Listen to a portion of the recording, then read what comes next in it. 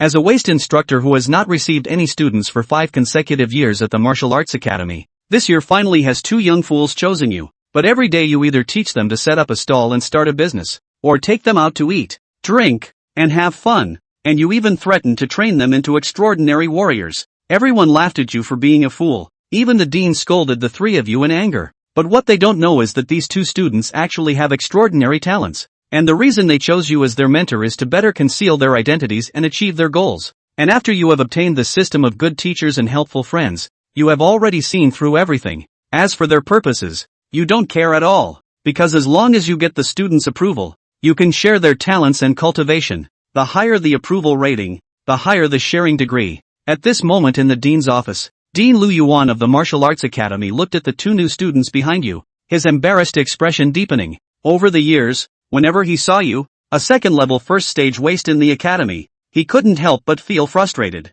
Now that you have actually recruited students, this complex feeling makes him even more uncomfortable. To be honest, the dean has very conflicting feelings about you. Although you are good at networking, know how to flatter, and often praise him, as a manager, he clearly knows that he must dismiss you as a disgrace to the academy. Because of your presence, the entire Mobi University Martial Arts Academy has become a laughingstock in the education sector. He can't even lift his head at every meeting, and even the teaching team has been at the bottom for years because of you, losing the qualifications for excellence. The letters requesting your expulsion from the academy have almost filled the mailbox. Lu Yuan originally wanted to use the enrollment task as a reason to drive you away, but he didn't expect you to really bring 2 students. He reluctantly gestured for you to come forward and register the information. Looking at the information of Dao Meng and He Xiong Zai displayed on the computer, Lu Yuan's brow furrowed again. These 2 students at the bottom of the low score line, the last and second to last, one looking simple-minded and the other playful and smiling, don't seem like smart people no matter how you look at them.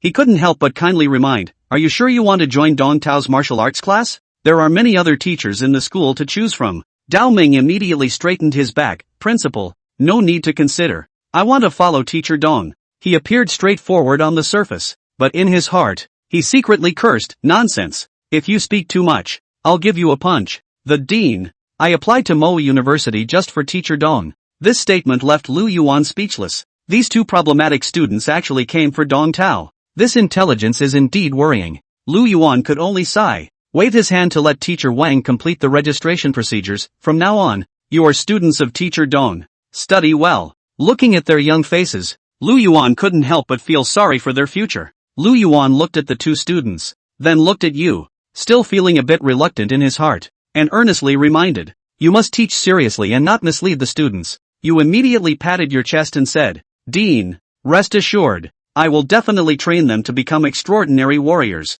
This sentence directly made Lu Yuan and Teacher Wang unable to hold back their laughter. Teacher Wang couldn't help but burst into laughter, while Lu Yuan forced himself to hold back his laughter and secretly complained to himself, you, who are famous for being a troublemaker, still want to train the mediocre students with E-level and D-level talents into extraordinary warriors. This is even more absurd than reaching the sky in one step. What made him even more speechless was that Dao Meng and He Xiong Zai were still foolishly giggling, apparently taking this seriously. Lu Yuan helplessly looked at these 3 incompetent troublemakers, waved his hand wearily, and asked them to leave quickly. You are good at socializing. Before leaving, you even remember to show concern. Dean, take care of yourself. Professor Wang, make sure to rest. After seeing these 3 troublemakers off, Lu Yuan rolled his eyes, quickly took out his phone and contacted Qin Wanyu. Professor Qin, I will personally pick you up. You are the pride of our martial arts academy. Whether we can turn the tables this year depends on you. Those 4 S-level freshmen have all arrived at the school. Lu Yuan was smiling on the phone, flattering just like you. There's no way around it. The person on the other end of the phone is Qin Wanyu, the strongest graduate of the martial arts academy in the past 20 years, who is now a 9th-level martial artist. In order to recruit the 4 S-level geniuses this year, he specifically borrowed Qin Wanyu from the military to serve as their mentor. This SS-level talented woman, the pride of the heavens, reached the 9th level at the age of 24, just one step away from transcending the ordinary. But this final step is like a chasm. 3 years have passed and she still hasn't been able to break through. Thinking of your silly appearance, Lu Yuan couldn't help but roll his eyes. He no longer expects you to achieve anything, just hoping you won't embarrass the school. After leaving the dean's office, you smiled and looked at the 2 students. We will officially start classes tomorrow. You need to be mentally prepared. What I teach is not just what's in the textbooks. although Dao Ming and He Xiangzi nodded eagerly, showing anticipation. You knew they didn't take your words seriously at all. For these two little guys, being able to join your martial arts class was already their goal. All they needed to do next was to be obedient tools for you. However, you didn't mind. In terms of talent and cultivation, you were indeed not as good as these two geniuses, but when it came to interpersonal skills and winning people over, handling these two greenhorns was a piece of cake. In the evening, you sat at the table writing the lesson plan seriously, with the title Reverse Tian Gang prominently displayed. In order to quickly gather recognition and unlock shared cultivation, you came up with such a clever plan. These two students appear respectful on the surface, but are rebellious inside, wanting to deceive this kind of genius by making up martial arts techniques. They can see through the flaws at a glance. Since they like to pretend to be pigs and eat tigers, you should let them see what a real waste looks like. The next morning, in the auditorium of the Martial Arts Academy, President Lu Yuan stood on the stage and delivered a passionate speech. Students, the bell of the new semester has already rung. From this moment on, your life will enter a new stage. The applause thundered below, but you sat at the back with two precious disciples, yawning. This old-fashioned way of welcoming new students will inevitably soon turn these freshmen from excitement to drowsiness. Excitement will turn into decadence. Actually, as early as several years ago, you advised Lu Yuan not to make the welcome activities so stiff. They should have an orientation party, have the upperclassmen perform a few shows, have the teachers do a few interactive trivia games with the freshmen, and the college treats the students to some kebabs and snacks, which is what a college orientation event should be like. Unfortunately, Lu Yuan did not take Dong Chao's suggestion seriously at all. Lu Yuan had organized this speech conference, which was a waste of the students' lives. Taking advantage of the gap between Lu Yuan's interaction with the students in the front row, Dong Chao winked at Dao Shi and He Xiangya, signaling them to bolt. Led by Dong Chao, the three of them quietly left the auditorium and went straight to the classroom of Martial Arts Class 4. This year, the Martial Arts Academy was divided into 4 classes, and Dong Chao's martial arts class had the smallest number of students and the worst enrollment scores, so it was rightfully the 4th class. The classroom of Martial Arts Class 4 was very empty, with only one podium, 2 sets of tables and chairs. On the podium, there was a huge object covered with a red cloth, looking somewhat mysterious. Dong Qiu signaled Dao Shi and He Xiangya to take their places in the seats. For the time being, you will take your seats as you like. To protect your eyesight, we'll change seats once a week. Michishij and Ho Yuya looked at each other in disbelief. It was only at this moment that the two were completely certain that the 4th class of martial arts, there were only 2 of their students. There's no need to change seats in a 2-person Budo class, right? Also, their titles of class president and vice president don't seem to mean much. Under the dumbfounded gaze of the duo, Dong Chao stood up on the podium and said in a serious manner, "The Academy's orientation activities are just too boring, so let's not participate. With this time, we might as well work harder on our studies." Dong Chao deliberately emphasized the word study. In this moment, Michishij and Ho Yuya's facial expressions were very rich. The scene was hilarious as the wasteful tutor, Dong Chao, actually emphasized on studying in front of them. Dong Chao ignored the scorn that flashed across the faces of the two and continued. The dean's message just now was lengthy, but one sentence is right. 4 years of college is both an opportunity and a challenge for us. To be honest, the martial arts university is like a filter, specifically used to filter out trash like us. Right now, you can still get into the same university and be in the same class as those heaven's favorites, but 4 years from now, because of the difference in talent, we will all be a world apart. Dao Shi and He Yuanya's faces instantly went cold. What do you mean? Losers like us? You're the only loser in this room. The two men mentally cursed. Although both of them were pretending to be pigs and eating tigers, the two of them felt a little uncomfortable in their hearts again when Dong Chao really treated them as waste kind. Looking at the two men's cold as ice faces, Dong Chao laughed in his heart. That was the effect he wanted. He continued, "Our martial path is destined to be fruitless. As wastrels, even if you work harder and harder, you will only be left further and further behind by the others. All of your efforts are useless. In the end, you will be eliminated from the martial arts path and forced to return to the lives of ordinary people. This is something that Sensei feels deeply about." Michishij and Ho Yuya rolled their eyes together. "Who empathizes with you? Why are you empathizing? Don't try to blend in." Dong Chao paused slightly, then his entire body became high-pitched. "Luckily, you have met a life coach like me. It's said that when you see a road, you go around it. Since we can hardly achieve anything on the road of martial arts, let's change the track." As he spoke, Dong Chao picked up the chalk and wrote 6 big words on the blackboard, "For less years of detours." Looking at the slate on the blackboard, Michishij and Ho Yuya were filled with questions. They had a vague feeling that the course seemed to be moving in a strange direction. Dong Chao cleared his throat and his tone became more and more high-pitched. Students, what do martial artists strive to cultivate for? It's just for two things. One is to realize their self-worth, and the other is to lead a better life. Wastes like us, we don't have much self-worth in the first place, so we don't need to realize it. As long as we can live a better life, compared to other martial artists, wouldn't we have traveled many years less? Dao Shi and Hishongya were a bit confused by Dong Chao.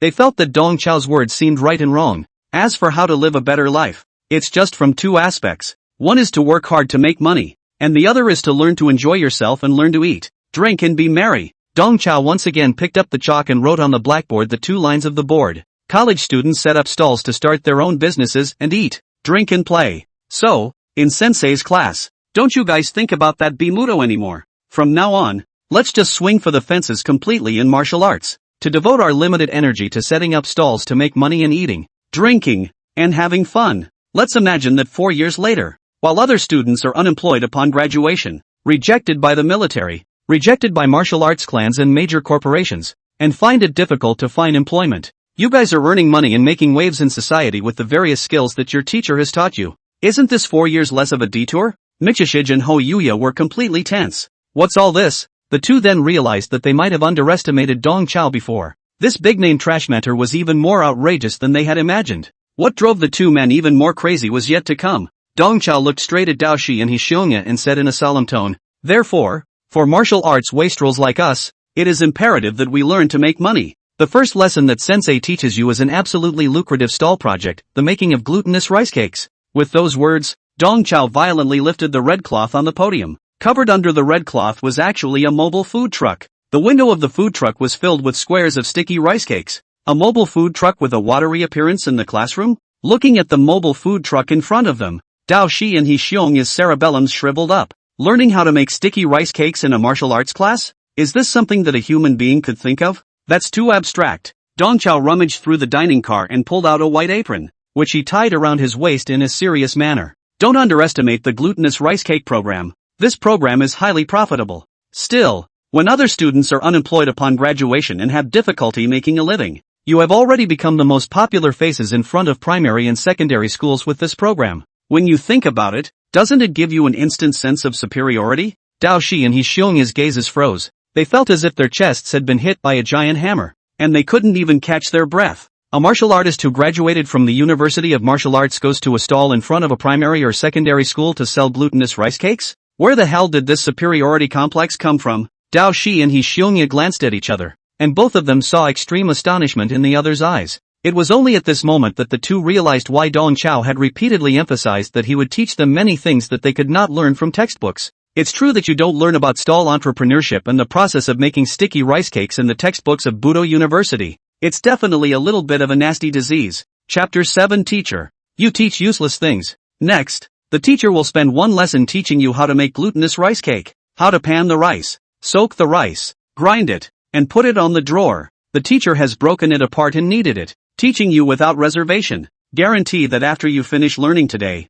you'll be able to go out and set up a stall tomorrow. The sugar, cinnamon and coconut sprinkles that flavor the sticky rice cakes will also be systematically taught by your teacher. And there will be no hiding. On the podium, Dong Chao slowly and methodically explained the process of making glutinous rice cake. With his mannerisms, it was as if he was explaining some important point of knowledge. He even taps the board every now and then and writes a couple lines on it. Looking at Dong Chao's serious face, Dao Shi was completely helpless. "Teacher, you're teaching useless things," Dao He muttered in a pretentious little voice. Dao Shi's muttering wasn't too loud, but it was just loud enough for Dong Chao to clearly hear. He was intentionally trying to shame Dong Chao. Hearing this, Dong Chao's face instantly became grave. With a stern face, he sternly reprimanded, "Michishij, what are you talking about? How can you say such things?" In the face of Dong Chao's reprimand, Dao Shi put on a timid expression on the surface, but in his heart, he was secretly laughing. In a hurry, he's in a hurry. Ed out of defense by my words. Just as Dao Shi was mentally snickering,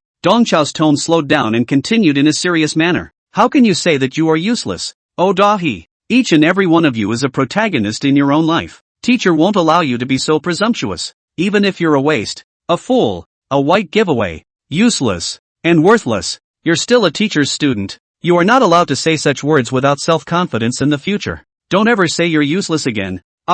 Michishij's head buzzed and his entire body was petrified. Dong Chiu not only teaches very abstractly, he seems to be unable to understand human language. Who the hell is useless? Who the hell is useless? Stupid. Useless. Useless. Useless? After reprimanding Dao Shi, Dong Chao switched back to a serious teaching posture. He held out a tub of glutinous rice from under the dining car, and while washing the rice, he explained to the two students, "This is the glutinous rice soaked in advance by the teacher. The selection of ingredients for making glutinous rice cake is very delicate, and you must use aged rice. The older the better. This is the only way to reduce the cost. During the rice washing session, pay attention to your technique as well. Move gently to avoid washing out the rice pulp. There is also a trick to this part of grinding and powdering. The glutinous rice has to be divided into two batches, one batch to be beaten into powder and one batch to be beaten into large grains, and then they are mixed together. This makes a glutinous rice cake that is both delicate and chewy, with a texture that can pass for new rice.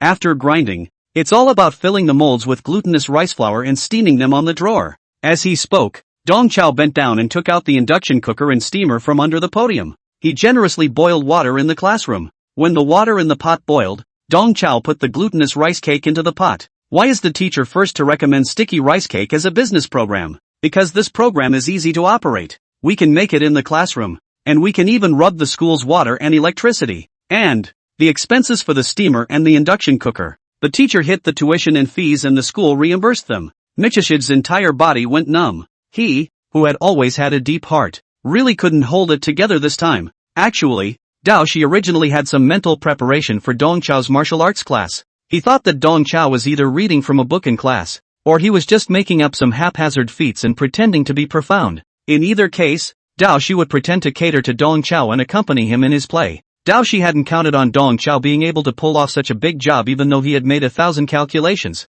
He's actually teaching how to make sticky rice cakes in the classroom? Also TM steamed on site. It's too abstract and counterintuitive. Dao Shi was even a bit skeptical of Dong Chao's mental state. Is this something a normal person can think of? Unlike the dumbfounded Dao Shi, Xiongya listened intently to Dong Chao's lecture with a happy expression on his face. After the initial dismay, Yuenya was already enjoying his martial arts lessons. Learning how to make sticky rice pudding in a martial arts class can be so magical, so abstract, so much fun. This is exactly the kind of college classroom that Ho Xianya wanted. Xianya even in the heart of the determination. He also wanted to get a mobile food truck. 4 years later, on graduation day, he was to push a mobile food truck on stage. When the time came, he would first give out a round of sticky rice cakes to the school leaders. Then he would draw his sword and perform a sword chop. The effect of the program is absolutely pulling full circle. And when he gets home from vacation, he can drive his Maserati to the night market and set up a stall. It's also very much a show. The more Xiongya thought about it,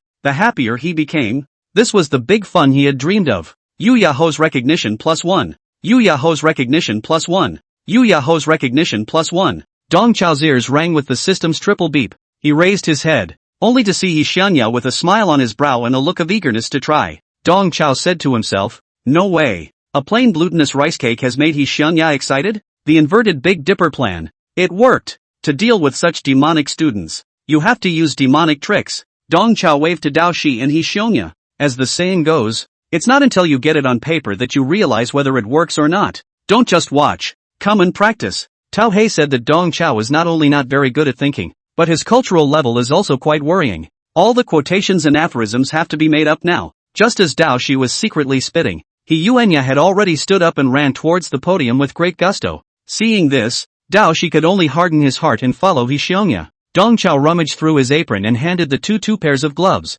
Next, let's enter the practical session. Teacher hand in hand, help you to run through the knowledge points again. Let's strive to absorb and digest in the same class. The production of glutinous rice cake is divided into soaking rice, washing rice, grinding flour, fastening molds, and putting on drawers. For each link, the teacher has summarized unique tips and tricks. Mastering these techniques, you can surely earn rice hard. Dong Chiu taught the duo how to make glutinous rice cake by hand while lamenting. Teacher has always believed that we, martial artists, are born to be the holy body of stalls. First of all, we know a little bit about fists and kicks, so we can seize the favorable position in the food street. And secondly, we have good physical strength, so the city police can't catch up with us at all. Moreover, we can take the state-issued martial artist allowance while setting up a business outside, earning 2 incomes at the same time, living and dying beautifully. Michishich felt like his brain was going to explode. Just a short while ago, Dao Shi was still feeling giddy that he had managed to enter Dong Chao's martial arts class,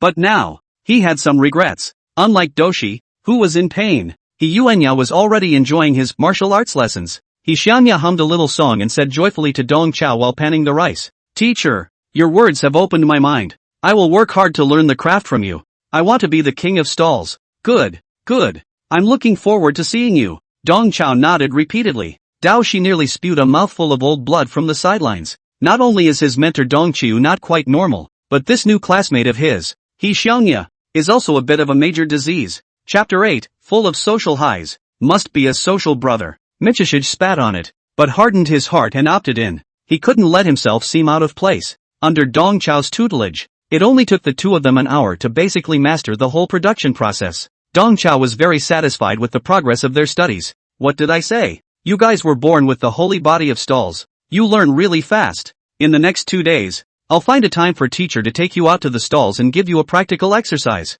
Hearing this, He Xianya's eyes were glowing, obviously looking forward to that actual combat exercise. Dahi had no reaction on the surface, but in reality, his brain thrombosis was going to be a problem. Dong Chiu was really going to lead them out to set up stalls. This is too counterintuitive. Dong Chao took in both of their expressions, and he pretended to glance at his watch. "It's almost 11 o'clock, so that's it for the morning's lessons. Teacher has arranged a little welcome ceremony for you in the cafeteria. Come on, let's eat." Dong Chao hooked onto the shoulders of the two men with a left and a right and brought them out of the classroom. The three of them staggered, heading straight for the school cafeteria. It was nearing 11 o'clock. The other classes hadn't gotten out of class yet, and there were only 3 of them on the empty campus path. Dong Chao said loudly as he walked away, "I think you can see, the teacher in the school, by everyone's respect, very brand." Dao Shi said, "Respect my ass. When you were in the auditorium, those teachers in the academy, they all rolled their eyes at you. Teacher, I'm so licensed. You guys, as teachers' students, will follow suit. From now on, whether you are spending money at the supermarket, fighting for food in the cafeteria, or bathing in the bathhouse, you don't have to pay. As long as you mention your teacher's name, it's free." As he spoke, Dong Chao led the two of them to step into the cafeteria. Entering the main door of the cafeteria, Dong Chao took a left turn and came to the small drinking station. He gingerly rummaged through the cooler for a bottle of Coke and gulped half of it down before greeting the staff at the drink station. "Old Lu, let me introduce you. These are my 2 new students. From now on, all of their purchases here at your place will be put on my account." With those words, Dong Chao looked towards Dao Shi and He Xianya. "Quick, call Uncle Lu. Uncle Lu has some business dealings with your teacher. He's your business partner. You guys don't have to pay when you spend money with him. Of course, you have to take advantage of the time when no one is around, so you can't affect Uncle Lu's business." Old Lu rubbed his hands together and smiled in response. "The 2 great nephews have all the drinks and ice cream they want at my place." Hey. Michishige and Ho Yuya looked at each other in disbelief. Their punk mentor really does have the cards. Just as the two of them stared at each other, Dong Chao copied 7 or 8 bottles of drinks and held them in his arms. "Old Lu, we're going to eat first. We'll come back to you later." Okay. You take care." Old Lu smiled and nodded. For Dong Chao's white whoring behavior, Lao Lu has never shown the slightest disgust. As soon as he walked out of the drink station, Dong Chao couldn't wait to show off to the 2 students. "See, he's so social. He must be a social brother. Teachers are so social. In Mu University, when you guys are in trouble, just report your teacher's name. It's definitely good." Listening to Dong Chao's words, He Xianya's eyes glowed. It's so much fun posing as a socialite on a college campus. Yuyaho's recognition +1. Yuyaho's recognition +1. Yuyaho's recognition +1. Ho Hungyai once again offered Tung Chiu a trifecta of recognition. Dong Chao was secretly delighted. He had sort of found He Xianya's pulse. At this rate, the task of accumulating 10 points of recognition will soon be completed. It won't be long before the cultivation sharing feature is unlocked. Dao Shi stayed on the sidelines, secretly spitting in his heart. A university martial arts instructor, tainted with social habits. And this old dang is quite proud of himself. But it's time to say no. He can whore out drinks at the drinking station. He does have some skills. Spiteful as he was, Dao Shi still had a delighted smile on his face. Looking not unlike He Yuanya, Dao Shi was doing a perfect job on the surface. But Dong Chao was still able to accurately grasp what was really going on inside him with the help of the system. From start to finish, the kid never contributed 1 point of recognition. As soon as Dong Chao appeared in the cafeteria hall with the 2 students, the cafeteria staff immediately surrounded them. "You're here, Mr. Dong. The food is ready." Mr. Dong, these two are your newly recruited students, right? They look smart and clever, just like you. The two freshmen are truly blessed to be under Mr. Dong's tutelage. The cafeteria employees were clearly familiar with Dong Chao as you spoke to them. Facing the crowded cafeteria staff, Dong Chao kept nodding his head in greeting. Older brothers and sisters, it's been a hard day's work. I'll take the kids to the private room first, so you guys just serve the food. Dao Shi and Hishionya were a bit confused. How come the university cafeteria even made a whole private room? Dong Chao could see the doubt in the hearts of the two, and he craned his neck proudly, signaling the two to follow. Dong Chao led the two of them east and west, eventually stopping in front of an unused stall in the corner. Dong Chao took out his key and opened the stall's roll-up door. As you can see, the teacher is more particular about people, so the meal has to be a private room. I'm a business partner with the person in charge of the cafeteria, and they gave me this stall to use for free. Dong Chiu pulled open the roll-up door. Spacious and neat stalls, in addition to freezers, stoves, cutting table and other kitchen facilities. There is also an imposing 8 immortal table. Dong Chao waved his hand, signaling Dao Shi and Hishionya to take their seats at the 8 immortal table. From now on, this will be both the private room where we eat and the lab where we take our classes. Those more complicated cooking classes will be held here. Dao Shi's entire body was speechless. He simply wondered whether he was attending a martial arts university or a culinary middle school. How come there was also a whole cooking class? Dong Chao carried out 2 cases of cold beer from the freezer, placed them on the table, and said to the 2 men, "There's no class this afternoon, so I'm going to have a quick drink with you guys to warm you up." As he spoke, Dong Chao started to open a bottle of beer and poured wine for the 2 of them while continuing. "But before we drink, I have to set the rules for you. I'm going to emphasize the issue of class rules." Facing Dong Chao's pouring of wine, Dao Shi held the wine cup with both hands, nodding his head on the surface, but inwardly he was bellyaching. Emphasizing class rule issues over drinks is a real nifty talent. Dong Chao cleared his throat and said solemnly, "The first rule of our martial arts class 4 is that beer must be drunk from bottles. No cans. Bottles are called beer. Cans are called horsepiss. This is a class rule that you should keep in your minds. If I catch you sneaking canned beer, don't blame me for punishing you with a check." Ha! Upon hearing this, Dao Shi froze on the spot. What the hell kind of class rules are these? An ing write a check. Is this something a human being could come up with? Chapter 9, here it comes.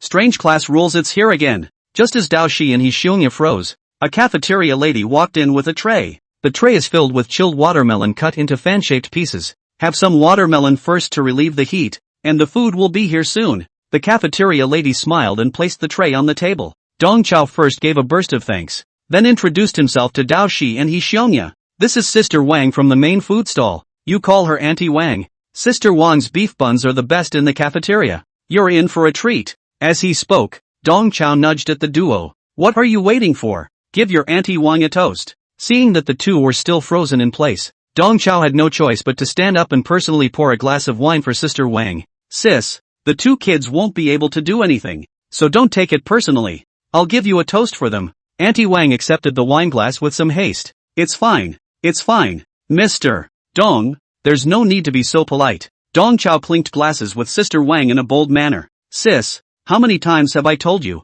Don't call me teacher in private, just call me Chaozi."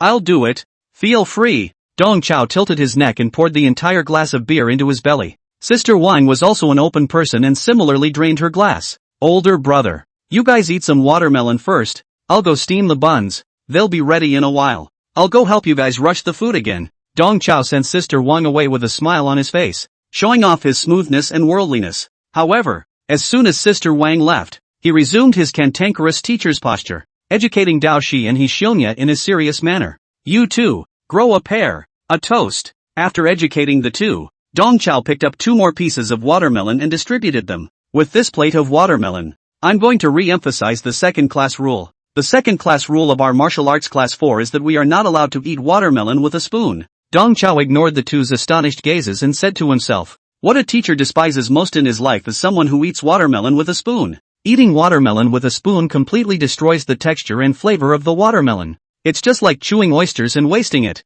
With those words, Dong Chao picked up a piece of watermelon and took a hard bite, showing it to the second people. For a man of the scene like a teacher, the watermelon has to be in fan-shaped chunks. The thickness has to be around 2 centimeters. It's too thin to have any flavor, and too thick to gnaw on. Nibbling watermelon in this way, the first bite is the sweetest. The further down the sweetness gets fainter, but on the palate, There is a shift from sandy to crunchy. A sort of costly compensation for the dissipation of the sweetness. Eating watermelon with a spoon. The texture is just a mess. And it doesn't look good on the palate. Teacher has said the ugly words up front. In our martial arts class 4, you have to eat watermelon in fan-shaped chunks. If the teacher catches you eating watermelon with a spoon, don't blame the teacher for deducting your credits. Dahi was practically powerless to say anything. Eating watermelon with a spoon is going to get you a credit? This Nimrod could never have come up with such brain-dead class rules without a 10-year brain clot. It's purely a case of not having enough ability to make it work. And the rules come in. As a Rakugo person,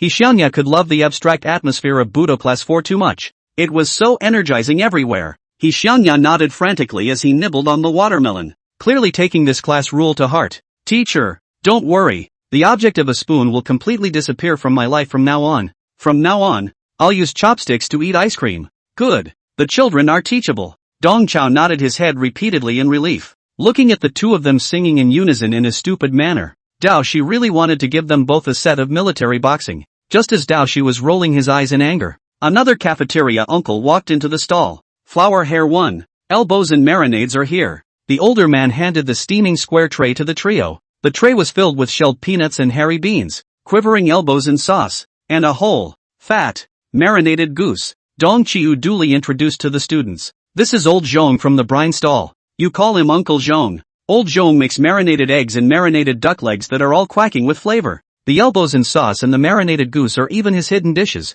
which ordinary people can't eat. Dong Chao poured a glass of wine and toasted Old Zhong. Brother Zhong has worked hard. I won't say any more words of thanks. It's all in the wine. Old Zhong naively wiped his hands on his apron. No hard work, just a show of hands. Mr. Dong, I'm happy for you from the bottom of my heart that you've recruited students. Old Zhong drank the wine in his cup and greeted Dong Chao. Mr. Dong, it's almost time for dinner. I have to go back and get ready. Call me again if you need anything. Brother Zhong, please, some other day. Old brother will be the host and treat you all back. Dong Chao sent Old Zhong away with a polite face. Dao Shi and Hishianya secretly exchanged a look. Their waste mentor, Dong Chao, was really rowdy amongst these cafeteria employees. Only after sending Old Zhong out of the stall all the way did Dong Chao fold his body and return to the table. He went straight to work, broke open the goose, and divided the two fat and tender goose legs between Dao Shi and Hishianya. The famous Western philosopher, Bottom, once said that one cannot jump into two rivers,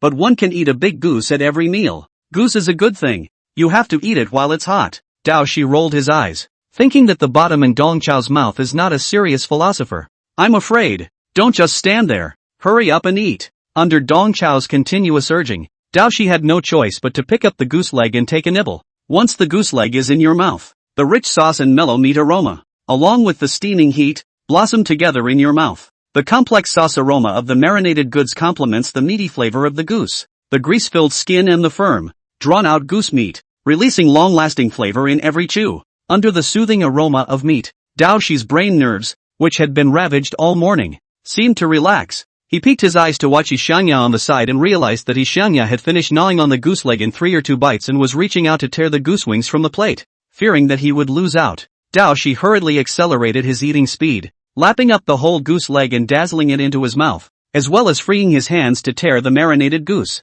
Looking at the two students who were eating indiscriminately, Dong Chao was greatly relieved, and he cut up the trembling elbow in sauce and gave the two of them a large piece each, taking the opportunity to say, as you eat and drink, your teacher will read you the third class rule again. The third class rule of our martial arts class 4 is that you must have 4 dishes for drinking. Drinking without food is also called drinking widow's wine, and that is a very undignified behavior. It must be completely discarded from the mind. It is said that drinking must be accompanied by 4 dishes, and every word in action carries a pie. In our martial arts class 4, drinking must be accompanied by a minimum of 4 dishes. Peanuts and hairy beans, marinated goods and sauced meat, are the minimum configuration for our drinking. Teacher puts the ugly words in front of you. If the teacher finds out that you drink and don't eat food, don't blame the teacher for inviting your parents. Dao Shi's brain nerves, which had just relaxed, once again tightened. It's coming. It's coming. Strange class rules, it's coming again. If you drink and don't eat, you have to invite your parents? How do you have the nerve to say that as a teacher? Unlike Dao Shi, Hishianya had already fully immersed himself into the peculiar atmosphere of the 4th class of Budo. Don't worry, teacher. I've memorized this class rule. I'm just going to down my wine with slate in the future. I won't even be widowed. Dong Chao patted He Xiangya's shoulder in relief. Good boy. As the saying goes, drinking 4 dishes, bare-chested with a tie, wearing fall pants outside of wool pants. People send nicknames to preach strange. You guys should be like your teacher in the future, doing things just as you should. Hearing Dong Chao's words, Dao Shi's eyes went black and he nearly fell to the ground. Michishige finally realizes that his plan to hibernate is going to be a lot tougher than he had previously anticipated. Chapter 10, Innate Sword Chi, times, Innate Bitch Chi, square root. Unlike the insanely spiteful Doxy, Ho Yuya can be too fond of these abstract class rules. Beer must be in bottles. No eating watermelon with a spoon. And drinking must be 4 courses. These abstract class rules are a perfect match for He Yuanya's temperament. It's like it was customized for him. Yuya Ho's recognition +1. Yuya Ho's recognition +1. Yuya Ho's recognition +1. Once again, Ho Hongyai offered Teng Chiu a trifecta of recognition. For these oddball class rules, He Xiangya secretly moved a little while admiring them. It would be so much fun to really be asked to be a parent just because he drinks and doesn't eat his food. Mom and dad would have to be proud of him. He Xiangya secretly resolved to wait for the right time and make sure to violate all these class rules. Playing with an abstract. The old bell at the halibut stall had just left, and immediately someone else came with a tray to toast the food. The staffs of the 20-odd stalls in the cafeteria delivered their best dishes in your party. Sweet and sour pork, charred fish slices, cassoulet beef brisket, kung pao shrimp balls. All kinds of dishes soon filled the whole 80-mortal table. These dishes are obviously the cafeteria masters deliberately opened a small stove. Not only the materials used to pay attention to, many dishes are also deliberately plated. Looks completely restaurant level. Every time a new dish came up, Dong Chao had to give the 2 students a chopstick. His mouth rambling. Rice is father. Food is mother. It's better to die than to starve. Eat hard and show off. As members of the 4th class of martial arts, we have to have small meals. This is called platooning. In a moment, I'll pull you into the internal group of cafeteria employees. So if you want to eat anything in the future, you can order it in the group. These cafeteria employees, they have business dealings with teachers. You guys eat and drink a little. No offense. Anyway, just remember one thing. In the school, all the places where you pay money, you can brush the teacher's handsome face. We're just not paying. We're just pinching our hands on our hips, screaming, and whoring our way to the goal. Originally, Dao Shi had turned a deaf ear to Dong Chao's words and concentrated on his meal. But when he heard the word whoring, Dao Shi unconsciously raised his eyebrows. He can be too much of a white whore. And, so far, Dong Chao really does have the cards. Michihiro's approval +1. Dao Shi finally served Dong Chao with 1 point of recognition. Looking at the hard-earned 1 point of recognition,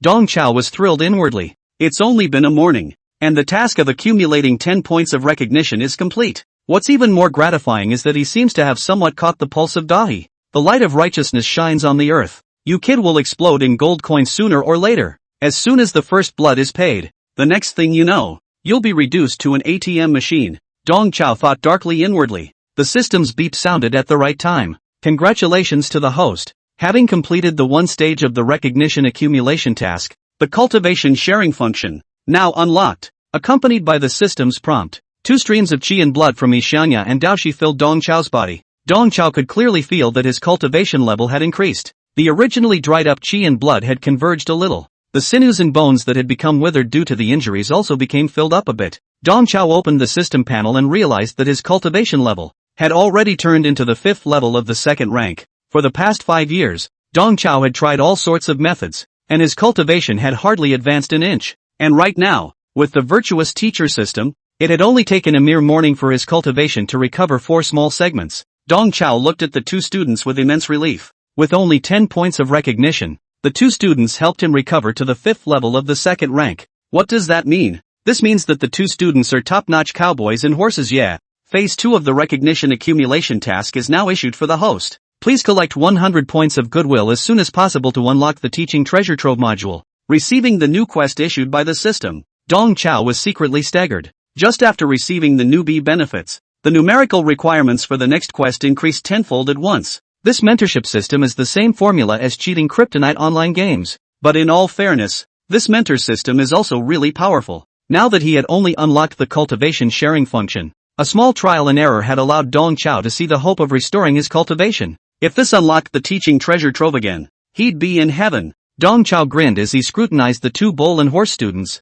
ghostly ideas coming out in his mind. The cafeteria began to fill up with students as we approached the noon meal. All the students who walked past this stall were stunned. and then couldn't help but stop and watch. A mentor-like old denizen, leading two students in a cafeteria stall, ate and drank empty bottles of wine in front of the three of them. This scene is so new. In no time at all, there was a crowd of people densely gathered outside the stall. Seeing the crowd of onlookers, He Xiangya was even more energized. He loved this feeling of humiliation. He Xiangya poured a glass of wine and toasted Dongqiao with a smile. Teacher, thank you for your hospitality. I'll drink to you. I'm so happy today. The last time I was this happy was when Wallace had his promotion banquet. Wallace? Throwing a promotion party? Dongqiao suspected that he had heard wrong. He Xiangya nodded his head fiercely and said smugly, Teacher, you don't know. The day I held my promotion banquet, it was a grand scene. All the dignitaries in our city were there. The public toilets on the street were all overflowing. Dongqiao was a bit taut. He Xiangya, this kid, really not a normal canon. Ho Yuya's recognition +1. Ho Yuya's recognition +1. Ho Yuya's recognition +1. Although He Xiangya's brain circuits were a bit peculiar, his approval rating for Dongqiao was solid. Once again, he gave Dongqiao 3 consecutive approval ratings. At the same time, Dongqiao's ears rang with another system beep. Student Ho Yuya's recognition level has reached 12 points. For every 10, 50, or 100 points of the student's recognition, the host will be given a chance to draw one of the student's traits. Traits include talents, abilities, kung fu, and chi luck. Now extract the trait of one of Ho Yuya's items for the host. The trait the host has extracted is innate sword chi. Dongqiao was secretly delighted. I didn't realize that there were rewards. A stern sword aura violently appeared in Dongqiao's mind. This sword chi, simple and pure, was like pointing to the moon and reflecting the sky with water. Under the pull of this sword chi, Dongqiao seemed to have a glimmer of light regarding the Tao of the sword that he had been practicing.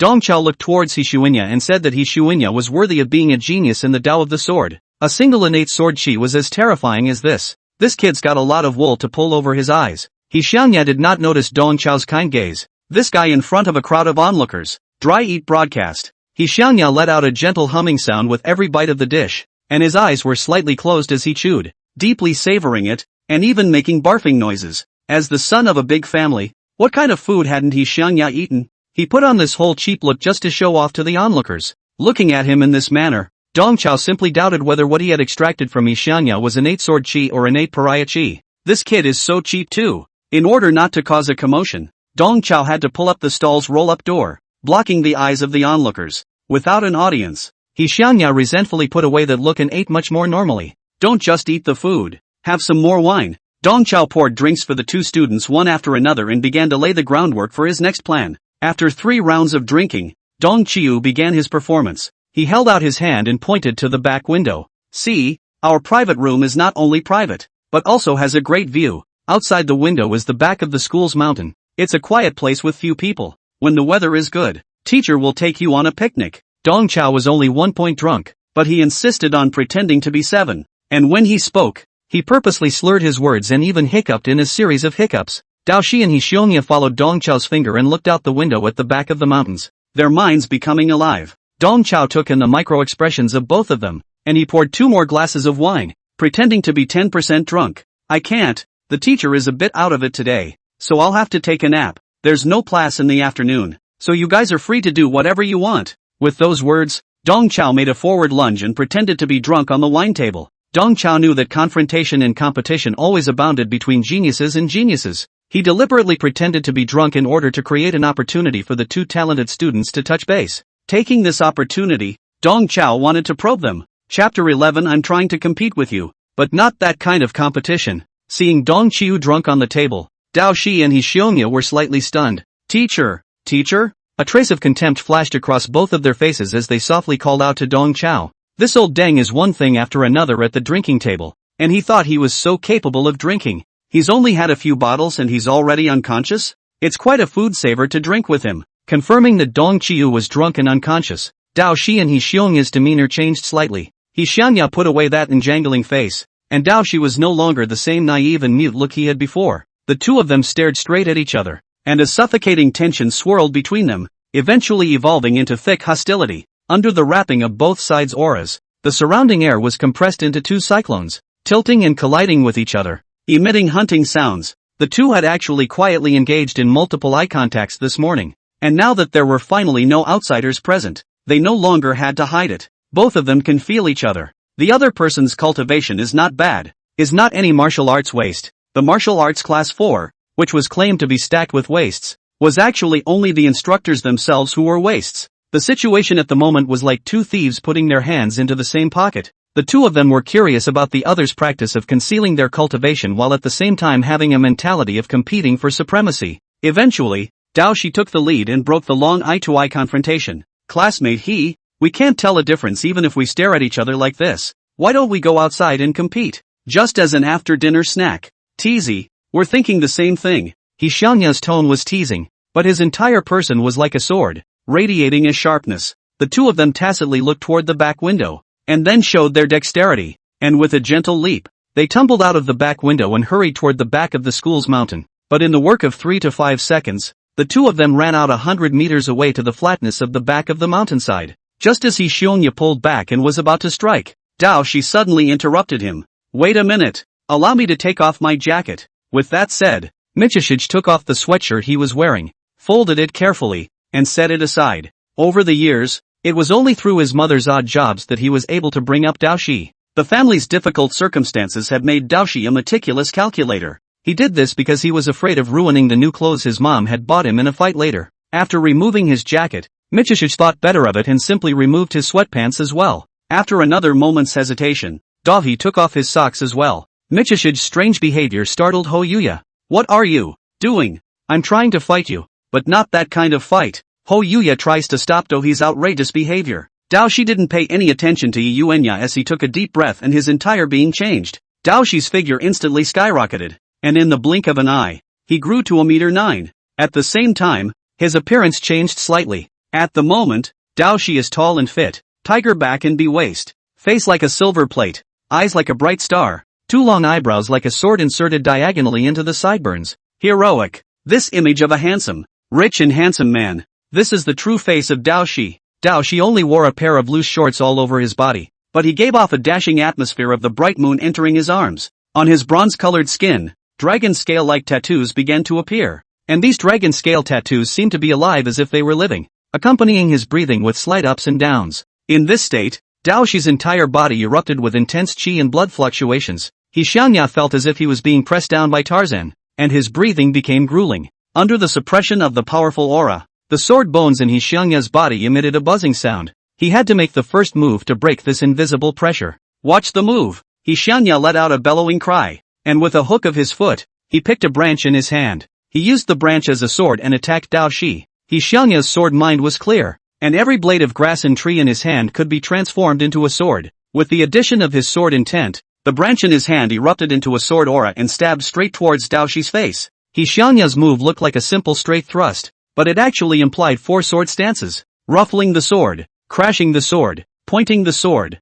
picking the sword. Xiangya's movements were surprisingly fast, and in just a blink of an eye, the sword move had already killed in front of Daoshi. Unfortunately, Daohi was faster than him. At the instant the sword strokes killed him, Daoshi's figure suddenly transformed into several residual shadows, which were either leaning back or leaning forward, aptly avoiding Xiangya's 4 sword strokes. From the beginning to the end, Daoshi's figure was like a loach, sticking close to Xiangya's sword blade, yet he managed to prevent him from hurting him in the slightest. What Daoshi made was a unique stance of the Xian Yuan family, the swimming dragon 100 changes. It was the only martial art Daoshi had learned from his family before he fled. Over the years, Daoshi had refined this body technique to perfection, and had even added many of his own understandings and alterations. As the 4 moves fell short, Xiangya's heart was shocked as he turned back his wrist and used his original sword move, the ultimate invincible thunderbolt flash of 3,000 weak waters, only to see the tree branch in his hand stabbing repeatedly. Countless sword awnings transformed into a watery white chain,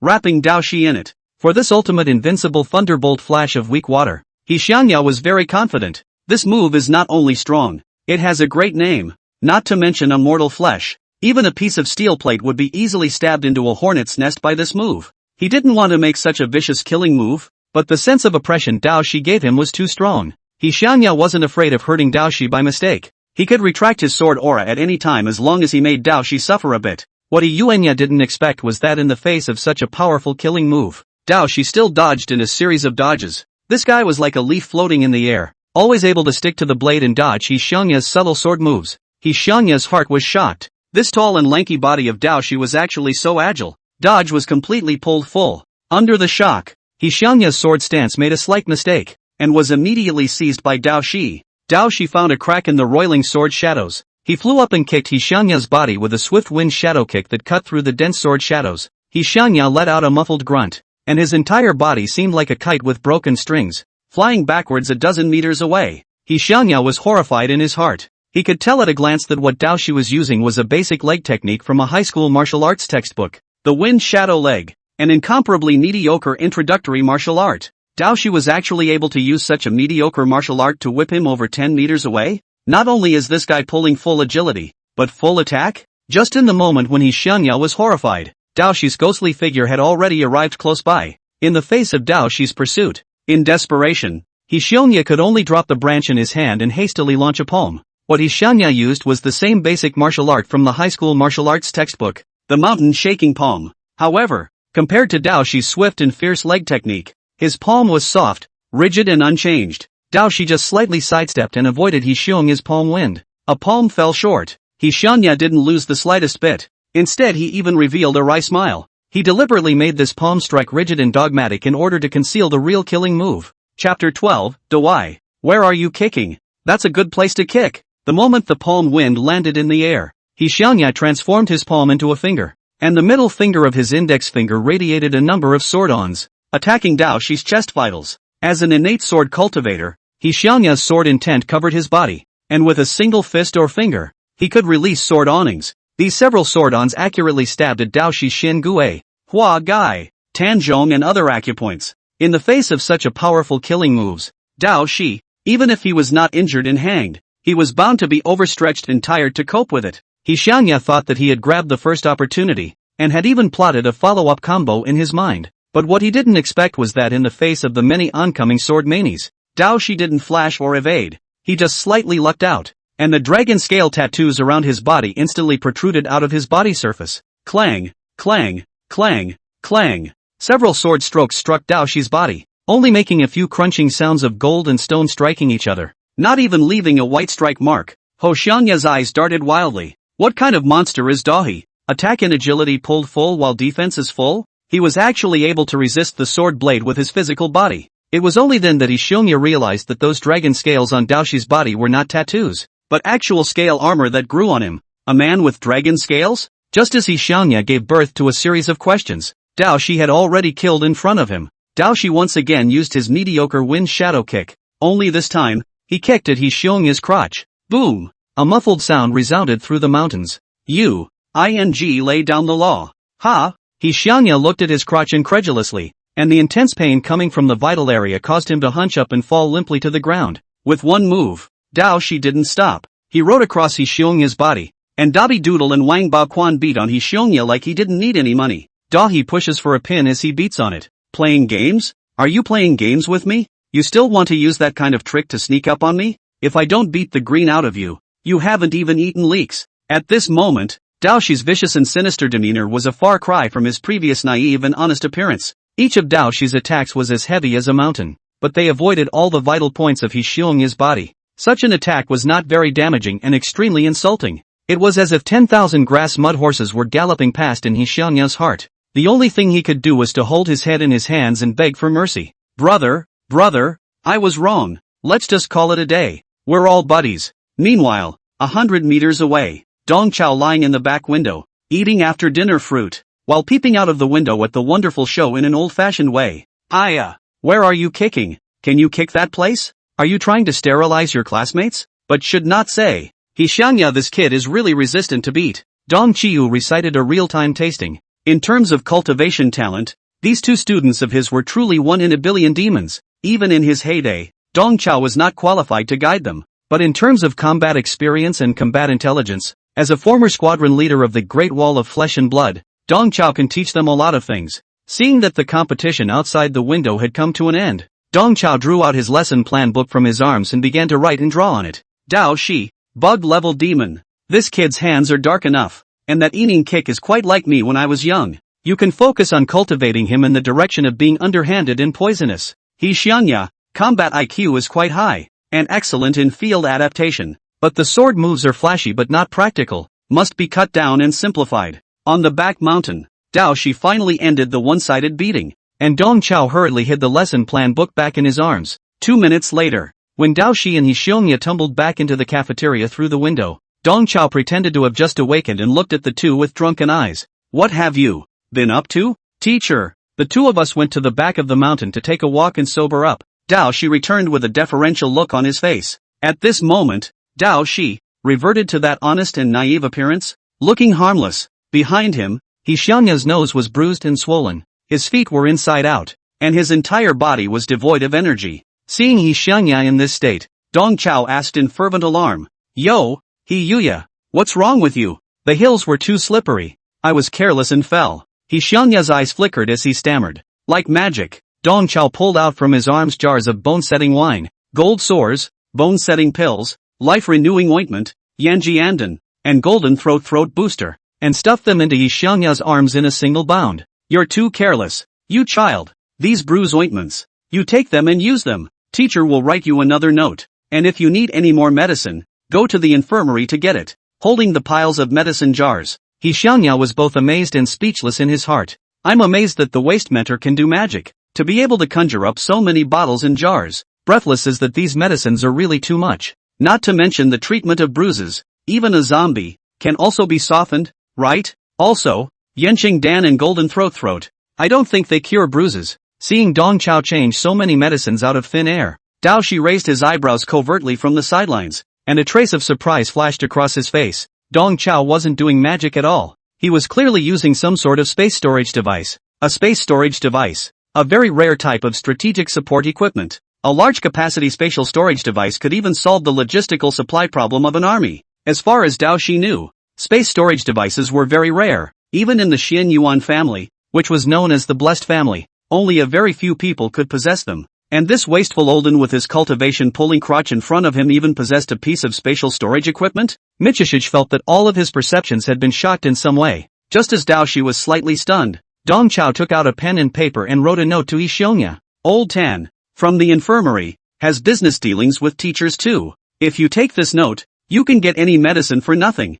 Hearing the word White John, Dao Shi instantly came back to his senses. In line with the principle of not taking advantage of a bargain, this opportunity to whore for nothing, he cannot let go. Dao Shi squeezed out a smile and said to Dong Chao, "Teacher, why don't you write me a note too? Actually, I just fell too, and I need to get some medicine too." Dong Chao knew all too well about Dao Shi's little mind that wanted to take advantage of the situation. Dong Chao said in his heart that this kid is worthy of being a dragon dog bloodline alien. He is a real dog. Spitting on it, Dong Chao still moved his pen and wrote a note to Dao Shi as well. "Don't run around in the afternoon. All of you, go back and get some rest. Don't jeopardize tomorrow's classes." Dong Chao handed the note to Dao Shi. The moment he took the note, Dahi smiled a big smile. Michihiro's approval +1. Dawei offered another 1 point of recognition to Dong Chiu. He was happy as long as he could whore himself out for nothing, regardless of the usefulness of the medicines in the infirmary. Chapter 13, The Showa of Iwei. Evening. Dong Chao sneaked out of the practice room.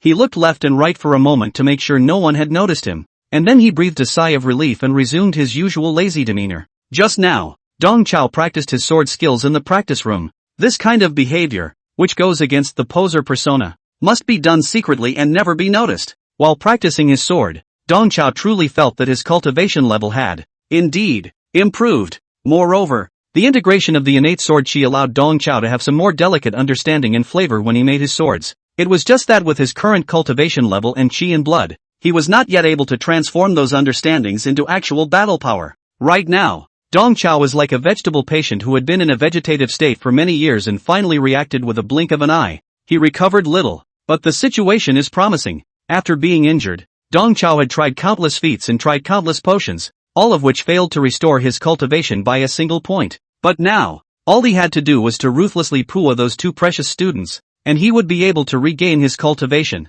and even become stronger than he was in the past. It had only been 1 day, and he had swiped 12 points of goodwill from Xiongya, and 2 points of goodwill from Dao Shi, which showed that the inverted Big Dipper plan worked very well. As long as he sticks to this course, it won't be long before he unlocks the Teaching Treasures module. At the thought of the inverted Big Dipper program, Dong Chao's entire body became excited. Humming a little song, he staggered to the teacher's office, ready to give his 2 precious students and devise some more hard work. Near the end of the day, the teacher's office was empty. not a soul in sight. With the noble sentiment of teaching and educating people, Dong Chao sat down at his desk and wrote tomorrow's lesson plan in 3 strokes, pulling a big one for the students. Then, taking advantage of the fact that no one was in the office, he went to the computer and quietly logged into the military's internal website. There were still some suspicions about Dao Shi and his Xionya that he had to figure out. As a former king of soldiers, Dong Chao possessed the military's level 4 decryption authority. He typed in Xianyuan Daoshi's name and quickly obtained Daoshi's detailed file.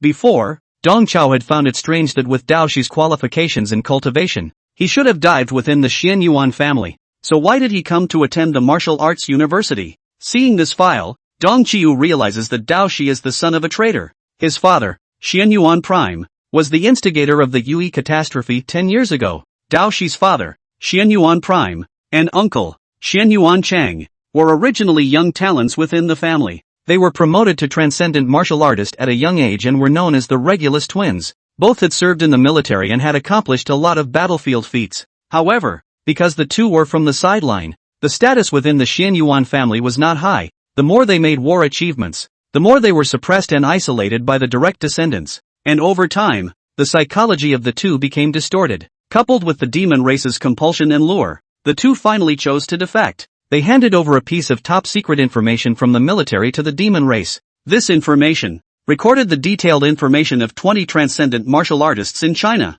including their techniques, supernormal abilities, martial arts, weapons, and transcendental props. Based on this information, the demon race had formulated a specialized assassination plan for those 20 transcendent martial artists, which lasted for several years. Most of the 20 transcendent martial artists had fallen, and only 2.5 had survived the successive assassinations. The mutiny was quickly exposed, and the Xianyuan family sent a group of experts to try and clean up the 2 traitors. At the cost of the lives of 4 transcendent martial artists, they forcibly killed the bandit leader Xianyuan Prime, but allowed Xianyuan Chang to escape into the misty demon city, and he was never heard from again. This mutiny is known as the B.C. Showa. In total, China lost 5 transcendent martial artists in this catastrophe. If it wasn't for the subsequent forced advancement of a number of ninth-order martial artists, which supplemented the high-end combat power of China, the discourse of China at the World Roundtable might even have to change. This catastrophe was a disaster for the entire country,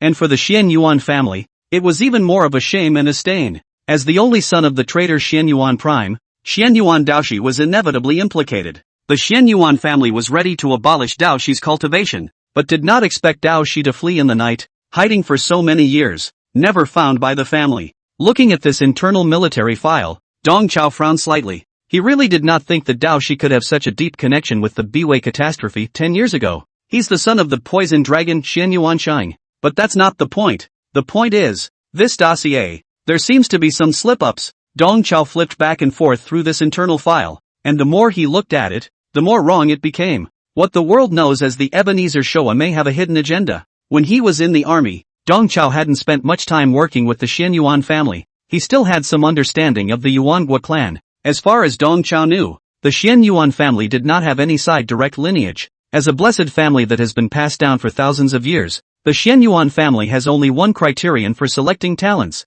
and that is to promote the virtuous and capable. It wasn't quite believable that Xianyuan Prime and Xianyuan Chang were suppressed by their clansmen because they were from the sideline. Secondly, the transcendent martial artists' profile information belonged to the highest level of classified 5 in the military. This level of secrecy was written in coded instruments and encrypted at every level. In the whole of China, there were only 8 people who possessed level 5 decryption privileges. They were the 4 marshals, and the 4 chiefs of staff who served as the marshals' deputies. Even if Xianyuan Prime and Xianyuan Chang could steal the classified documents, they would not be able to decrypt them. Most importantly, there was a huge loophole in the whole incident. That is, with the Xianyuan family's ability, if they really wanted to punish Dao Shi, the child, and catch him, wouldn't it be a matter of minutes? It was an international joke for Dao Shi to be able to hide for 10 years under the capture of the Xianyuan family. Obviously, the Xianyuan family did not even bother to waste Dao Shi's cultivation, and the so-called collateral punishment was nothing more than a play. A bittersweet play that was on point. As a veteran werewolf-killing player, Dong Chao is very good at anti-logic. If this bitter drama on the body of Dao Shi is a logical fulcrum for counter-logical reasoning, then the whole Biwei havoc, I'm afraid it is another story. Xianyuan Prime and Xianyuan Chang weren't human traitors at all. They were agents trying to infiltrate the demon race. The top-secret document that contained the details of 20 transcendent martial artists was also deliberately revealed to the demon race by the military. It was a head offering of a male son who offered his head and his body as bait. The surviving Xian Yuanchang didn't escape into the misty hidden demon city either. He went through a lot of tests and finally gained the trust of the demon clan and infiltrated into the misty hidden demon city. And for his smooth infiltration, China sacrificed more than 20 transcendent martial artists. According to this logic, all the suspicions, all of them can be justified. It's just that this poisonous scheme of the Duke offering his head is playing too big. So big that Dong Chao could not believe his own judgment. Using 20 transcendent martial artists as bait, then hitching a ride on the reputation of the Xian Yuan family for thousands of years, as well as a fake self-inflicted murder by the Xian Yuan family, paying so much just to drive a nail into the interior of the demon race. In werewolf killing terms, it's a round of empty knives plus self-destruct just to keep a barbed wolf. If that's true, the mastermind behind this is too toxic and too epileptic. Chapter 14, Grass Trial. Just as Dong Chao was secretly lamenting, noisy footsteps suddenly came from outside the door. Dong Chao hurriedly closed the military website. He switched his computer screen to a pre-prepared game screen and pretended to play the game leisurely. A door slammed behind his ear, and Dong Chao turned off the game in a panic and looked back with a smile on his face. Yo, it's you, Dean. It's late and you're still here? I thought I was the only one working overtime on my lesson plans, so you're not off duty either. Hey. Dean Lu Yuan glared at Dong Chao without any good humor. What kind of lesson plan could Dong Chao? This punk asshole, right? He clearly saw just now that Dong Chao was playing a game. For Dong Chao's pussyfooting around, Lu Yuan didn't even bother to reprimand him. And reprimanding was useless, Lu Yuan said without seeing his eyes. I, along with a few other martial arts instructors, are preparing to have a routine little meeting, so if you're there too, join us. As he spoke, Lu Yuan waved his hand behind him. These are the martial arts instructors of classes 1, 2, and 3. You've met them all during the opening ceremony in the morning, right? Seen it. Dong Chao stood up with a smile and extended his hand, greeting the 3 Ms. Qin Wanqing, Mr. Wang Su, and Mr. Jiang Chang. How are you all doing? I don't need to introduce myself, do I? Dong Chao, the one who was often discussed by the students on the campus forum. Ha. In the face of Dong Chao's gesture of goodwill, only Qin Wanqing stretched out her hand and shook it with him. Wang Su and Jiang Chang simply ignored him, facing the ignorance of the two. Dong Chao was not embarrassed at all as he continued to smile. From now on, we'll be colleagues in the same grade group, so we must help each other. Hearing this, Wang Su let out a cold snort and directly wrote the word despise on his face. Wang Su loathed Dong Chao, not for a day or two. As a senior faculty member of the college, Wang Su works seriously, teaches rigorously, and is an exemplary standard bearer in the college. If the Martial Arts Academy hadn't been at the bottom of the school's internal evaluation for years, he would have been selected as an outstanding teacher a long time ago. And it was thanks to Dong Chao that the Martial Arts Academy was able to finish at the bottom of the internal evaluation for years on end. Right now, Wang Su had become a grade group colleague with Dong Chao, the black sheep, so how could he give Dong Chao a good look? Dong Chao knew all about these resentments of Wang Su. These teachers of the Martial Arts Academy felt that Dong Chao was dragging the entire academy down. But in reality, Dong Chao had long ago used his connections to gouge himself out of the judging list. He didn't get those gifts for nothing. He doesn't participate in any school judging at all. The so-called foot-dragging argument is complete nonsense. The reason why Budo Academy has been at the bottom of the internal ratings for years is because the entire faculty is really crap. These wasteful teachers cannot teach good students and refuse to admit their incompetence. So they put the blame on Tung Chiu. Dong Chao really made them numb. In the face of Wang Su's naked hostility, Dong Chao still accompanied a smiling face. Only in the smile, there was a hint of more gloom. He turned his head to Jiang Chang, who was on the side. Older brother, you look strange. Are you just joining the workforce? If you need any help in the future, feel free to greet me. Jiang Chang is indeed a trainee teacher who has just joined the workforce. He still has a few childish qualities left on his face, but his mind is very deep.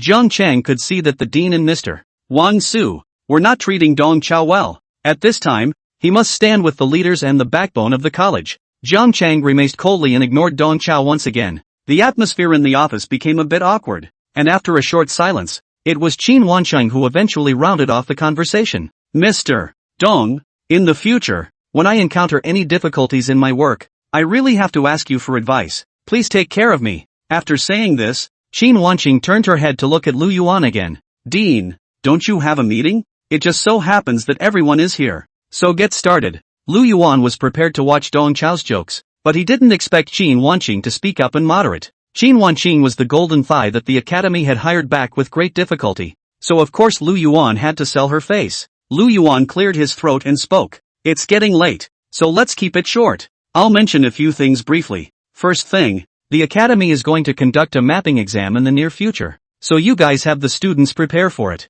The purpose of the mapping exam is to test the students' learning ability as well as testing your teaching standards. As he spoke, Lu Yuan looked at Dong Chao with great interest. At this moment, Dong Chao was staring at Qin Wanqing with a smile on his face. He didn't care about Lu Yuan's words at all. Lu Yuan raised his voice in a million different ways. The second thing is that in the near future, the three pristine universities will start a new student exchange program with us. At that time, we will inevitably have to compete, so we can't afford to lose out. Lu Yuan looked at Dong Chao again and realized that he was still staring at Qin Wanqing. Qin Wanqing had long since noticed Dong Chao's gaze, and under Dong Chao's prolonged gaze, a touch of consternation crept onto her serene, handsome face. Qin Wanqing's own personality was on the soft side, and at this moment, she was in a meeting, so she couldn't say anything, and could only turn her head sideways, pretending that she didn't notice Dong Chao's straight gaze. Dong Chao secretly said in his heart, Qin Wanqing is not only good looking, but she is also strangely nice. She would actually help a stranger out.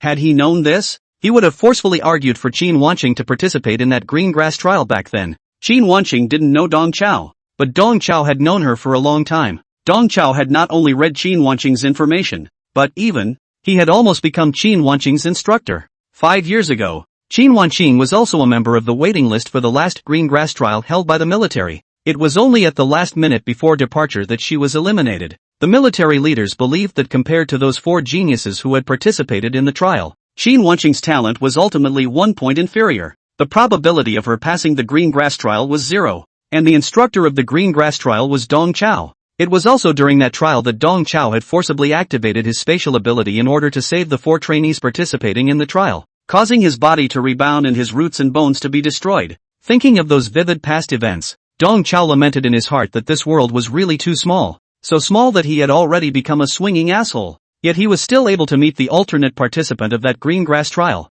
Lu Yuan didn't know about these lamentations of Dong Chao. He thought that Dong Chao was simply having a lust attack. How dare he stare straight at the golden thigh of the academy. The 9th-ranked martial artist and flower of the Rakshasa. Qin Wanqing. It's simply colorful. Lu Yuan pounded the table fiercely, forcibly attracting back Dong Chao's gaze. The third thing I'm going to say, and the most important one, is the 100 schools martial arts competition at the end of the year. We must be well prepared and compete well. This concerns the reputation and ranking of MOMOMO University, so I hope that everyone will get in the spirit and not let down the trust and expectations of the school. Chapter 15, Recasting Past Glory. When they heard the words 100 schools martial arts conference, Qin Wanqing, Wang Su, and Zhang Chang were all shocked. The 100 schools martial arts conference, the largest martial arts tournament in China, was also the most popular annual live broadcast feast. A total of 128 schools competed in the 100 schools Budo tournament. 118 of them are Chinese martial arts colleges, plus 10 invited prestigious Asian martial arts schools. Each school selects 10 of its best students to form a team, and the teams compete against each other, with the winners advancing and the losers being eliminated. The team that battles to the end is the undisputed #1 martial arts college. Simple and rough rules, coupled with youthful and hot-blooded battles, have made the 100 Schools Martial Arts Conference the most popular live event in the whole of China, and even the whole of Asia. Every matchup in the Wudao Conference would be broadcast globally, which was both a great publicity for the colleges and a high-profile display of China's reserve forces. The 100 Schools Martial Arts Conference was usually held before the Spring Festival. Right now, it was only September, and Lu Yuan was already preparing for this, showing the importance he placed on this session of the Martial Arts Conference. The enrollment of the Martial Arts Academy this year was quite pleasing, and Lu Yuan's entire body was stumped. He didn't just want to get results at the Martial Arts Conference, he also wanted to restore his former glory. Lu Yuan cleared his throat and said to the few people in a low and solemn tone, "As you all know, in 2 years, I will be retired. I must seize the opportunity that I will never have in this life. It is incumbent upon my generation to remake the school's former glory." Dong Chao secretly skimmed his mouth, thinking that this old man was a handful of years old. Why did he still talk so middle-aged? Lu Yuan continued, "I've decided, for this year's 100 Schools Martial Arts Conference, let's resume the old tradition of having freshmen form teams to compete. There has always been an unwritten rule in the 100 Schools Martial Arts Conference. The 5 most prestigious schools in China are competing with all freshmen. This was done to avoid the situation getting too crushing and causing other schools to lose their enthusiasm to participate. After all, the 5 prestigious schools represented the 5 Chinese heritages of Confucianism, Buddhism, Taoism, Mo, and sword, and were too much stronger than the other martial arts colleges and universities in terms of both heritage and student population. It's just that in recent years, Mo University, which represents the legacy of the Mo family, has shown some crotch pulling.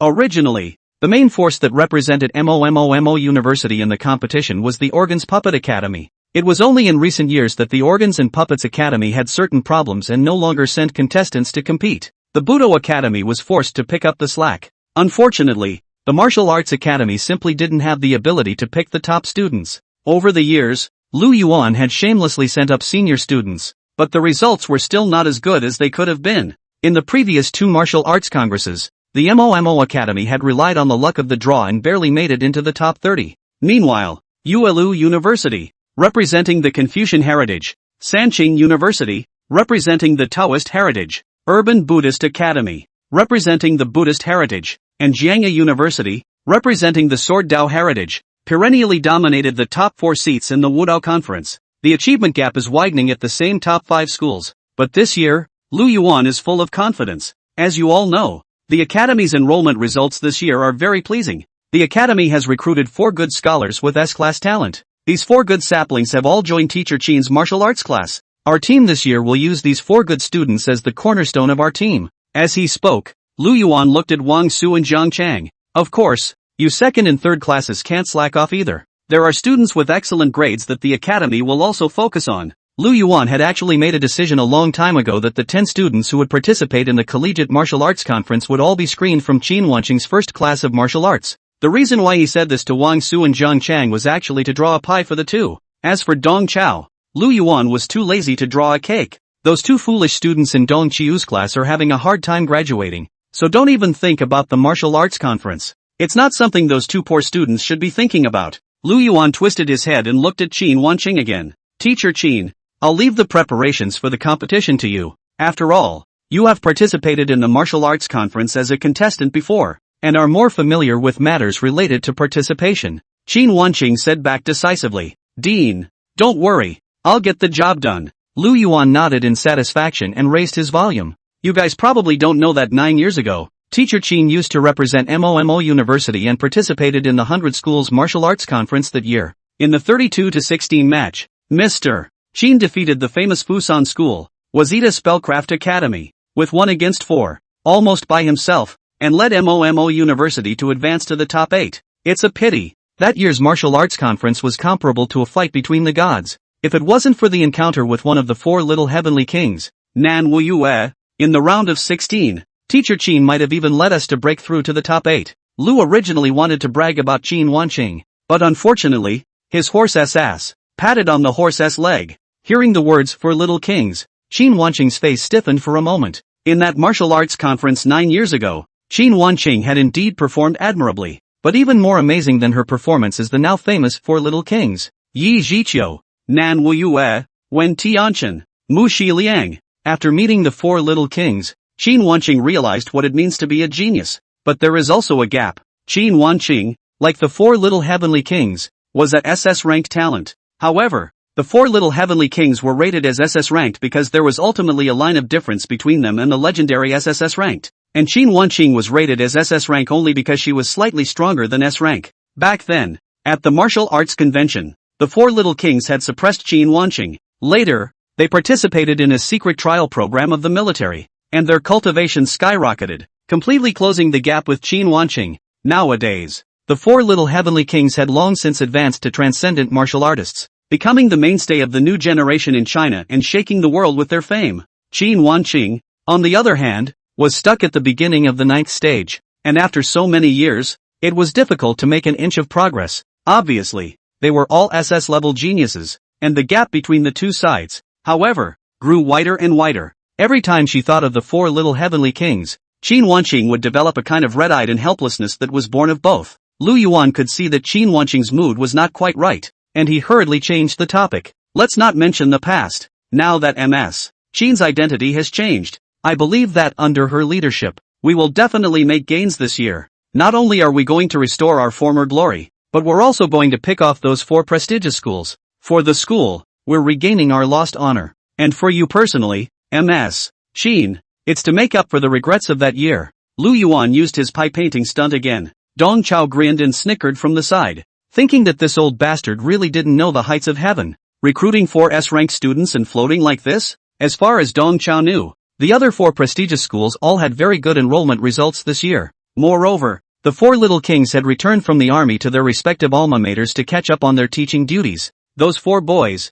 they're capable of something real. Whether it was personal combat power or teaching level, Qin Wanqing was no match for them. Back then, the 4 trainees that Dong Chao had saved from the green grass trial, sparing the damage to their roots and bones, were the 4 little kings that now shook China. Akiko, Tsukiko, Tatsuko, and Ryoko. Even the title 4 little kings was given to them by Dong Chao. Chapter 16. How is staying up all night plus being lazy in bed for decades not a form of self-discipline? Out of the corner of Lu Yuan's eye, he caught a glimpse of that smile on Dong Chao's face, and when he twisted his head to look at Dong Chao had long since put away his smile. Facing Lu Yuan's gaze, Dong Chao wrinkled his eyebrows and stared, putting on an appearance of listening attentively to the leader's speech. He even took out a pen and paper and kept writing and drawing as if he was taking minutes of the meeting. Lu Yuan knew that Dong Chao was pretending to be an elephant, but there was nothing he could do about it. Lu Yuan was too lazy to get serious with Dong Chao. He just pretended that he didn't see Dong Chao's snickering. That's all I have to say.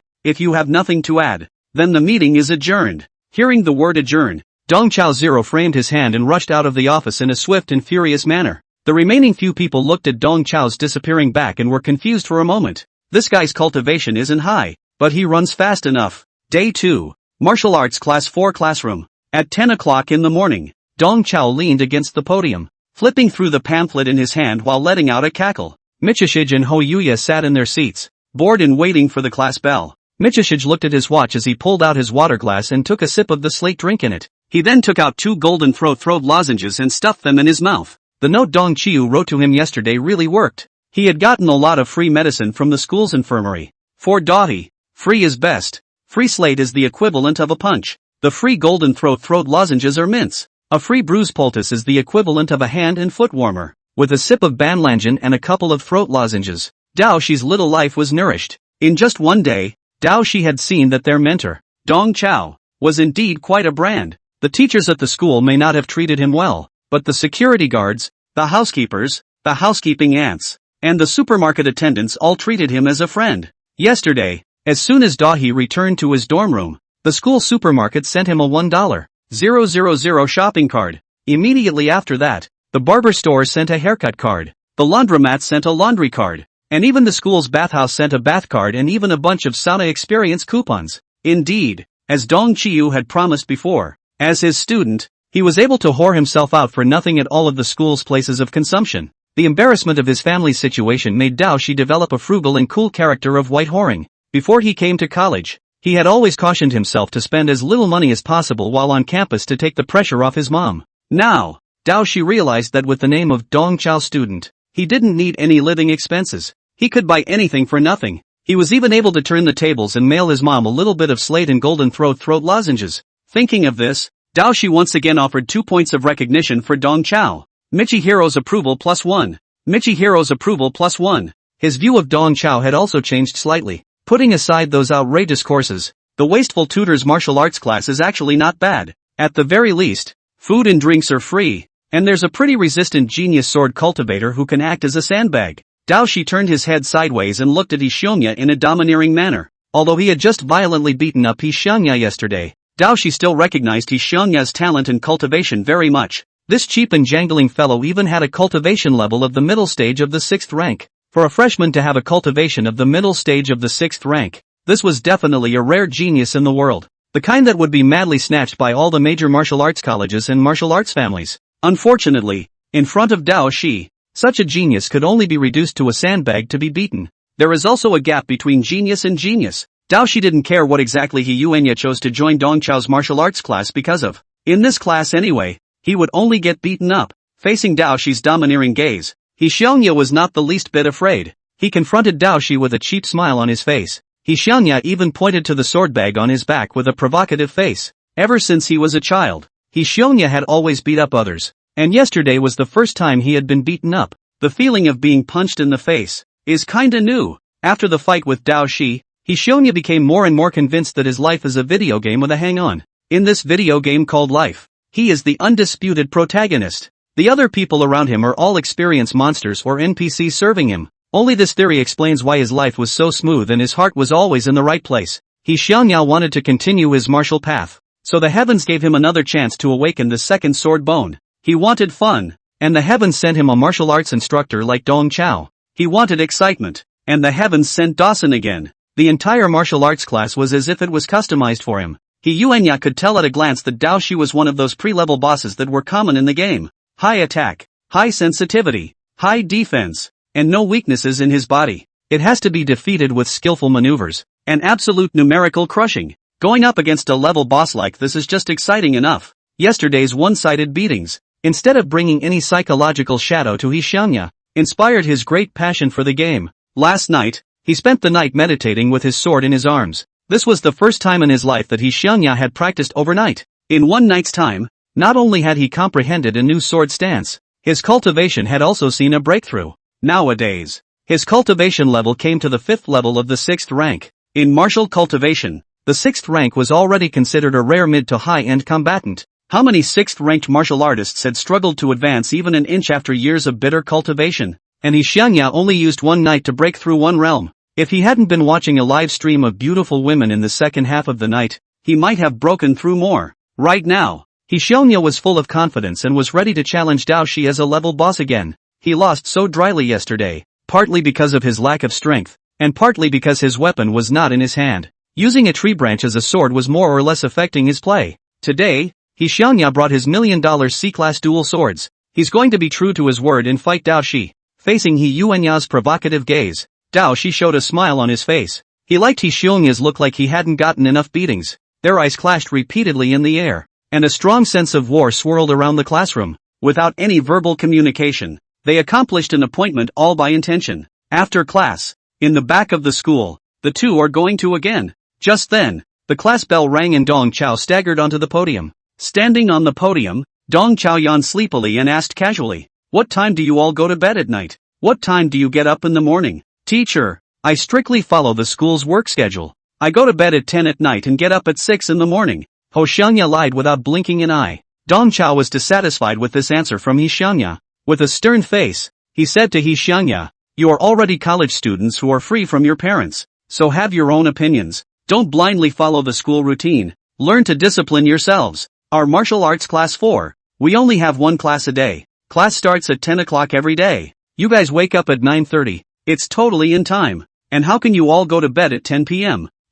when it's a good time for a late night snack? After eating the late night snack, you can still take advantage of the good internet speed at night to play a few games of ranked and get a good big score. Such precious time. You guys actually wasted it in the quilt. Teacher is 30 years old and still insists on staying up late every night to score. At your age, how do you have the nerve to go to bed? Can you be a little more disciplined and have some hustle? In the morning, can you have a little bit of initiative and stay in bed a little longer and get up on a staggered schedule with the rest of the class?" This reprimand from Dong Chao made Dao Shi dumbfounded. Michishige felt the nerves in his head throbbing and hurting. Daohi just couldn't help himself. "Teacher, what you're talking about? I think it's called staying up late and slouching in bed, and it has nothing to do with self-discipline, does it?" Dong Chao frowned and reprimanded seriously. "If one stays up late and wakes up every once in a while, this is undoubtedly laziness. But if one stays up late plus is lazy in bed for decades, how is this not self-discipline? It's both self-discipline and the wisdom of a staggered life." Dong Chao swept the two students back and forth and added in a serious tone,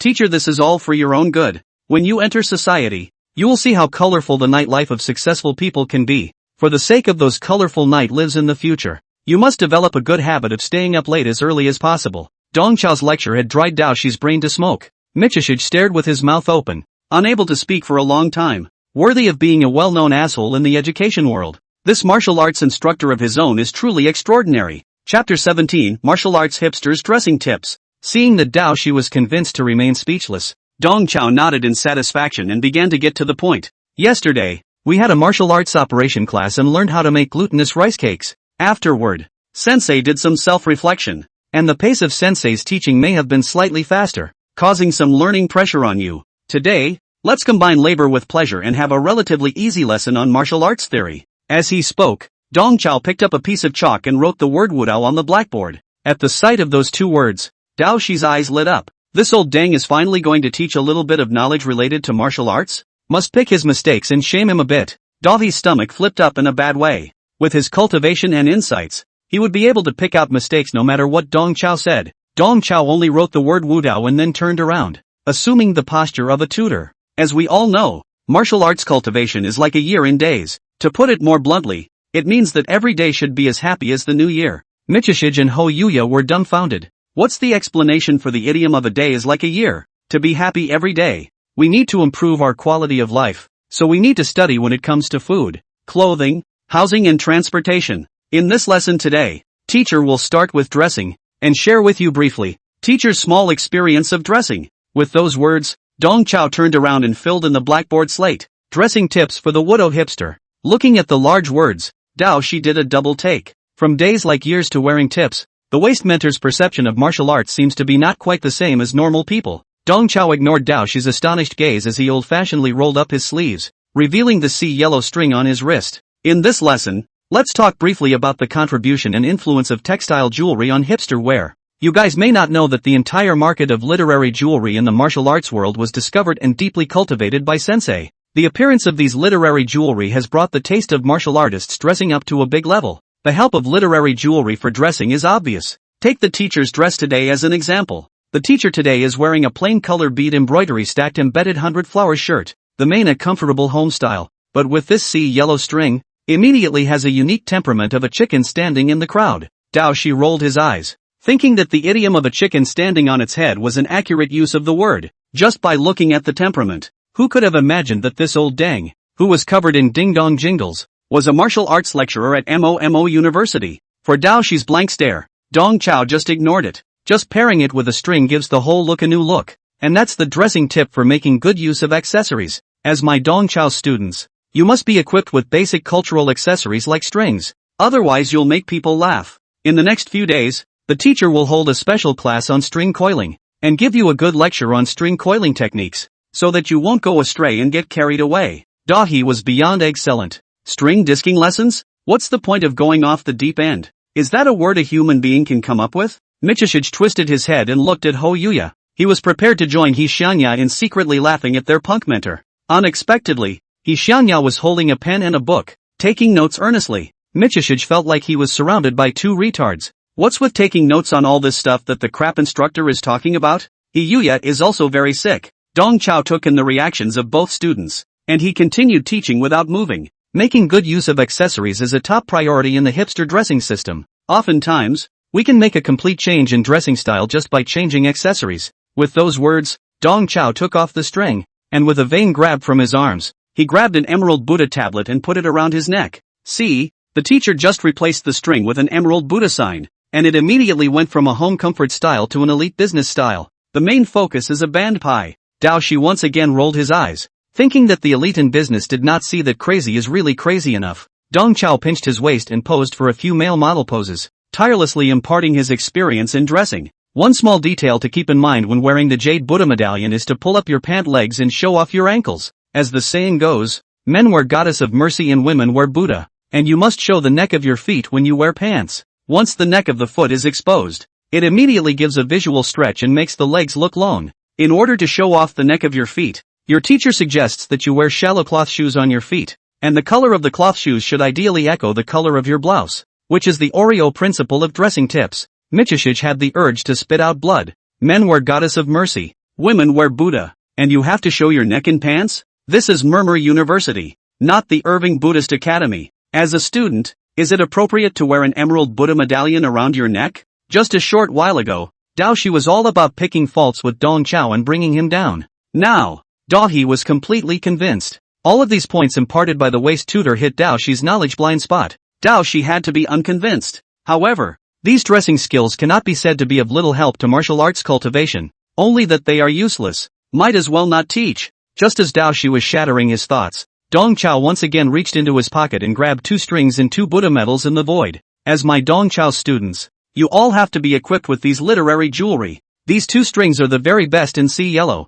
3.0 handmade large beads, plus genuine tree core old material. One of them is bran pear, one is oil pear. The chafing pear has a distinct grain, the oil pear has an oily color, and each has its own flavor. Dong Chao handed the chaff pear string to Dao Shi and the oil pear string to Hishongya. These two strings, a small gift from teacher to you, represent teacher's high expectations of you. I hope that you will correct your attitudes and play with the strings seriously. The teacher will check your homework from time to time. As he spoke, Dong Chao took out the two Buddha medals again. These two Buddha medals, you should also play with them from time to time. This is a serious old pit material, glutinous ice seed, coupled with the carving master's hand-carved fine carving, Gaga upstream. The statues on the Buddha medals are also reproduced according to the Guanyin statue of the Urban Buddhist Academy. When you guys walk in society in the future and wear these two Buddha plates, you can completely pass yourselves off as lay disciples of the Urban Buddhist Academy. Dong Chiu personally hung the Buddha medals around the necks of the two students. Michihiro's approval +1. Michihiro's approval +1. Michihiro's approval +1. Michihiro's approval +1. Just a moment ago, Dao Shi was still spitting on his wasteful mentor. But at this moment, looking at the strings on his wrist, and the Buddha medallion around his neck, both of Dao Shi's eyes turned into the yen shape. Dao Shi knew that the strings of yellow flowers and pears and the jadeite Buddha medals of glutinous ice type were worth a lot of money. These can be hoarded out. Dao Shi looked at the two treasures and was overjoyed. He didn't even think Dong Chao's course was outrageous and abstract anymore. Anytime you can whore yourself out for nothing, it's a big getaway.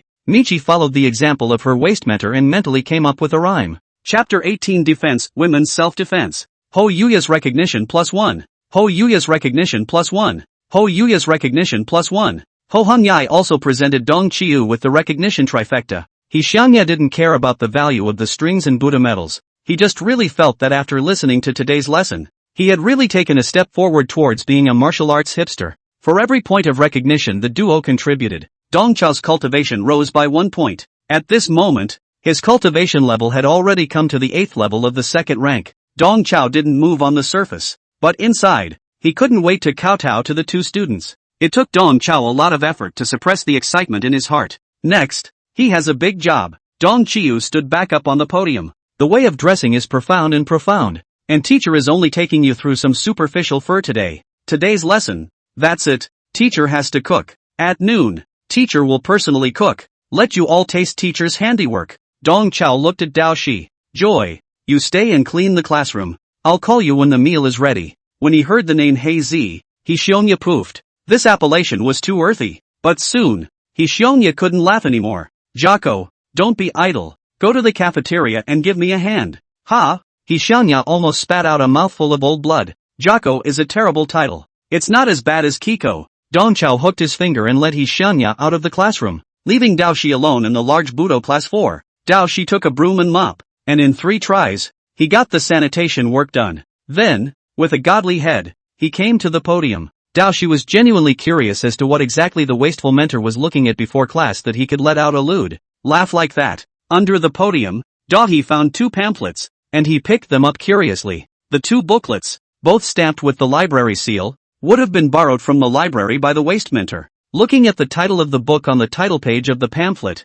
Dao Shi was speechless for a while. Women's Self-Defense? Dong Chao, that old den, really isn't looking at anything serious. Dao Shi knows that women's self-defense, also known as the thug's excited fist, some of the postures of this boxing is a bit ambiguous. If not used properly, not only can not defend themselves, but will also make the thugs more and more excited. Dong Chao, that old dang, was obviously looking at those boxing schematics and getting himself excited. Michishij bristled and prepared to put the pamphlet back down. But soon, his entire being was frozen in place. He noticed that the margins of the pamphlet were all filled with handwritten annotations. Women's self-defense techniques. No moves, no styles, no rules, no morals, no restrictions, all to kill the enemy as the first priority. It is really a superior practical martial arts. As the saying goes, there is no definite method of hitting the target at the crotch. By all means, striking the enemy's vulnerable and private parts and inflicting both psychological and physiological blows on them is the basic policy of this martial art.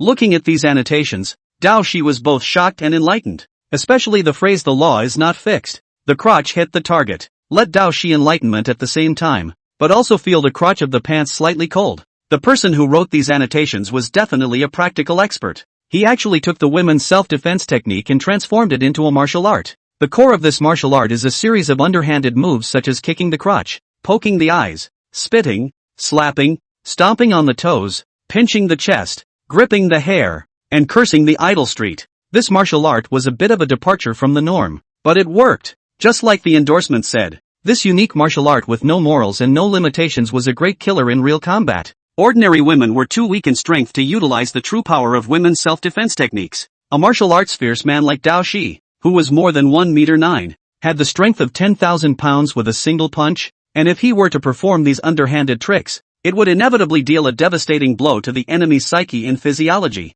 Looking at these annotations in the book, Dao Shi couldn't help but nod his head repeatedly, as if he had been given a treasure. The predecessor who wrote these annotations was truly a genius. The pamphlets were thin, and it didn't take Dao Shi a moment to see the end. He couldn't get enough of it and picked up the second pamphlet. The second pamphlet is a handwritten note in the same handwriting as those previous annotations. The name on the title page of the note shocked Dahi. Defense, Women's Self-Defense. What was recorded in this notebook was not a specific technique, but a martial arts program. The central idea of this platform is how to defend when the enemy attacks using some underhanded means, and how to counterattack using even more despicable and nasty means. When fighting back, one must also take the moral high ground and verbally attack the enemy. In addition to this, how to stab the enemy in the back and lay a black hand, and how to trip up and dig traps for your opponents, are all detailed in the notes. Looking at this note, Dao Shi felt that his mind seemed to have been baptized in some way. His mind, it seemed, had been somehow sublimated.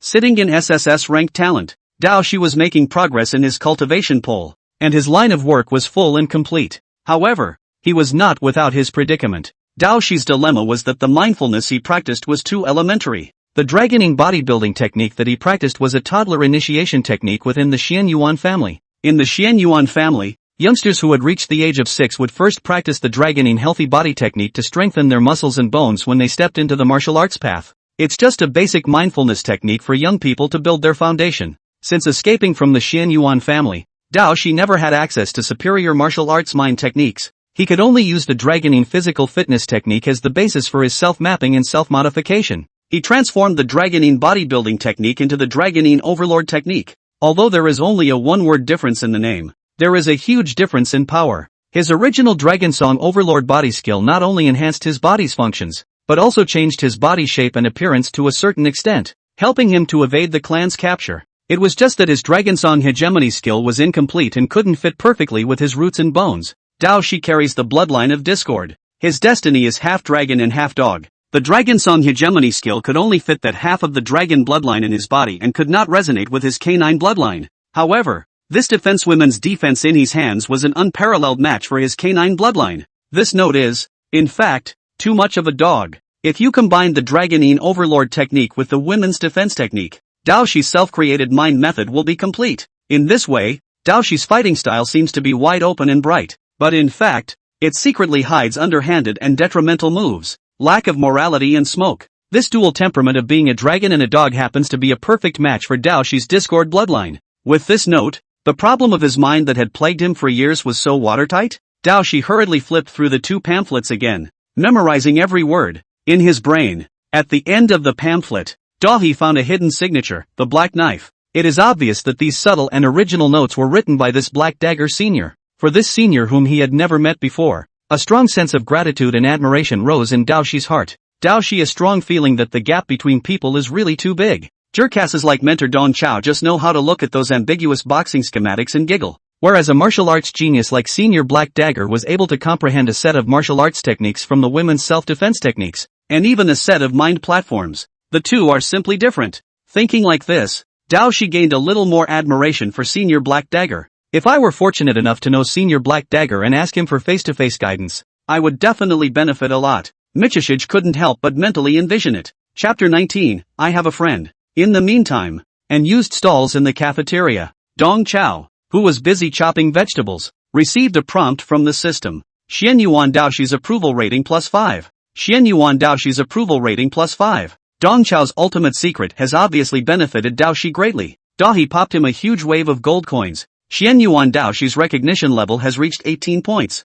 Now extracting one of Xian Yuan Daoshi's traits for the host. The host has extracted the trait, Bully. Dong Chao felt that all the cells in his body seemed to be burning, and his chest and abdomen were roaring like a fuel engine. By the time the mutation ended, Dong Chao's entire body had refined and strengthened. Dong Chao could feel that the overlord body did not only passively enhance the body's functions, it could also actively open a defensive posture. In this defensive stance, Dong Chao can counteract many negative effects. In addition to this practical overlord skill, the huge 10 points of recognition provided by Dao Shi also allowed Dong Chao's cultivation to rise once again. Dong Chao's cultivation soared by 3 small segments to the first level of the 3rd rank, a martial arts waste known to all. In just 2 days, he had risen by a great rank. What kind of promotion speed is that? It's like a vegetable who learned to blink just yesterday, and today can already chew on a lighter and play with it under the covers. Dong Chao was able to ascend so quickly, and on the one hand, it was his plan to invert the Big Dipper, which worked very well. On the other hand,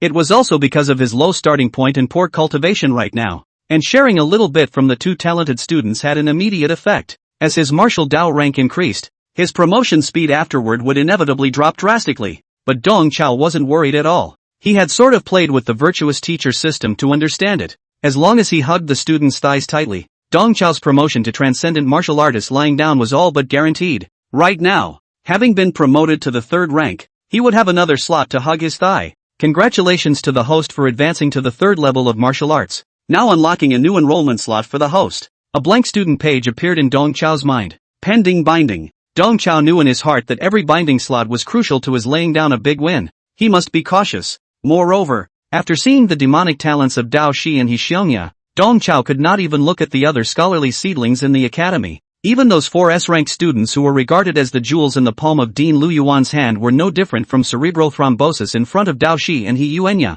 Based on the principle of better to have a few than to have too many, Dong Chao decided to reserve the binding quota first, and slowly look for the right person. Right now, he has an important job to do. Dong Chao looked at He Xiongya without moving. Yesterday, with the help of the military's internal website, Dong Chao also checked on He Xiongya. Ho Yuya came from a non-martial arts family, and military records of him are limited. However, Dong Qiu was sure that He Xiongya, like Dao Shi, was harboring many secrets. Why did his sword bone shatter when he was fine? And why was he turned away from Swordsman University? With He Xiongya's talent, even if his sword bone was shattered and he could no longer climb the martial path, he could still transform into a sword theory researcher. This kind of theoretical researcher is also a rare talent. What's more, he was also an innate sword cultivator. Jiangye University should have recruited him into the school even if they thought of him as a mascot or even as a living specimen. It was unreasonable to take back He Xiongya's guaranteed place because of a shattered sword bone. Dong Chao vaguely felt that there was definitely something behind this.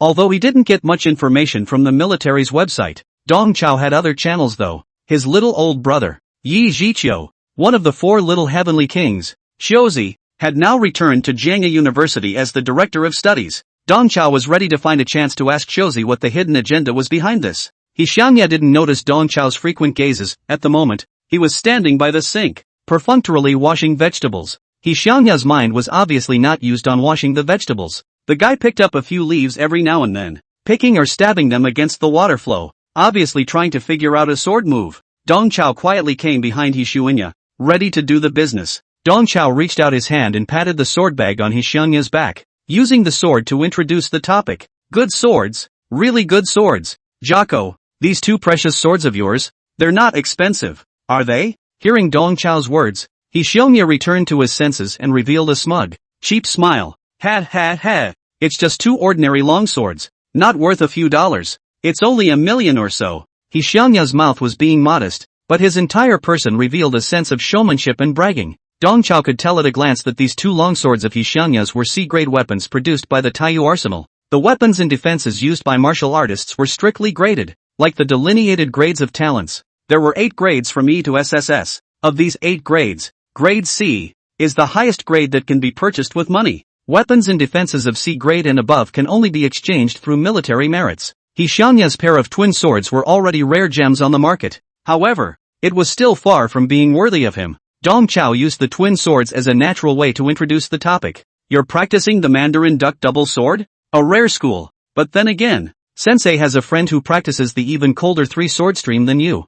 3-sword stream? He Xiongya said that you just blow powerful. Chinese sword art is divided into single sword, double sword, 2-handed sword, which has what 3-sword flow. Seeing that He Xiongya didn't believe it, Dong Chao said fervently, that friend of mine, he holds a sword in each of his left and right hands, with a sword in his mouth. This is his original 3-sword stream. Gao with pie. Xiangya rolled his eyes, thinking, where did he bring the pie? How can you show a charming smile if you have a sword in your mouth? How else can you speak out and taunt your opponent? Besides, it's not convenient to chew gum. Yuanya scoffed at the act of holding a sword in his mouth. Dong Chao originally thought that the 3-sword stream could arouse Xiangya's interest, but he didn't expect that this kid would not enter into it. That covert observation yesterday had allowed Dong Chao to capture Dao Shi's style of martial arts, and instructing Dao Shi was relatively easy, but guiding Ho Xiongya is a bit more difficult. The group of sword cultivators was too rare, and Dong Chao had not come into contact with several sword cultivators in all the years he had been in the military. In terms of sword cultivation, Dong Chao knew very little. What's more, this kid, Xiangya, is still an extreme alternative in the group of sword cultivators. Innate sword cultivator plus twin-born sword bones. Buffs are stacked, and unusual sword cultivation may not be applicable to him. In this situation, Dong Chao thought of a wild idea. He wanted to stimulate Xiangya to roll his own by telling a story. The friend that Dong Chiu was talking about was Nanoroa Solon, Dong Chiu's favorite manga character before he crossed over. This was also a character that Dong Chao could think of that had something to do with the way of the sword. In this world, there is not so rich a civic work that he can just play around with. Back in the day, I invited that friend of mine to spend money at the bath center, and he was lifting barbells by the way while he was showering. You tell me how hardworking he was. Bathing center. Consumption? It's just great healthcare. Xiangya's eyes lit up. Dong Chao was a bit helpless. He made up this story to inspire Yuanya to always study the way of the sword like Sauron. After all, in the manga, Sauron is the tough guy who washes hot springs and doesn't forget to lift barbells. Unfortunately, this story doesn't quite fit in the presence of Ho Yuya. Ho Xiongya is clearly more interested in great healthcare. Chapter 20, Heavenly Thunder hooks the fire. Imperial sister looking for a boy. Seeing that Xiangya was so unorthodox, Dong Chao could only use the inverted Big Dipper trick again. Of course, that friend of mine is a martial arts genius. People get rewarded for their efforts. Unlike scraps like us, no matter how hard we work, it's useless. For martial arts wastrels like us, it's better to focus on trying to make money and eating and drinking. If you practice a little kendo in your spare time, sensei has no objection. However, you have to prioritize and not play with things. Xiangya nodded playfully, but inwardly he was already cursing. Well. You call practicing kendo playing with things, don't you? I'll go to the practice room in a while and play with things all day. I'm going to play with things all night long. The thought of sneaking around practicing in the practice room gave Xiangya a burst of excitement. The feeling is as exciting as skipping bed to go to a cyber cafe and pack up. By the way, teacher, that friend of yours, what's his name? Xiangya wanted to get the name of that sword cultivator out of Dong Chao's mouth. When he found an opportunity, he would beat up that sword cultivator. Had to pop the sword that guy was holding in his mouth. And make sure that guy has to chew gum and hammer in his mouth when he fights from now on. What class? Daring to hold a sword in your mouth. That friend of mine, his name is Sauron. Ryuko. We're close. Dong Chiu talked big and put gold on his face. Locked dragons? Hearing this strange name, a glimmer of realization snapped in Xiangya's heart. Locking dragons? Lock the dragon. It's like he's found a way to beat Dahi. Sword Chi lock dragon. Isn't Dao Shi covered in dragon scales? Then give him a wild and cool burial of love and mercilessness sword Chi lock dragon. In this instant, Xiangya comprehended a new sword stance. 12 noon. Dong Chiu called Dao Shi and Xiangya to the dining table. On the table, there were braised pork ribs and bean curd, stir-fried 3-piece set, combined vegetable capers, and cold cucumber. 4 full dishes, plus a slinky seaweed soup. Seeing the 4 dishes in one soup, Dao Shi's eyes went straight. He said to himself that the mixed tutor could so a moment of work, the whole 4 dishes, and color and flavor are all complete. This is completely the level of a professional chef. In that case, it seems like tutor jerk isn't so useless. At least, his stir-fry smells pretty good. You've seen the teacher's handiwork, haven't you? Don't just stand there. Turn on the dazzle. Dong Chao greeted the 2 students and hurriedly started. Let's not drink today. Simply have a bite of lunch. Teacher has a business K in the evening, so we have to stay in shape and drink with those goblins. Michishij and Ho Yuya exuded envy. What a colorful spare time this old den has. Enjoying the envious gazes of the duo, Dong Chao heatedly smiled. Eat. When we have the opportunity later, teacher will teach you hand in hand how to go about singing business K. He picked up his chopsticks and gave each of them a piece of ribs. In terms of cultivation, Dong Chao was not very persuasive, and he could only secretly nudge the 2 of them. But at the dinner table, he was an absolute authority. While the 2 were feasting, he began to give them a lesson. As the saying goes, everything is learned in the world, and bean curd must be stewed in meat and oil. Stewed pork ribs and string beans look simple, but there are some tricks to doing it. For ribs to be good, they have to be sautéed for a long time. Then with the meat oil from the stir fry, you can then stir fry the bean curd and scorch it as well. In the jargon of our chef world, this is called giving full play to the Maillard reaction. To put it more professionally, it's all about taking full advantage of the unique flavors produced by the non-enzymatic browning of starch and protein macromolecules. Michishige secretly grimaced as she furiously gnawed on her ribs. He thought to himself, "Aren't you the asshole instructor of the martial arts class? How come you changed to cook again?"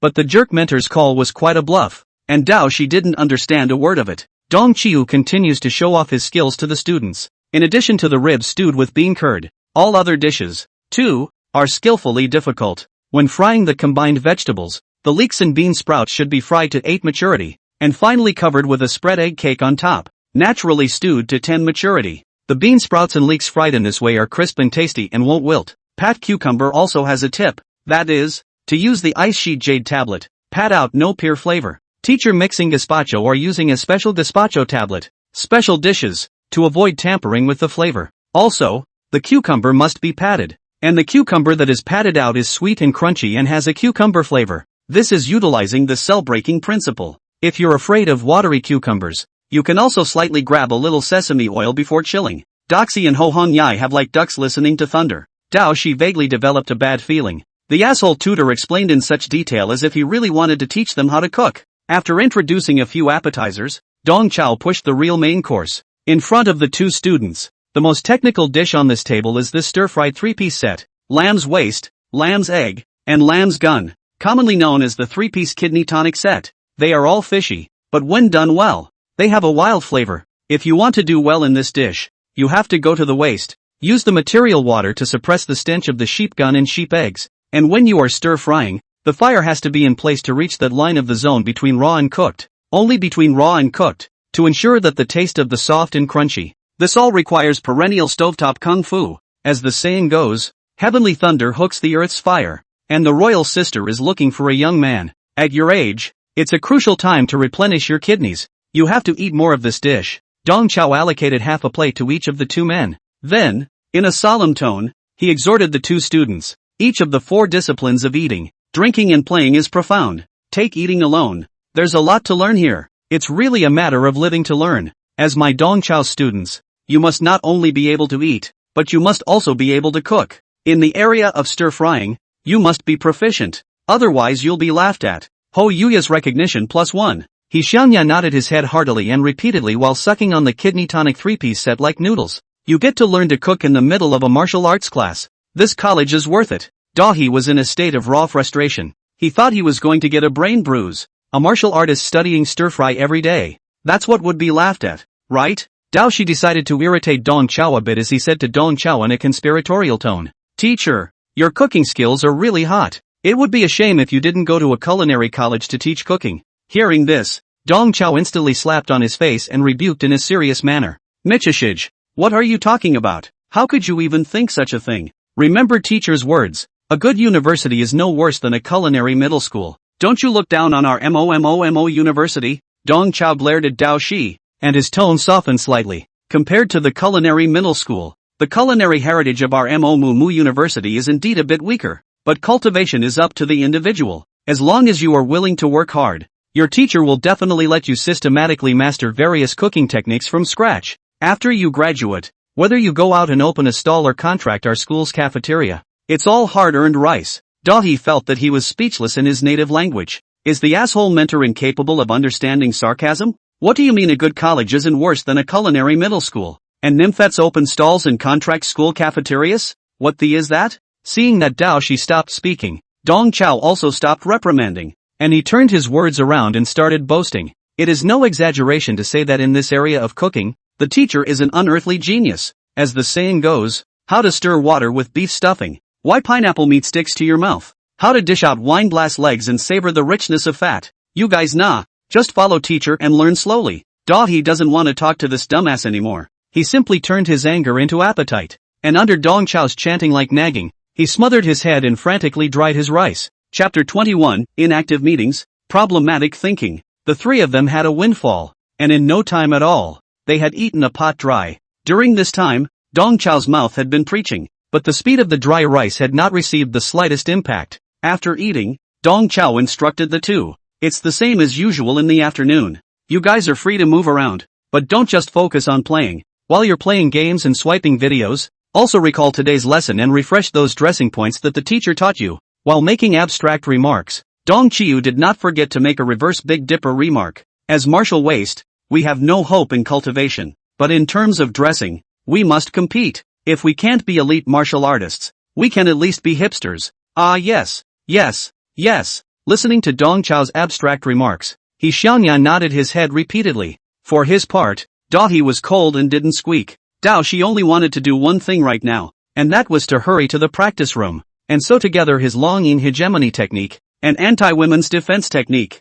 She was a top genius who could self-improve his feats. The asshole tutor actually treated him as one of his own kind. Dong Chao's words were trash like us, which made Shi feel very unhappy. But Dahi couldn't show this displeasure. The only thing he could do was to turn this displeasure and indignation into motivation for cultivation. Taking advantage of Dong Chao's inattention, Shi lowered his voice and said to He Xiongya, I have something to do this afternoon. Our sparring session is cancelled for now. I have something to do too. I'll learn more from Brother Shizi some other time. He Xiangya responded with a grin. At this moment, what He Xiangya had in mind was also to hurry to the practice room and test his new sword move. Teacher's office in the evening. Di Lu Yuan sat in the main seat with a big horse and passionately gave a meeting to several teachers. First of all, I would like to commend all the teachers here. I'm glad that you were able to sacrifice your off-duty time and take the initiative to stay and attend this regular internal seminar meeting. I'm very pleased with the realization that you all took the initiative to work overtime. I propose that we all give ourselves a round of applause. Snap. Qin Wanqing, Wang Su, and Jiang Chang wore three bitter faces and clapped their hands perfunctorily. Where are they taking the initiative to work overtime? It was clearly that they were blocked in the office by Lu Yuan when they were off duty. As the dean of the Martial Arts Academy, Lu Yuan attached great importance to the education of this class of new students, valuing it to the extent of meeting every day. In Lu Yuan's opinion, there was nothing that an internal meeting couldn't solve. If so, then open to. Right now, Lu Yuan is ready to use a sound meeting to wash the teachers' minds and inspire their energy. However, in the face of his well-prepared opening remarks for the meeting, several teachers showed a lack of interest, which made Lu Yuan a little upset. He raised his volume and tried to motivate the teachers. Meetings are not active. There is something wrong with the mind. Teachers, comrades, let me see your passion for work. Without love and passion, how can you comprehend the important ideas of the meeting? How can you be a teacher? How can you teach your students? Come on, let's clap together and encourage ourselves.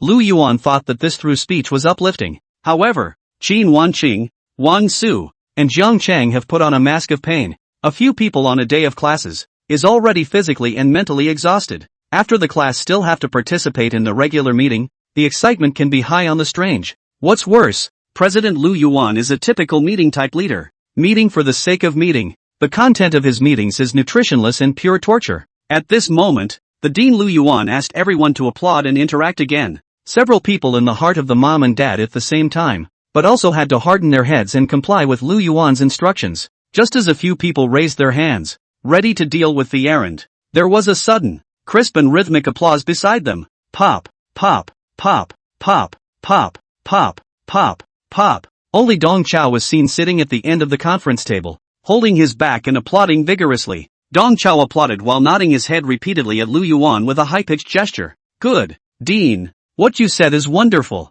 Your words have infected me and set my whole being on fire. Dong Chiu was possessed by the playwright and became more and more excited as he spoke. How can you be a teacher without love and passion? How can you educate students? That's a wonderful thing to say. Dong Chao couldn't help but stand up, his entire body radiating a holy aura. The profession of teaching is sacred and great. As a martial arts instructor, the first thing I do every morning, as soon as I open my eyes, is to admonish myself in my mind that I must persevere in my beginnings and dedication. I will crash the iceberg of reality with the Titanic of faith. I will ride the fast horse of love and raise the sail of devotion. I will never turn on the most difficult road ahead. Even if I remain silent and unknown for the rest of my life, I will still be a green brick under the feet of my students. This is the job of a martial arts instructor. Dong Chao's string of long and difficult sentences with catchy platitudes and rhymes directly dumbfounded the few people present. Dong Chao's paragraph, whether literary style and intention, are all complete to beat the opening statement of the meeting of President Lu Yuan.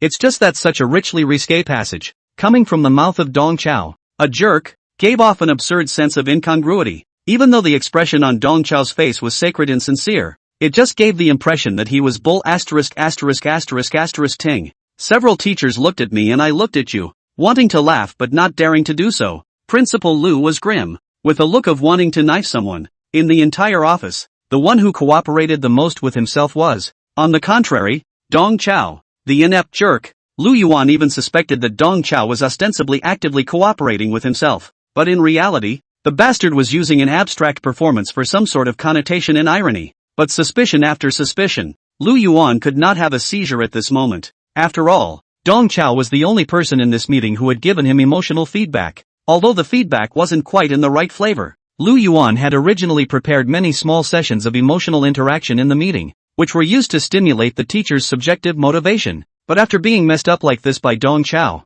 he instantly lost interest. Lu Yuan was silent for a while before he said with a lack of interest, "It's getting late, so let's get right to the point. I'll take 3 minutes of your time to briefly mention a few things." Hearing this, Wang Su and Jiang Chang breathed a long sigh of relief. The two knew that they had escaped an ordeal. Qin Wanqing stole an amused glance at Dong Chao as she celebrated. This asshole tutor who didn't have a good reputation in the academy was quite tactful. Actually reverse took the dean down. A strange, playful smile surfaced on Qin Wanqing's serene and beautiful face. This devil woman bad smile, which was completely contrary to Qin Wanqing's quiet temperament, was instantly captured by Dong Chao. When Dong Chao twisted his head and looked at Qin Wanqing put away that smile. She avoided Dong Chao's gaze as if nothing had happened, no longer making any eye contact with Dong Chao. Chapter 22, My Minister Father. Lu Yuan didn't notice this eye pull between the two as he continued in a sweeping tone. Next, the first thing I want to emphasize is the quality of teaching. Today, I sat in on a martial arts class with Sensei Qin Wanqing. Mr. Qin's class was very insightful. Not only were the students enlightened, but I was also enlightened as I listened in. Teacher Qin is truly worthy of being a 9th-rank martial artist, a rare SS-rank genius in the world. Lu Yuan took the opportunity to give a rainbow fart. For this golden thigh of the academy, Lu Yuan had only one strategy, and that was to endlessly brag about it. After bragging about Qin Wanqing, Lu Yuan also complimented Wang Su and Jiang Chang in passing, letting them taste some sweetness as well. As for Mr. Wang and Mr. Jiang, one of you is the backbone of the academy, and the other, although he has just joined the workforce, is from a family of martial arts education and has a deep family pedigree. For the two of you, I am certainly assured of the quality of your teaching. I'm just giving you guys a reminder to strive for excellence. As he spoke, Lu Yuan glanced at Dong Chao intentionally or unintentionally. To Dong Chao, Lu Yuan deliberately said nothing, but actually said everything. As the infamous waste tutor, Dong Chao wasn't failing to teach quality, he was failing to teach at all. This piece of stinking meat, it's not even worth mentioning. Lu Yuan looked at Dong Chao obliquely, was trying to shame him a bit, but to his surprise, Dong Chao actually smiled at him heartlessly. Lu Yuan was furious as he gritted his teeth and continued. The second thing I'd like to emphasize is to encourage the students to engage in more practical exercises. In this regard, I still want to focus on praising Mr. Qin.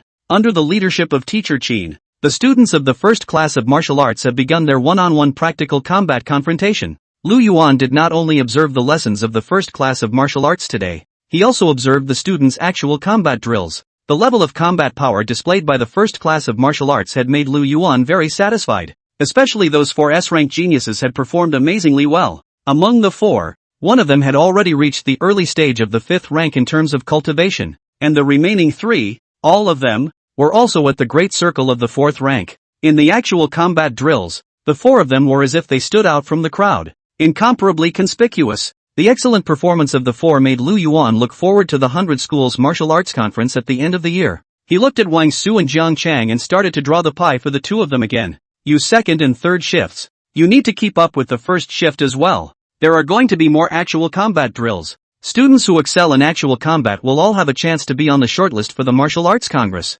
Lu Yuan deliberately ignored Dong Chao's Budo Class 4. Those 2 students in Class 4 are as stupid as Dong Qiu. With their qualifications, it was already burning a hole in their hearts to be able to enter MOMO University. A superior super tournament like the 100 Schools Martial Arts Conference didn't have a single thing to do with them. Lu Yuan once again lightly glanced at Dong Chao before turning his head to look at Qin Wanqing. His face instantly replaced with a pleasing smile. As for Mr. Qin, you just keep up the good work. While teaching the knowledge of the syllabus, you'll also give those top students a proper crack at it. There are still a few months before the 100 Schools Martial Arts Conference at the end of the year. During these few months, you should take the trouble to refine the cultivation of those top students, especially that 5th rank Shintu Dust. If he can advance to the 6th rank, or even to the middle of the 6th rank, before the martial arts conference begins, then we'll be flying high this year. Hearing this, Qin Wanqing showed a difficult expression, and Wang Su and Jiang Chang also had a non-committal expression. A few teachers in the heart of the realization.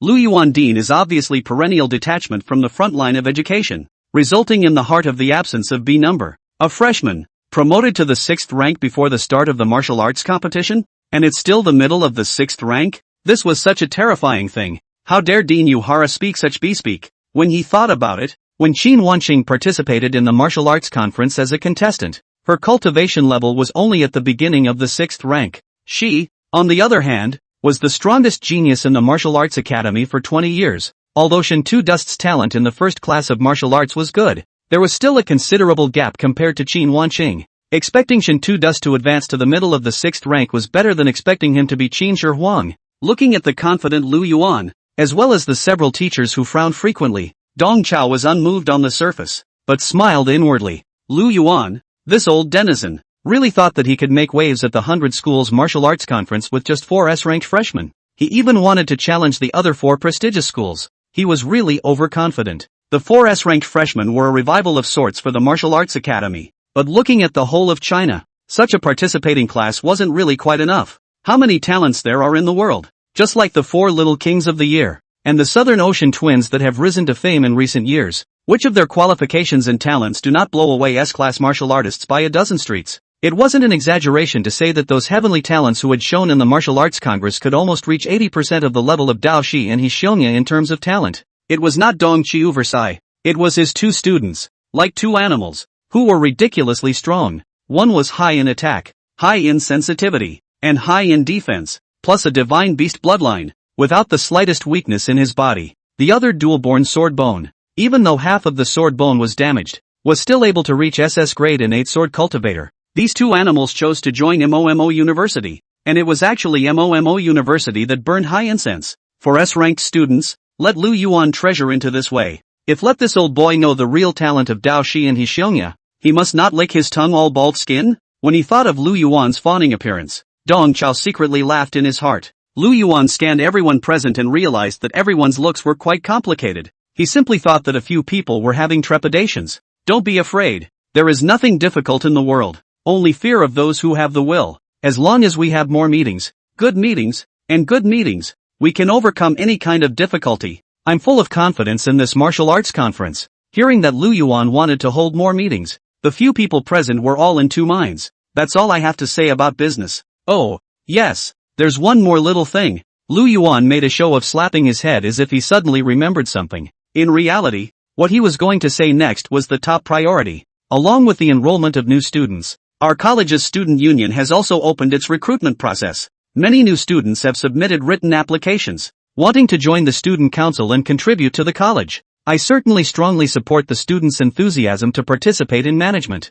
Qin Wanqing, Wang Su, and Jiang Chang were confused. Why is Lu Yuan, the first dean of the hall, still concerned about the work of the student union? This kind of thing is still brought to the meeting to say, is also too trivial, right? Lu Yuan flipped open the file folder, pulled out a piece of manuscript paper, and continued. In the midst of the many written applications, there was this one letter that struck me deeply. I will read you the title of this letter. A filial legacy, remembering my military god grandfather and my father, the Minister of Education for Martial Arts. Listen, you guys, what a great headline. What young people lack nowadays is filial inheritance. Dong Chao rolled his eyes, thinking that what the young people lacked was a filial heritage. What they lacked was grandfather military god and father minister. I've already ascertained that the person who wrote this application letter is Sun Jingfeng from the 2nd class of martial arts. His filial piety has deeply touched me. I decided to give him a chance to express himself and make him the new student council president. You guys have no objections, right? Several people shook their heads back and forth. Lu Yuan has said it all. What else can they object to? Besides, they wouldn't dare to disagree. Dong Chao raised his eyebrows covertly while shaking his head along with the crowd. Looking at the whole of China, the only one who could be honored as a military god was the 6-eared marshal who ranked 2nd among the 4 marshals, Dong Qiu's old leader. This Sun Jingfeng, who emphasized filial piety, was the grandson of Marshal Six Ears. After so many years, this brat from the six-eared Marshal's family is still so unconscious, Dong Chao secretly lamented. Chapter 23, The Old Man in the Fast Lane. Seeing that several people had no objections, Lu Yuan nodded in satisfaction. Then today's regular meeting is over. Teacher Qin, you stay for a while. I have something to tell you. Everyone else, adjourn. Finally hearing the word dismissed, Wang Su and Jiang Chang didn't want to stay a second longer and hurriedly packed up and left. Dong Chao's eyes roamed over Qin Wanqing's body for a moment, and he also pretended to be relaxed and left. Only after confirming that several people had walked away did Qin Wanqing ask in a deep voice, Dean, what did you want to see me about? An ingratiating smile reappeared on Lu Yuan's face. Teacher Qin, it's like this. All along, I've been committed to the optimization and upgrading of the Academy's faculty, and now the results of the upgrading have begun to bear fruit. Aha! Qin Wanqing nodded her head caterwaulingly, revealing a polite but not awkward smile. She really didn't understand what Dean Lu Yuan was going to say. Right now, the only stumbling block in the entire team of teachers is Dong Chao. I've long wanted to fire Dong Chao, but this matter, right, needs your help. It wasn't for a day or two that Lu Yuan wanted to fire Dong Chao. Even a few days ago, he almost succeeded. If it wasn't for those two stupid students who insisted on joining Dong Chao's martial arts class, allowing Dong Chao to complete the enrollment task, Dong Chao would have rolled out by now. Originally, Lu Yuan wanted to think long and hard, but this morning, he was changed by a phone call from the principal's office. It wasn't the principal who called, but the principal's paper puppet. On the phone, the principal's paper puppet reprimanded Lu Yuan severely, and then very bluntly prompted Lu Yuan that Dong Chao had a bit of a military background, telling him not to make trouble out of nothing. Lu Yuan was at least the dean of the Martial Arts Academy, a veteran who had plowed deep into the education port for decades, and had suffered without merit. A man-made paper puppet actually reprimanded him like a grandson, which made Lu Yuan very unhappy. What do you mean? Nothing to worry about? He was clearly worried about the revival of the Martial Arts Academy. Instead, it was the principal himself who really had nothing better to do. Over the years, the principal had been away from the school for years in order to practice puppetry, and she had left the day-to-day management of the school in the hands of a spiritually enlightened paper puppet. The deans and directors of the colleges report to that paperman. It was because of such a farce that Murmur University was becoming more and more chaotic with each passing year, and its ranking was not as good as it should be. For the principal's dereliction of duty, Lu Yuan originally had a belly full of bird anger, and today received a reprimand, which completely inspired Lu Yuan's rebelliousness. Dong Qiu is a piece of rat. He's going to clean it up. The dismissal of Dong Chao has both purified the faculty of the college and given that silly times paperman a kick in the pants. Lu Yuan left Qin Wanqing behind to make advance preparations for firing Dong Chao. Lu Yuan put on a righteous and hard posture and said to Qin Wanqing, I've heard that Dong Chao has a bit of a military background, which is why he's emboldened. However, in order to clean up the academy's environment, I must clear him away. Teacher Qin, I'd like to ask you to help me to find out the bottom of Dong Chao. As a major in the military, you have high decryption privileges, right? Help me find out what kind of people are backing up Dong Chao. Find out who's behind him, so I can respond earlier. Lu Yuan, after all, is a veteran who has been in the workplace for many years, and does not fight unprepared battles. What Lu Yuan wanted was to fire Dong Chao while trying not to offend the military people behind him. Hearing this request from Lu Yuan, Qin Wanqing was filled with difficulty. Dean, I'm afraid this isn't too good. Besides, I think Mr. Dong is actually okay. Wanqing, Lu Yuan changed to a more intimate address. There are 2 more years. Teacher will retire. I have worked in Momo University for a lifetime. When I first joined the work, our MOMO University is still the real 5 famous universities. And those 4 universities are not different. But now, although we still hold the title of the top 5 universities, we have actually been reduced to a 2nd or 3rd-rate school. I can't just retire in disgrace. It's sorry for those seniors who once lifted me up. Right now, with the Academy's excellent student body and a talented martial artist like you as a mentor, this may be my last chance to revitalize the Academy. I don't have a personal grudge against Dong Chao, and I even admire him in some ways. However, for the sake of the Academy's revival, he must leave. Lu Yuan's words, true to his feelings, were completely true to his heart. His gesture of an old steed in bowing down to the end of his life moved Qin Wanqing a bit.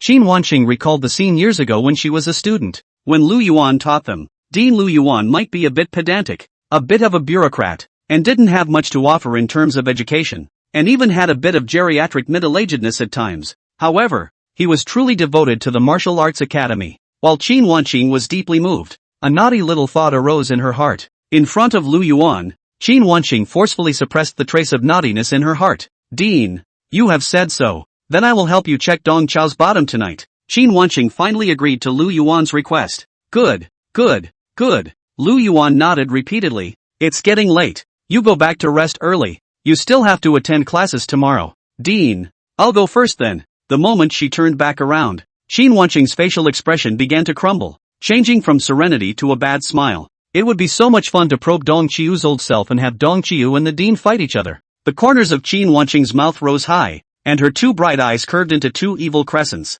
At this moment, she was a different person from the plain look she had just had. Chapter 24 Codename, Witch. After sending Qin Wanqing away, Lu Yuan leaned back in a tactical backward position and leaned on the back of his chair with complacency. He himself had finally carried all of it, with the college on his back. At this moment, Lu Yuan felt that he was really bowing down and dying. 100 years later, he was fully qualified to dine at the same table as Jiang Wei, Shi Kafa, Xin Qiji, and Yu Qian, and he has to move his chopsticks first. Without him, the entire Mo Mumu University would really be finished. He's the last backbone of Murmur University. This self-eulogy and self-movement made Lu Yuan's whole person hesitant. Cleaning out Dong Chao was only the first step in his revival of Mo Mumu University. Immediately after that, he wants to overthrow the comatose rule of the paperman puppet. He will retrieve the principal, set things right, and revitalize the dynasty. If he can't get the principal back, then he'll be the new principal. If he had been the principal,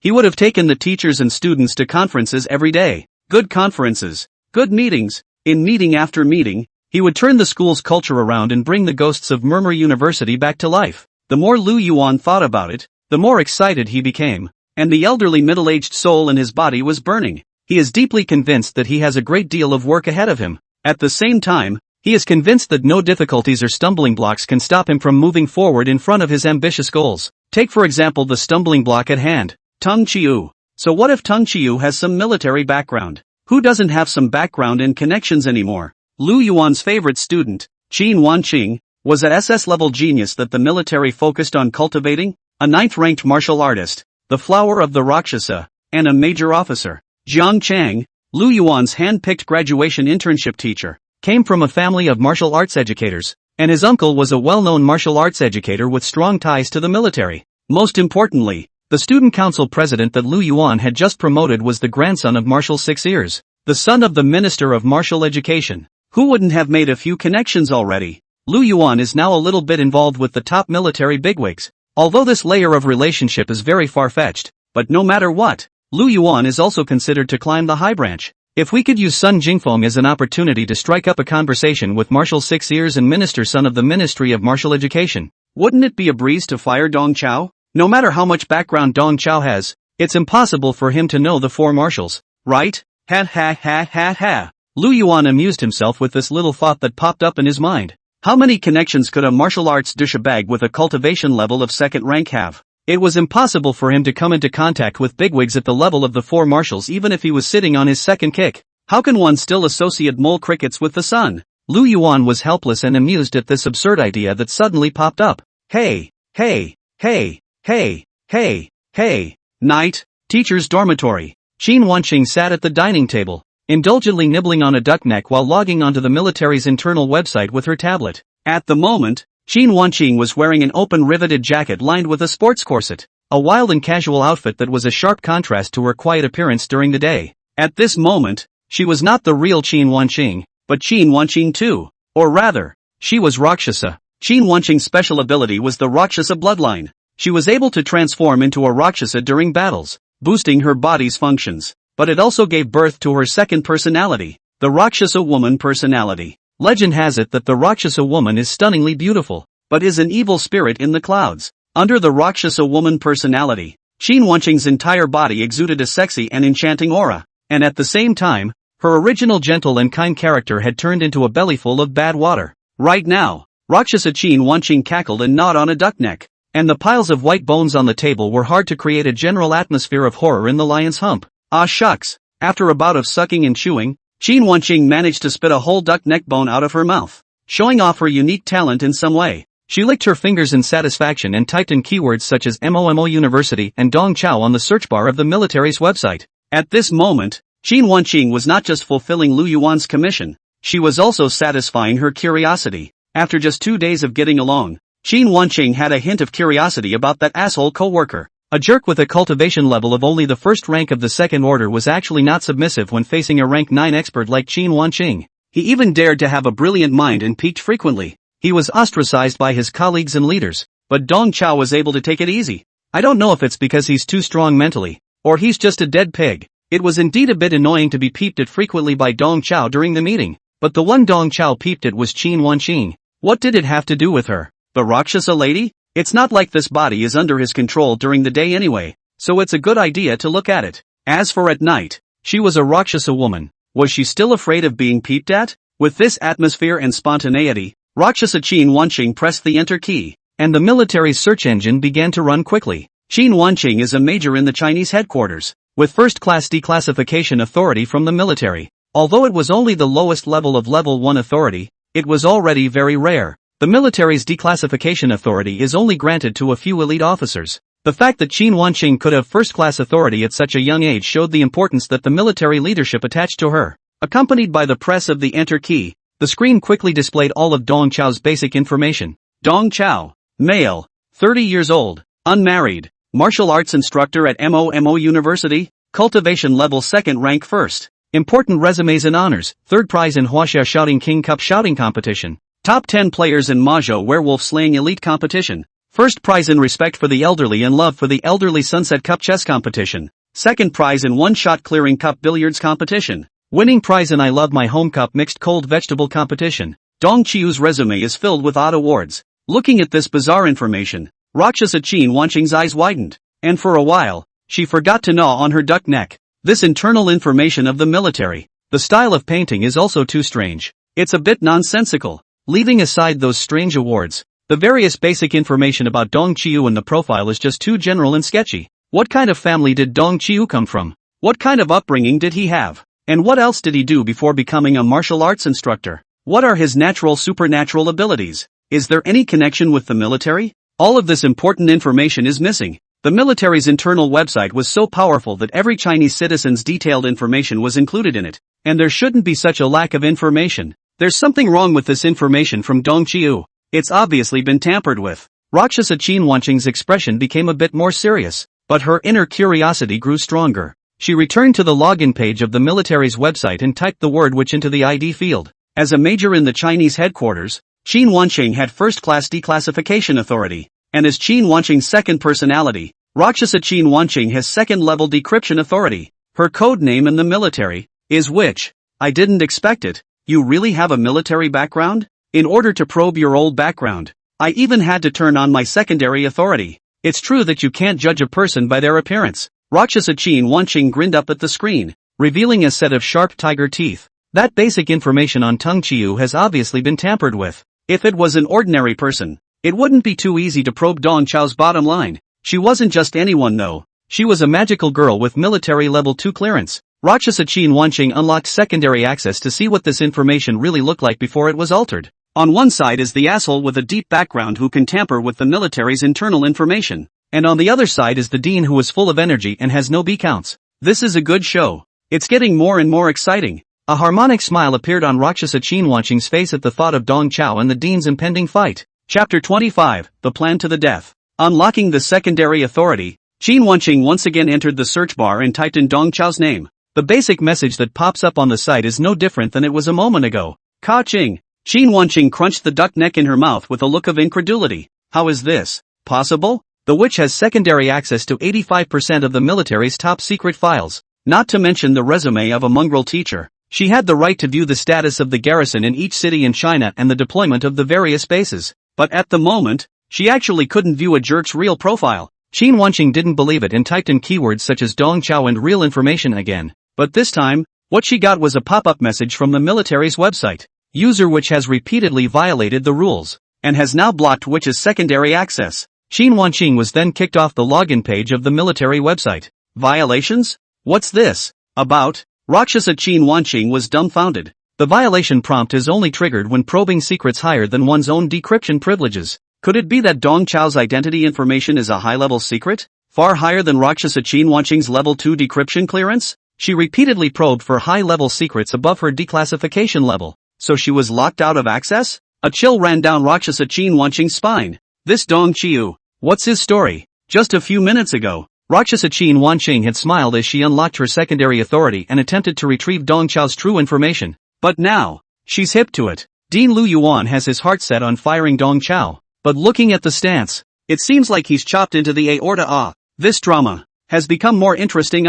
For a while, Rakshasa Qinhuanqing's colorful and handsome face was crying and laughing. On the one hand, things are getting interesting. On the other hand, she was aching for the secondary access she had been blocked from. In the meantime, Kyoto, Marshal Xuanyuan's residence. In the marshal's office, Xianyuan Jingde leaned back in his eunuch chair, flipping through the multiple documents at hand. Xianyuan Jingde was the patriarch of the Xianyuan family, and he also had another identity. He was the Candle Dragon Marshal, the first of the 4 marshals of China. Being in 2 important positions, Xianyuan Jingde is all night and day every day. Knock, knock, knock. A knock sounded on the door and the personal secretary, Xianyuan Tanqi, stood respectfully at the door, asking Xianyuan Jingde for instructions. Marshal, the family's secret agent has sent a report on young Master Dao Shi's recent situation. Xianyuan Jingde nodded and signaled for Tianquan to come closer to report. Marshal, just as you expected. Young Master Dao Shi intentionally controlled his scores and entered MOMO University with a score that barely passed the line. Regulus Jingde let out a soft laugh. This kid, just like his father, Xianyuan Prime, cautious, and with a belly full of heart. Xianyuan Jingde was originally smiling, but when he thought of Xianyuan Chang, his expression instantly fell. All along, the Xianyuan family had been secretly monitoring Dao Shi, but they weren't trying to capture him. They were trying to protect him. The SSS grade genius, Xianyuan Dao Shi, was not the son of a traitor. On the contrary, he was the son of a hero. Dao Shi's father, Regulus Prime, was not a traitor, but the initiator and executor of the death plan. 10 years ago, the eBay catastrophe was in fact a carefully prepared death plan by the military. In the plan to go to death, Huaxia lost more than 20 transcendent martial artists, but it also achieved its ultimate goal, nailing in a nail in the higher echelons of the demon race. That nail in the coffin was Dao Shi's uncle, Xianyuan Chang. Over the years, Xianyuan Chang has continuously sent back information that has allowed the World Roundtable Resistance Alliance, including China, to thwart the plots of the demon race on many occasions. In these 10 years, the demon race's plans to invade Blue Star have been repeatedly thwarted, and Xianyuan Chang has taken the credit for it. In order to ensure that Xianyuan Chang was not suspected, the Xianyuan family had to package Dao Shi as the son of a traitor and pose as if he was going to sit in a chain of command. Obviously, he was the son of a hero, the SSS class genius that the family was proud of, but now he was like a street rat, not daring to show his real name. Every time he thought of this, Xianyuan Jingde felt that the family owed Dao Shi too much. Fortunately, Dao Shi was gifted, and over the years, just by groping himself, his cultivation had already reached the middle stage of the 6th rank, and his future was unlimited. Have the secret agents continue to protect in secret, and if there's any situation, report back in time. As Xianyuan Jingde spoke out his command, he secretly thought in his heart whether to secretly teach Dao Shi a few advanced heart techniques and arrange for another teacher to instruct him.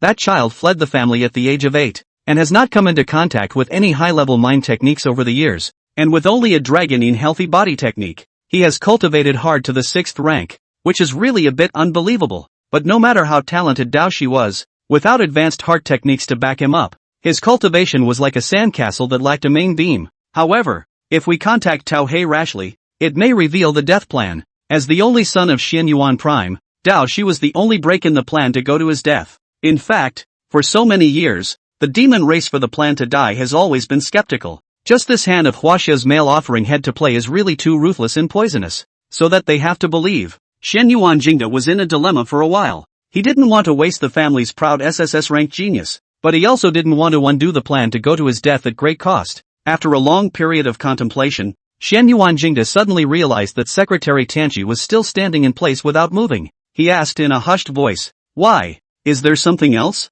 Tianqiu returned with some difficulty. "Marshal, there's one more thing. Dao Shi young master has entered the martial arts academy. His martial Dao instructor, called Dong Qiao, is a well-known jerk in the education world. With that jerk being the young master's mentor, will he bring the young master down?" Upon hearing the name Dong Qiao, Xianyuan Jingde was first stunned, then his eyebrows rose. Dong Qiu? How old is this guy? Like 30 or so. Xian Yuanjingda's eyes narrowed slightly. Find out for me. Is he from the military? Is his code name Black Dagger? Yes. Tianxiu immediately opened the 3D holographic projection in his office and connected to the military's internal website, preparing to inquire about Dong Chao's information. Just then, Xian Yuanjingda stood up. I'd better do it. I'm afraid you don't have that authority. Xian Yuanjingda came to the holographic projection and first entered his palm print, then accessed Dong Chao's internal information. On the side, Xian Yuan Tianqi's eyes widened. He could clearly see that Dong Chao's level of secrecy was the highest level of 5,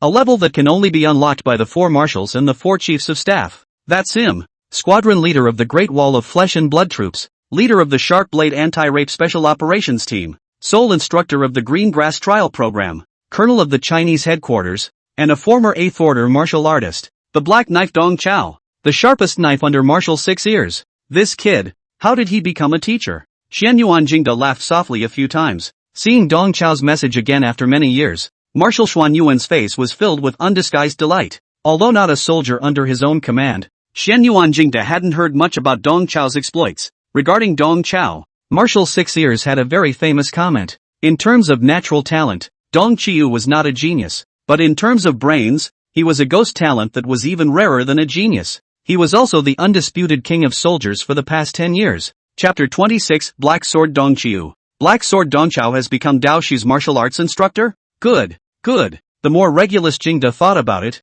the happier he became. Previously, he was still contemplating whether or not he should secretly provide Dao Shi with some help to avoid Dao Shi going off on a tangent in his cultivation. Now, he didn't need to worry about it at all. Looking at the entire Xian Yuan family, they might not be able to find a more suitable teacher than Dong Chao. This must be 6 Ears' arrangement. That old kid, 6 Ears, has finally done something. Xian Yuanjingda subconsciously felt that the 6 Ears must be involved behind this. Looking at the marshal's delighted face, Xian Yuan Tianqi said timidly, But Marshal, that Dong Chao is very strange. He actually taught young Master Dao Shi to make glutinous rice cakes during martial arts class. Ha ha ha. Xian Yuanjingda, who was in a good mood, made a rare joke. Don't worry, Dong Chao is very good at making street food. The glutinous rice cake he taught you is absolutely authentic. Regulus Tianqi had a black line on his head. It's a matter of authenticity. Xian Yuanjingda said with a smile on his brow. That guy, Dong Chao, is not quite the same as the king of soldiers as traditionally perceived.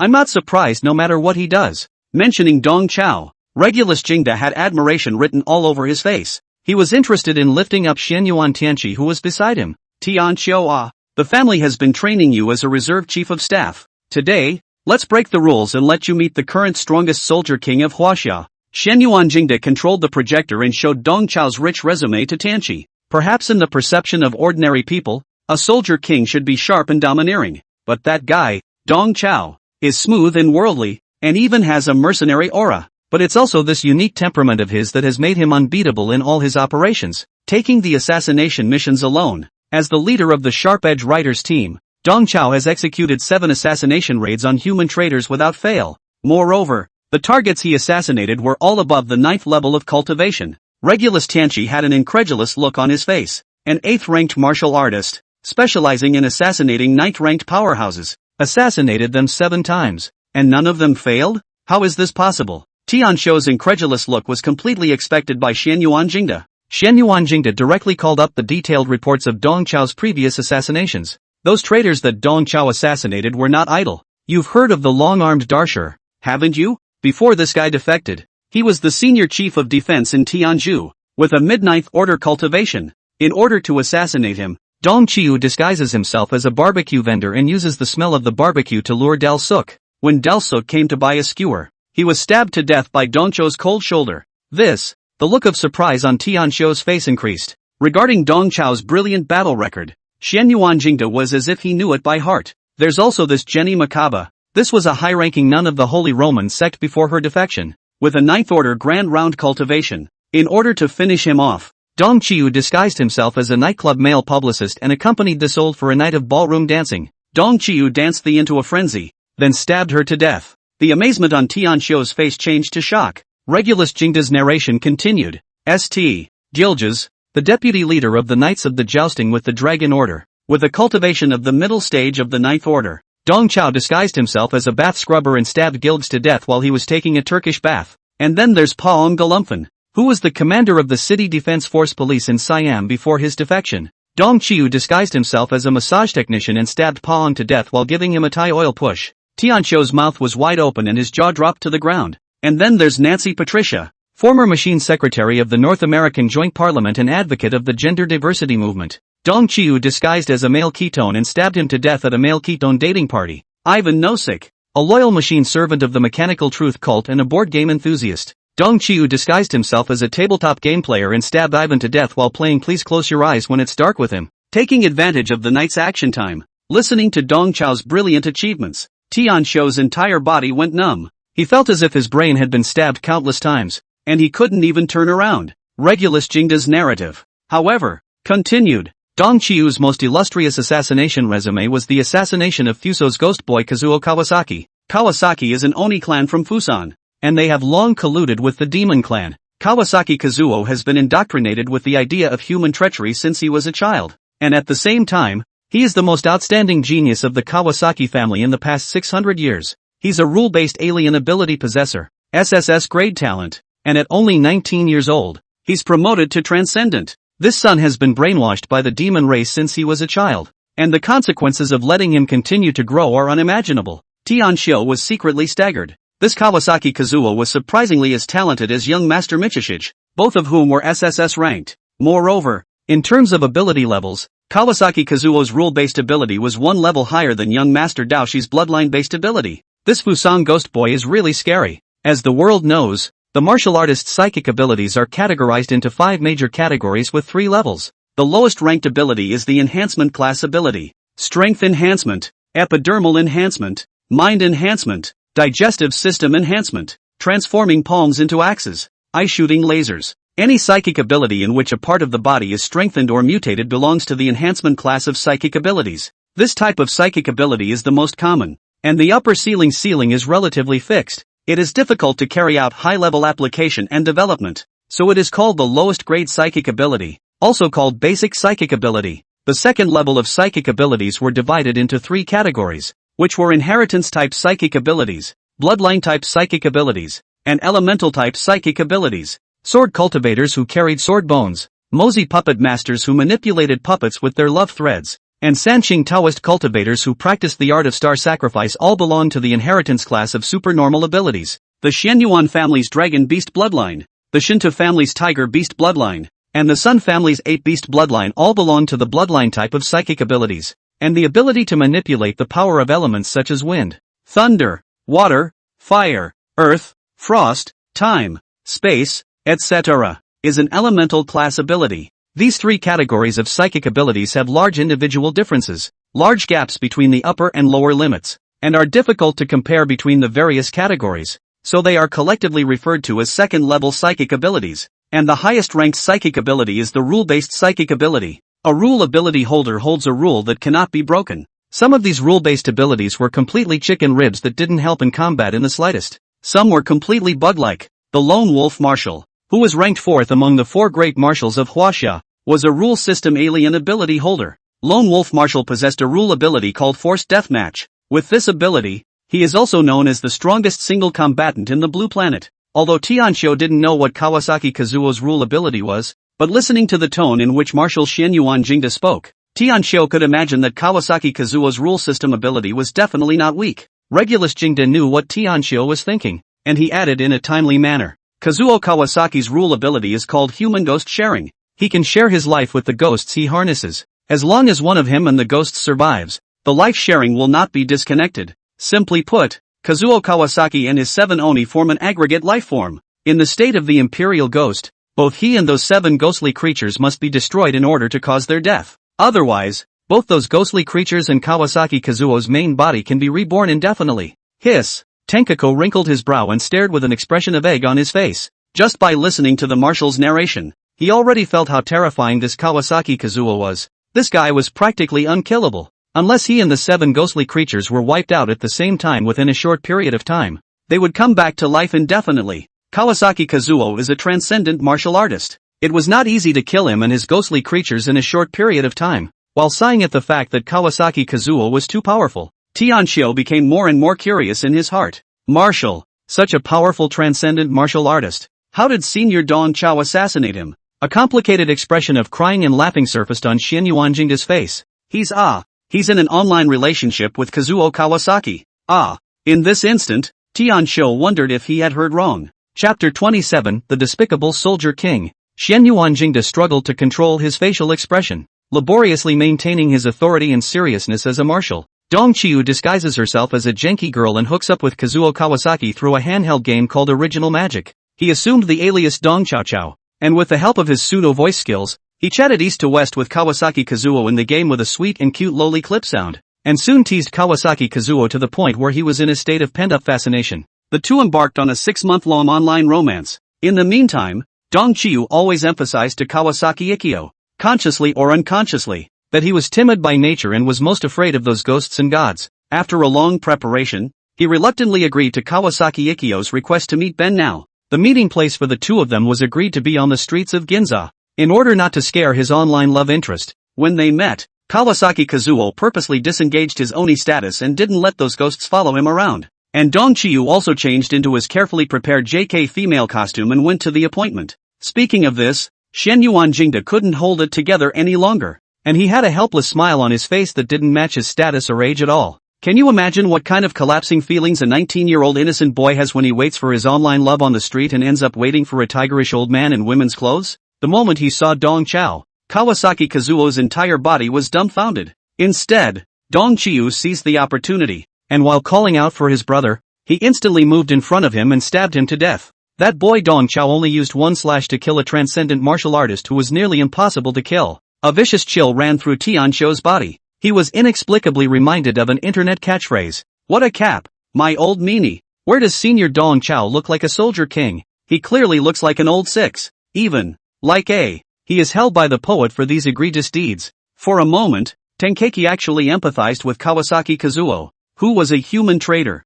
Tian Shou could completely imagine that as an SSS-ranked genius, Kawasaki Kazuo was either in hard training or on his way to hard training every day. At 19, he was probably like a blank sheet of paper with no emotional experience. The sudden appearance of Dong Chao Chao stirred up 1,000 ripples in his boring and monotonous life. However, what stirred his pool of spring water was not a beautiful love stone, but a pile of replies. Ikkyo Kawasaki's thoughtful act of disengaging his Oni and not wanting to scare his female companion has led to his own grave. A transcendent martial artist with SSS grade talent actually died under the sneak attack of an 8th-ranked martial artist. Xian Yuanjingda could see Tianqi's heart sighing. He reached out his hand and patted Tianqi's shoulder. Dong Qiu is known as the Black Dagger because he is good at laying a black hand and stabbing his enemies in the back. Being despicable is synonymous with him. However, this meanness of his is only directed at his enemies. Moreover, putting aside the issue of position and just talking about strength, Kawasaki Kazuo is far from being considered a strong man. He deserved to die under Dong Chao's blade.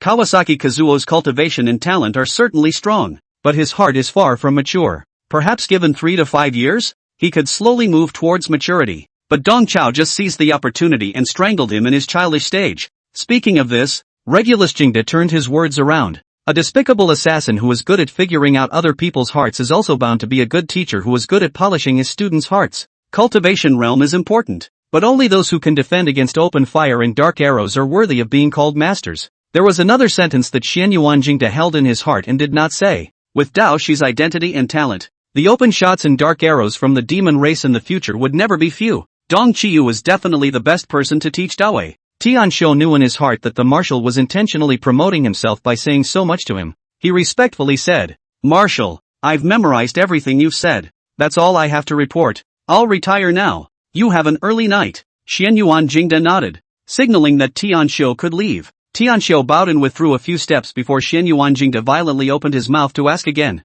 "Is Michishige the only student in Dong Chao's Budo class?" Tian Shou rushed back. "There's another person named He Shunya, who seems to be a sword cultivator. This He Shunya, keep a close eye on him as well. To be recruited as a student by Black Dagger Dong Chao. This kid, he's definitely not ordinary either." "Yes." Tenkako straightened up and gave a military salute. Day 2, Mo Mu Mu University, Martial Arts Class 4 classroom. Dong Chao stood in front of the blackboard, sputtering and talking. "See, after Sensei puts on a suit, that's 2 words, bring on the pies." Of course, Sensei is a martial arts hipster, a walking clothes rack. He looks good in everything. This is something you guys shouldn't be jealous of Sensei. Down at the podium, Dahi secretly rolled his eyes. Dao, she said, I am jealous of a 6A. You're wearing this suit, like a real estate agent, and you still feel good about yourself? Today's lesson in Budo Class 4 is Budo Hipster Formal Wear Tips for Men on the wonderful use of suit cufflinks and armbands. Listening to the content of Dong Chao's lecture,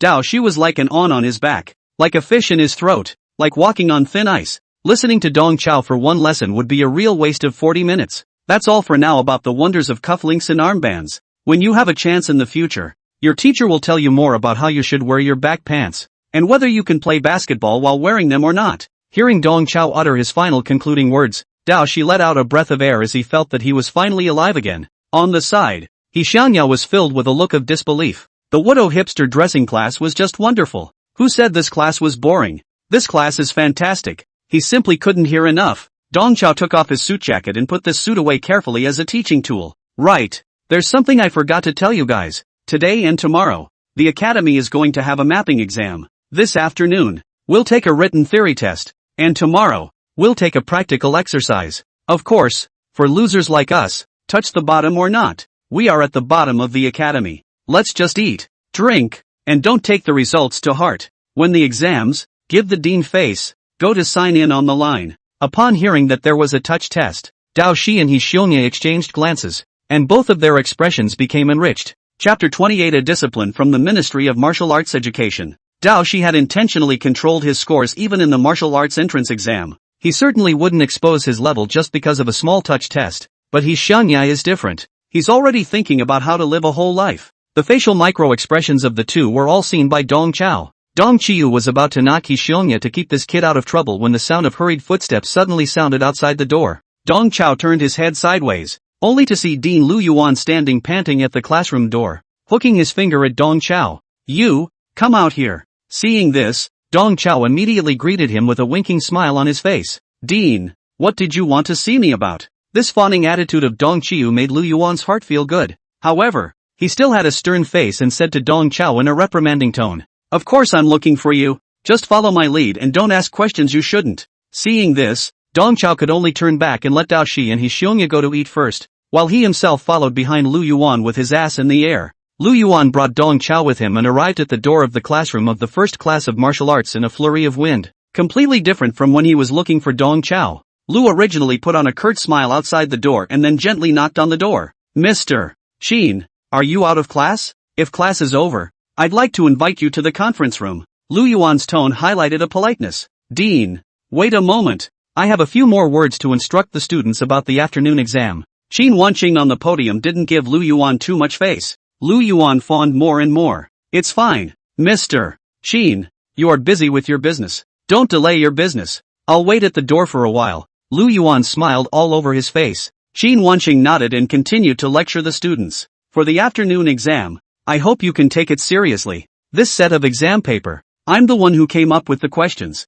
and the exam paper as a whole is on the difficult side. Especially the few martial arts exposition questions in the back are a bit over the top. Don't be pressurized. Write as much as you can think of. If you don't have any questions, this is the end of the morning's lesson. Only after explaining all this did Qin Wanqing walk out of the classroom. Qin Wanqing was wearing a tight-fitting sportswear today, and the snug fit highlighted her tall and plump good figure while at the same time accentuating her elegant temperament, giving people a feeling of spring breeze. Only, Qin Wanqing's face was topped with two not-so-obvious dark circles under her eyes, obviously not having rested well last night. Dean, what did you want to see me about? Qin Wanqing asked indifferently. While speaking out, Qin Wanqing finally saw Dong Chao behind Lu Yuan. Her figure jerked and her heartbeat missed a beat. She hadn't been able to sleep well last night thanks to Dong Chao. Dong Chao, the well-known jerk from the Martial Arts Academy, did have a billion points of military background. Just for checking his internal information, the witch's level 2 access was blocked. This guy's level of secrecy,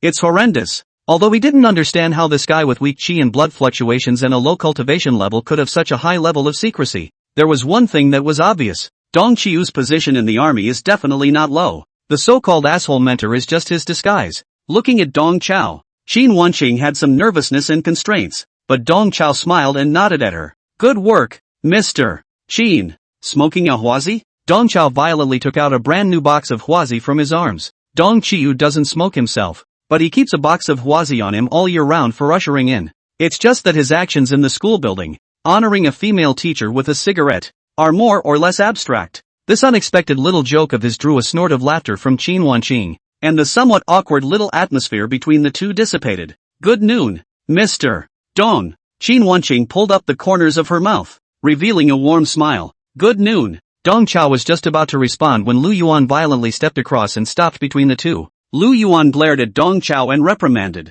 Don't be playful during working hours. Keep your mind on your work. Also, smoking is strictly prohibited in the teaching building. Set a good example for the students. Lu Yuan confiscated Dong Chao's huazi as soon as he could and slipped it into his jacket pocket. Lu Yuan's move of moving the earth on the head of a Taiyuyu looked at Qin Wanqing with a black line on her head. Anyone with a discerning eye could see that Lu Yuan's reprimand of Dong Chao was fake and taking advantage of him was real. However, to Qin Wanqing's surprise, in the face of Lu Yuan's Yakuza tricks, Dong Chao, who had a frighteningly deep background, smiled and nodded his head. The dean is right to criticize. Not only should cigarettes not be in the school building, but lighters too. As he spoke, Dong Chao pulled out a lighter from his pocket and handed it over along with it. That's more like it. Lu Yuan took the lighter and put it in his jacket pocket as well. Qin Wanqing, who was on the side, had her entire being misplaced. You, just spoil him. Qin Wanqing stole a glance at Dong Chao and secretly chanted in her heart. With his hands behind his back, Lu Yuan said to the two while leading the way. It's like this. The director of the Direct High Office of the Ministry of Martial Arts Education, Director Yang, has come to our academy to inspect our work. Director Yang named you two to talk to. He is waiting for you two in the conference room. As he spoke, Lu Yuan twisted his head to look at Qin Wanqing. This is the director of the Office of Colleges and Universities, work directly under the Ministry of Martial Arts and Education. A proper department-level leader. But you don't have to be nervous. Mr. Qin, you're a rare talent in our academy. Director Yang's talk will definitely be based on encouragement and praise. After touting Qin Wanqing, Lu Yuan looked at Dong Chao with an unspeakable expression. As for you, you're on your own. In Lu Yuan's opinion, the inherent meaning of Director Yang naming the two to talk to him was simply too obvious. Director Yang is obviously grasping at straws. The Ministry of Education is bound to praise and care for top talents like Qin Wanqing, who was seconded back from the army. And at the same time, the Ministry of Education had finally noticed Dong Chao. The asshole. Director Yang must have come to criticize and warn this jerk. The more Lu Yuan thought about it, the more he realized that was the case. Lu Yuan couldn't help but lament in the bottom of his heart. These days, all good things come together. He was just preparing to expel Dong Chao when the director of the Ministry of Education came to the college to inspect the work, and he wanted to use Dong Chao as a negative example. It's not like someone is handing you a pillow when you're sleepy. No matter how hard the military connections behind Dong Chiu are, can they be harder than the director of the Ministry of Education? Lu Yuan was sure that Dong Chao, the asshole who was dragging the entire academy down, was about to roll up and get out, and he, himself, is about to move to new heights in his life while leading the revival of the academy. It's really kind of exciting when you think about it. Lu Yuan led the two to the door of the conference room, and the guy knocked on the door and poked his head in attentively. Director Yang, the people are all here. Yang Wei, the director of the Direct High Office, sat on the reclining chair with an old spirit and instructed Lu Yuan.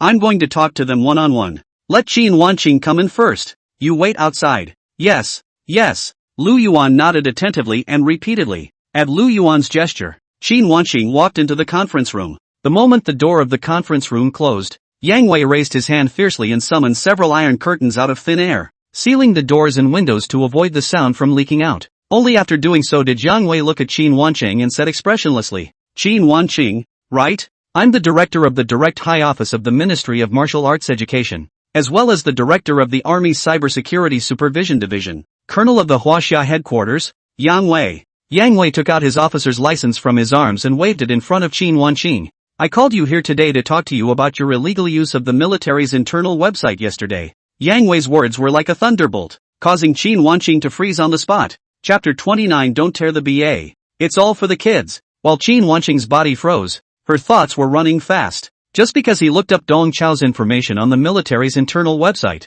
not only was his authority blocked, but someone came to his door today to be accountable. The key to the accountability of this. The head is not small. In the Ministry of Education and the military, two major positions, or the Chinese headquarters colonel. So it seems, Dong Chao's identity is simply a bit scary. Qin Wanqing truly didn't expect that her curious little move yesterday would lead to such a big battle. Had she known this, she could not have said anything to agree to Dean Lu Yuan's request. Thinking of this, Qin Wanqing suddenly realized that she had not saluted and greeted Yang Wei yet. It was clearly stated in the military etiquette that lower-ranked officers must take the initiative to salute and greet their superiors when they meet them. Qin Wanqing hurriedly stood at attention and saluted. Major Qin Wanqing of the Chinese headquarters. Greetings to the chief. Facing Qin Wanqing's salute, Yang Wei deliberately did not return it as he stood up and paced around the conference room. As a school officer of the headquarters, you should be aware of the military's secrecy regulations, right? Don't see what you shouldn't see. Don't ask what you shouldn't ask. Don't listen to what you shouldn't listen to. Don't say what you shouldn't say. And never record what you shouldn't record. With every word Yang Wei said, the outwardly released qi and blood became 1 point stronger. And when the secrecy ordinance was finished, his qi and blood had the appearance of a mountain, completely outwardly released. The air in the conference room seemed to have condensed into iron, and Qin Wanqing's breathing became extremely arduous. Qin Wanqing clearly sensed that the Colonel Yang Wei in front of her was at the 9th stage of great perfection cultivation. Moreover, he was an elemental allomancer and could summon metal elements. Yang Wei looked at Qin Wanqing, still with an expressionless look. This secrecy ordinance is not only for you to memorize, but for the guy inside you, too. Can you do that? Qin Wanqing knew that what Yang Wei was referring to was precisely the second personality in her body, the witch. Qin Wanqing nodded with difficulty in the stagnant air that was like iron. It's good to be able to do that. Yang Wei instantly retracted his supernatural ability. Qin Wanqing's pressure plummeted, and she hurriedly took 2 hard, deep breaths. Whatever you saw or associated with yesterday, forget it. Just like forget this conversation you and I are having today. Can you do that? Yes, Chief. Qin Wanqing nodded again. Janeway looked at her watch and said, "You're going out in this state and you're going to make people suspicious. I'll give you a minute to self-adjust your mood. When you push the door out in a moment, have a smile on your face, as if you've been honored." Meanwhile, outside the conference room, Dong Chao leaned on the windowsill, waiting in boredom. Lu Yuan looked him up and down from the sidelines. Looking at this lazy posture of Dong Chao, Lu Yuan snickered in his heart. All the great difficulties are approaching. Dong Chao is still not alert. This kid's career as a teacher is over. Lu Yuan was surprisingly born with a trace of lingering love while rejoicing in his heart. In fact, putting aside Tung Chiu's crotch-pulling cultivation, outrageous doings, abstract ideas, and unspeakable level of teaching, Tung Chiu is not without merits. At least, he's pretty good at what he does and has good taste in cigarettes. Thinking of this, Lu Yuan decided to admonish Dong Chao. "Dong Chiu, you, find a class as soon as possible." Dong Chao had a question mark on his face, as if he hadn't heard Lu Yuan's words. Lu Yuan said in his heart that he is young. How come his ears are still not good? But some words, he can only point to the end. Forget it, forget I said it. Lu Yuan took out his huazi from his jacket pocket, unwrapped them, and handed one to Dong Chao upside down. "You smoke a cigarette and adjust your mood. When you meet Director Yang later, be in good spirits, don't lose face." Lu Yuan could completely imagine what kind of dogged reprimand Director Yang would give after meeting Dong Chao. Director Yang's cultivation was extraordinary. A slight outward release of his qi and blood could stare Dong Chao silly. Facing the cigarettes handed by Lu Yuan, Dong Chao shook his head and refused. "Thank you, I don't smoke." Lu Yuan let out a soft grunt. "This is huazi of mine. You really don't know what you're talking about." Lu Yuan lit one for himself and leisurely gulped down the clouds. He had all but forgotten that just a few minutes ago he had criticized someone that smoking was strictly forbidden in the school building. Right at this moment, Qin Wanqing pushed the door and walked out of the conference room. On her face, she wore a slightly dull smile. "Mr. Dong, Director Yang invites you in." Qin Wanqing didn't even dare to look at Dong Chao with her eyes as she spoke. Lu Yuan added to the confusion with a cigarette roll in his mouth. "Keep your head up, be spirited, and don't lose face." Dong Chao nodded and walked into the conference room with his head held high. Just as Lu Yuan had said, the door to the conference room closed, and Yang Wei waved his hand again, summoning several iron curtains to seal the doors and windows. Only this time, Yang Wei stood up and took the lead in saluting Dong Chao. "Colonel Dong Chiu, long time no see." Dong Chao hurriedly returned the salute. "Director Yang, what are you doing? We're equal in rank, and you've been in the army longer than me. How can you salute me?" Janeway smiled and didn't say anything. Although the two men were equal in rank, in terms of position, there was a considerable gap. Dong Chao is the squadron leader of the Great Wall of Flesh and Blood, the elite force of China. He also holds other important positions, and is the soldier king that Marshal Six Ears relies on the most. If he hadn't been wasted for 5 years because of his injury, he would have been promoted to Major General long ago. Facing Dong Chao, Yang Wei's face, which was expressionless before, put on a polite smile. "Colonel Dong Chiu, it was Marshal Six Ears who commissioned me to visit you and bring you medicine in the meantime." As he said that, Yang Wei shook the storage ring in his hand, and on the desktop of the conference room, various types of potions piled up into small mountains appeared instantly. As a meritorious servant of Huaxia, Dong Chao had not been given any cold shoulder after his injury. On the contrary, the military had been spending a great deal of money to develop various medicines for him, hoping to help him regain his cultivation. It's just that none of these drugs developed by the military work very well. Looking at these potions piled into a small mountain, Dong Chao had a headache, but he still squeezed out a smile and thanked Yang Wei. Director Yang, thank you for your hard work. The marshal is really bad. Delivering medicine is such a trivial matter, but he still troubles you to make a personal trip. As he spoke, Dong Chao reached into his pocket and drew out a long gift box from his own spatial storage bag. Director Yang, it's a small gesture. No honor. In terms of dealing with people, Dong Chao definitely pulled full circle, and there was no way he was going to let Yang Wei make a trip for nothing. Colonel Dong Chiu, what are you doing? Janeway hurriedly refused. As a senior soldier king and colonel of the Chinese headquarters, Dong Chao was acting as if he was a mercenary villager carrying milk to relatives at the moment. Director Yang, don't you tear the BA from me. This is all for the child. Take it for the kid. Dong Chao forced the gift box into Yang Wei's arms. Chapter 30, The Old Fox of Wisdom Almost Demonic. Afraid that Yang Wei would be apprehensive, Dong Chao even opened the lid of the box on purpose. Director Yang, these are all my own whole secret realm souvenirs. It's not against discipline. Inside the gift box was a beast bone that glowed with fire, a piece of beast tendon that was steaming, and a musk pouch that seemed to breathe.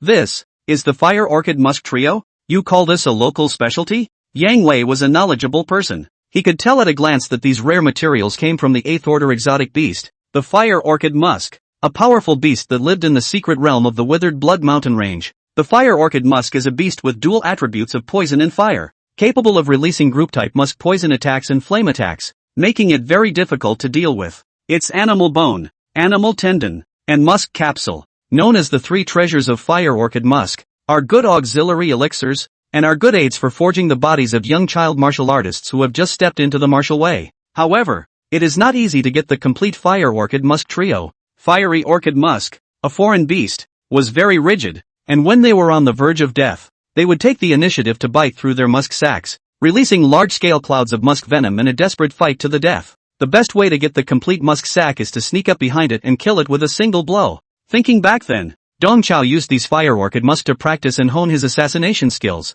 Such Fire Orchid Musk 3 treasures. He had plenty of them in his storage bag. In Dong Chao's opinion, the 3 treasures of Fire, Orchid and Musk are the best gifts. No cost, pushy, and the other side has to appreciate him. My great-nephew is going to be in middle school soon, right? These are just what he needs. Take them home and give them to him to make up for it. With those words, Dong Chao once again reached into his pocket as he fished out another air-dried musk whip from his storage bag and mysteriously handed it to Yang Wei. The Fire Orchid and Musk triple treasure is for my great-nephew, and this is for you. A man has to take care of himself in case his strength fails him, whether this stuff is brewed or eaten. It's a crunchy kidney tonic. No middle-aged man can resist the temptation of kidney tonic. Even the 9th-ranked martial artist Yang Wei is no exception. In that case, I'll be respectful. Yang Wei didn't excuse himself anymore and joyfully put the 3 treasures and the musk whip into his storage ring. Taking a shorthand, Yang Wei, who had received the gift, decided to reveal a little information to Dong Chao. Qin Wanqing tried to access your file last night, and although she failed to decrypt the real file, she may have guessed something. I knocked her around a bit just now, so she shouldn't dare to make another move. As for that fellow inside her, he should also be able to be honest for a while. Thanks a lot. Thanks a lot. Dong Chao nodded repeatedly and thanked Yang Wei. But in fact, Dong Chao had already guessed what Yang Wei had said. This very act of Yang Wei finding the 2 men to talk alone had already made Dong Chao guess the matter to a T. Older brother. On the side of the Ministry of Education, I'm the one who is in charge of colleges and universities. If you need any help, just greet me anytime. When Yang Wei said this, he wasn't just taking a shorthand. This was also an intentional gesture of goodwill towards Dong Chao. As a good at camping the old oil, for this common workplace something you just ask this kind of polite questions, Dong Chao has long been mastered by a very familiar. Dong Chiu looked like he had gone off the deep end of his emotions and patted his chest. Brother, nothing more to say, all in the heart. Thank you Ao. In the future, my younger brother really have any trivial trouble you?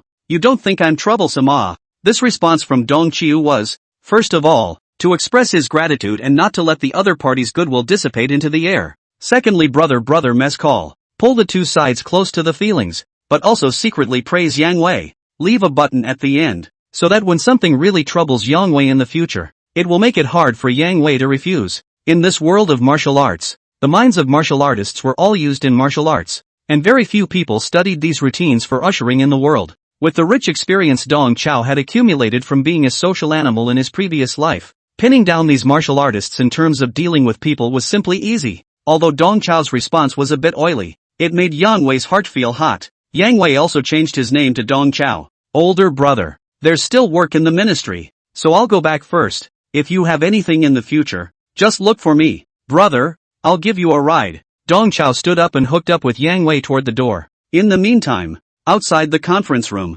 Lu Yuan paced back and forth in the corridor with a cigarette in his mouth. He looked at the closed door of the conference room for a moment, and then at Qin Wanqing. According to Yang Wei's instructions, Qin Wanqing had been deliberately controlling her expression, not daring to show any emotion. This, however, gave Lu Yuan a different interpretation. Having received Director Yang's commendation, and still being able to show honor in disgrace, Qin Wanqing deserves to be a key talent of the military, and it is such excellent talents that Lu Yuan has brought out. Lu Yuan unconsciously straightened his back with honor. He paced beside Qin Wanqing and preached to her in a leadership stance. Mr. Qin, it's good to be praised and not be shocked. However, in your work, you should also be full of vigor. Happiness has to be expressed in a straightforward manner. It's also a positive emotional feedback to the leader and to the entire work team. Qin Wanqing had a look of soybean sweat. She's in the mood to cry now. And Dean Lu Yuan wants to make her laugh? If this moment is a Rakshasa woman character, Qin Wanqing high and low have to give Lu Yuan a black tiger to pull out the heart. Let him feel what is called crying and laughing. Lu Yuan hadn't yet noticed that Qin Wanqing's mood wasn't quite right. He glanced at the still-closed conference room door and asked in a low voice, Mr. Qin, have you checked Dong Chao's military background for me? Me. How could Qin Wanqing, who had just been held accountable, dare to talk nonsense again? She could only stutter. Actually, I didn't find out much. In a way, Qin Wanqing was being honest, but to Lu Yuan's ears, it meant something else. With Qin Wanqing's rank, she hadn't even found out anything, which meant that Dong Chao didn't have much of a decent background either. Lu Yuan felt that he had been a little overcautious, firing such a jerk and being so forward-thinking. However, it is good to be cautious. Over the years, the military and the Ministry of Education are deeply bound, and many of the officials in the Ministry of Education are part-time officers of the ministry, confirming that Dong Chao does not have any decent background and will not offend certain dignitaries by firing him. Lu Yuan is completely relieved. Dong Chao hasn't come out for such a long time. He must have been scolded a lot. When Director Yang comes out, I'll stir up the fire, and I may not even have to do anything, but Director Yang will just dismiss Dong Qiu. Thinking of this, Lu Yuan could not help but laugh secretly. He can really be a wise, almost demonic old fox. Hey! Just then, the door to the conference room slammed open, and Dong Chao and Yang Wei walked out side by side. Chapter 31 Sorting Out the Big and Small Kings. Director Yang, you worked hard. Lu Yuan followed the original plan and greeted him with a smile, and only when he came close did he notice that something was wrong. Dong Chao, who was caught as a negative example, was actually playful. It didn't look like he was being lectured at all. Shouldn't he be hanging his head like a lost dog? Director Yang's face was also quite calm. Not a trace of anger could be seen on his face. Shouldn't Director Yang be angry and show the majesty of a leader? This peaceful look of the two, and what Lu Yuan had expected was completely different. Lu Yuan's wisdom is almost demonic brain was a bit confused for a moment. Qin Wanqing, who was on the side, captured a small detail that had been overlooked by Lu Yuan. When Dong Chao and Yang Wei walked out of the conference room, it was Yang Wei who reached out to open the door. Yang Wei, a colonel of the Huaxia headquarters, director of the Direct High Office of the Ministry of Education,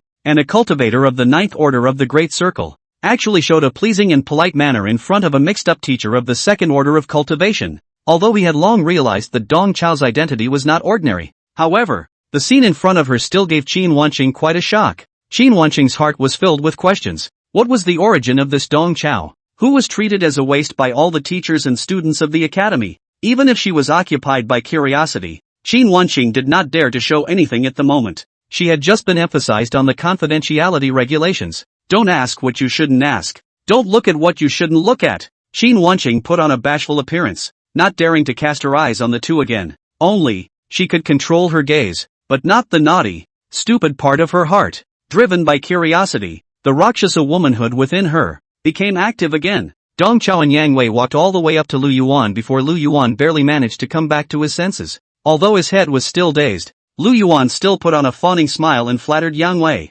Director Yang, you've worked hard. Hey, you have a casual lunch at the school at noon? Yang Wei responded coldly. No need, I have things to do. With those words, Yang Wei stretched out a finger and pointed it at Lu Yuan through the air. Reprimanding, don't be playful during work hours. Get serious. Lu Yuan quickly tightened his smile. When Yang Wei reprimanded him, the entire person exuded an intimidating pressure that made Lu Yuan feel as if he was being held against his throat by a lance. Lu Yuan's mind became more and more messy while he was nervous inside. Yang Wei's words sounded a bit familiar? It seems like it was not long ago, when he himself reprimanded Dong Chao. Yang Wei stretched out his palm and fanned himself in front of him, as if trying to fan away the lingering smell of smoke in the air. His eyes became sharper and sharper as he looked at Lu Yuan. Also, as an educator, smoking in the building is strictly prohibited. Be a good example to your students. Lu Yuan nodded his head silently, wondering more and more in his heart that he seemed to have said this just now. Yang Wei put his hand into Lu Yuan's bulging chest pocket and confiscated Lu Yuan's wazi and lighter.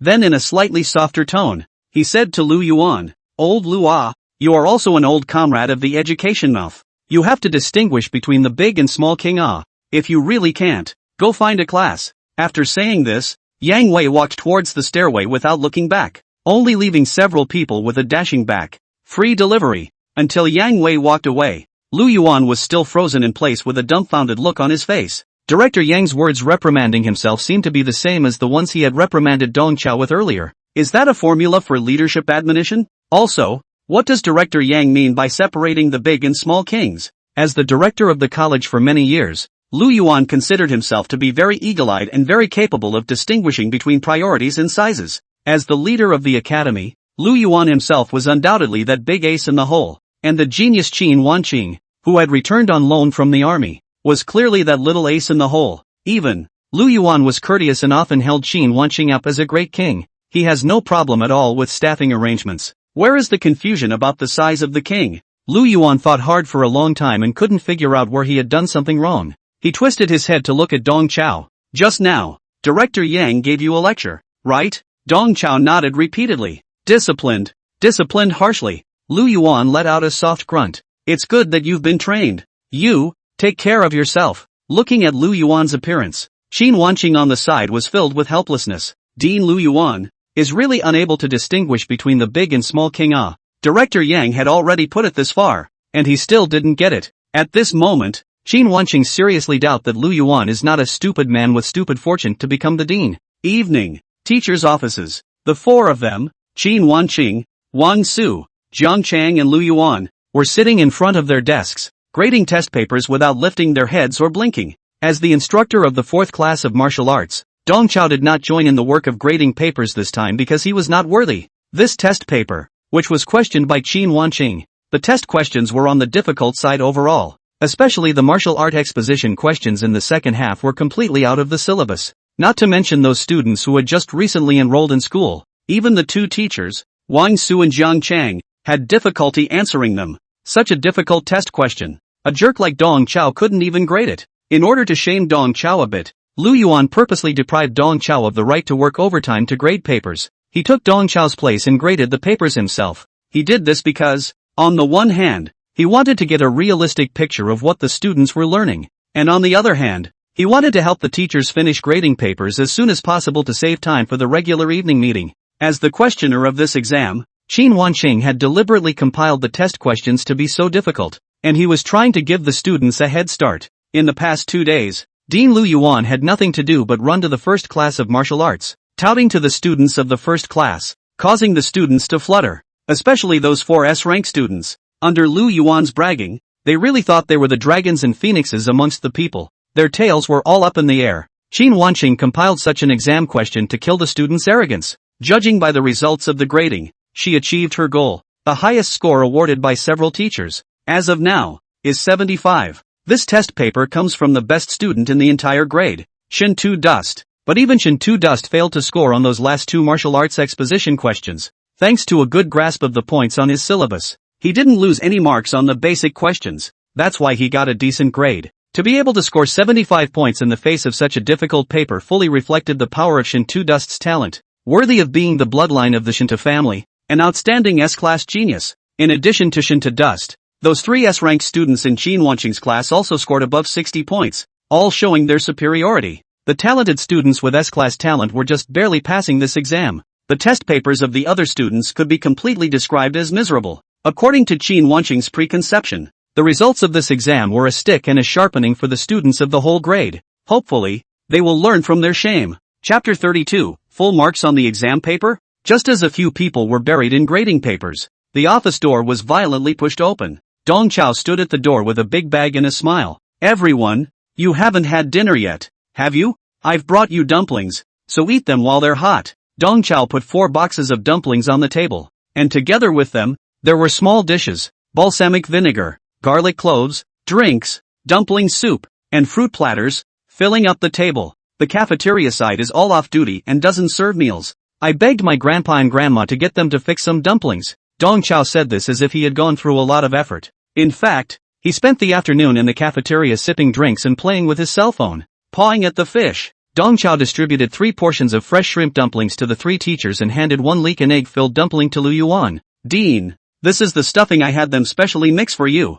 More leeks, less eggs. It's sure to be to your liking. Dong Chao knew that Dean Lu Yuan had peculiar tastes and loved to eat flavorful food. Not only were the dumplings stuffed with leeks ordered especially for him, but the big bowl full of garlic cloves was also prepared especially for him. Hearing that the dumplings were filled with leeks, Lu Yuan's eyes immediately glistened. After seeing that big bowl full of garlic cloves, Lu Yuan's face even emerged with an uncontrollable smile. That's a big bowl of garlic. It's got to be a pound. He can eat garlic to his heart's content. For this dinner arranged by Dong Chao, Lu Yuan is very satisfied. However, as a leader, Lu Yuan had to find something wrong when he praised Dong Chao. The meal was arranged okay. At least you know to prepare the garlic cloves. As the saying goes, eating dumplings without garlic is like not eating garlic. But you only prepared the garlic cloves, not the sugar garlic and brine shrimp oil. After eating raw garlic, your mouth tends to taste bad, and you must eat a few more heads of sweet garlic to cover up the taste in your mouth. This is the most basic common sense of eating garlic.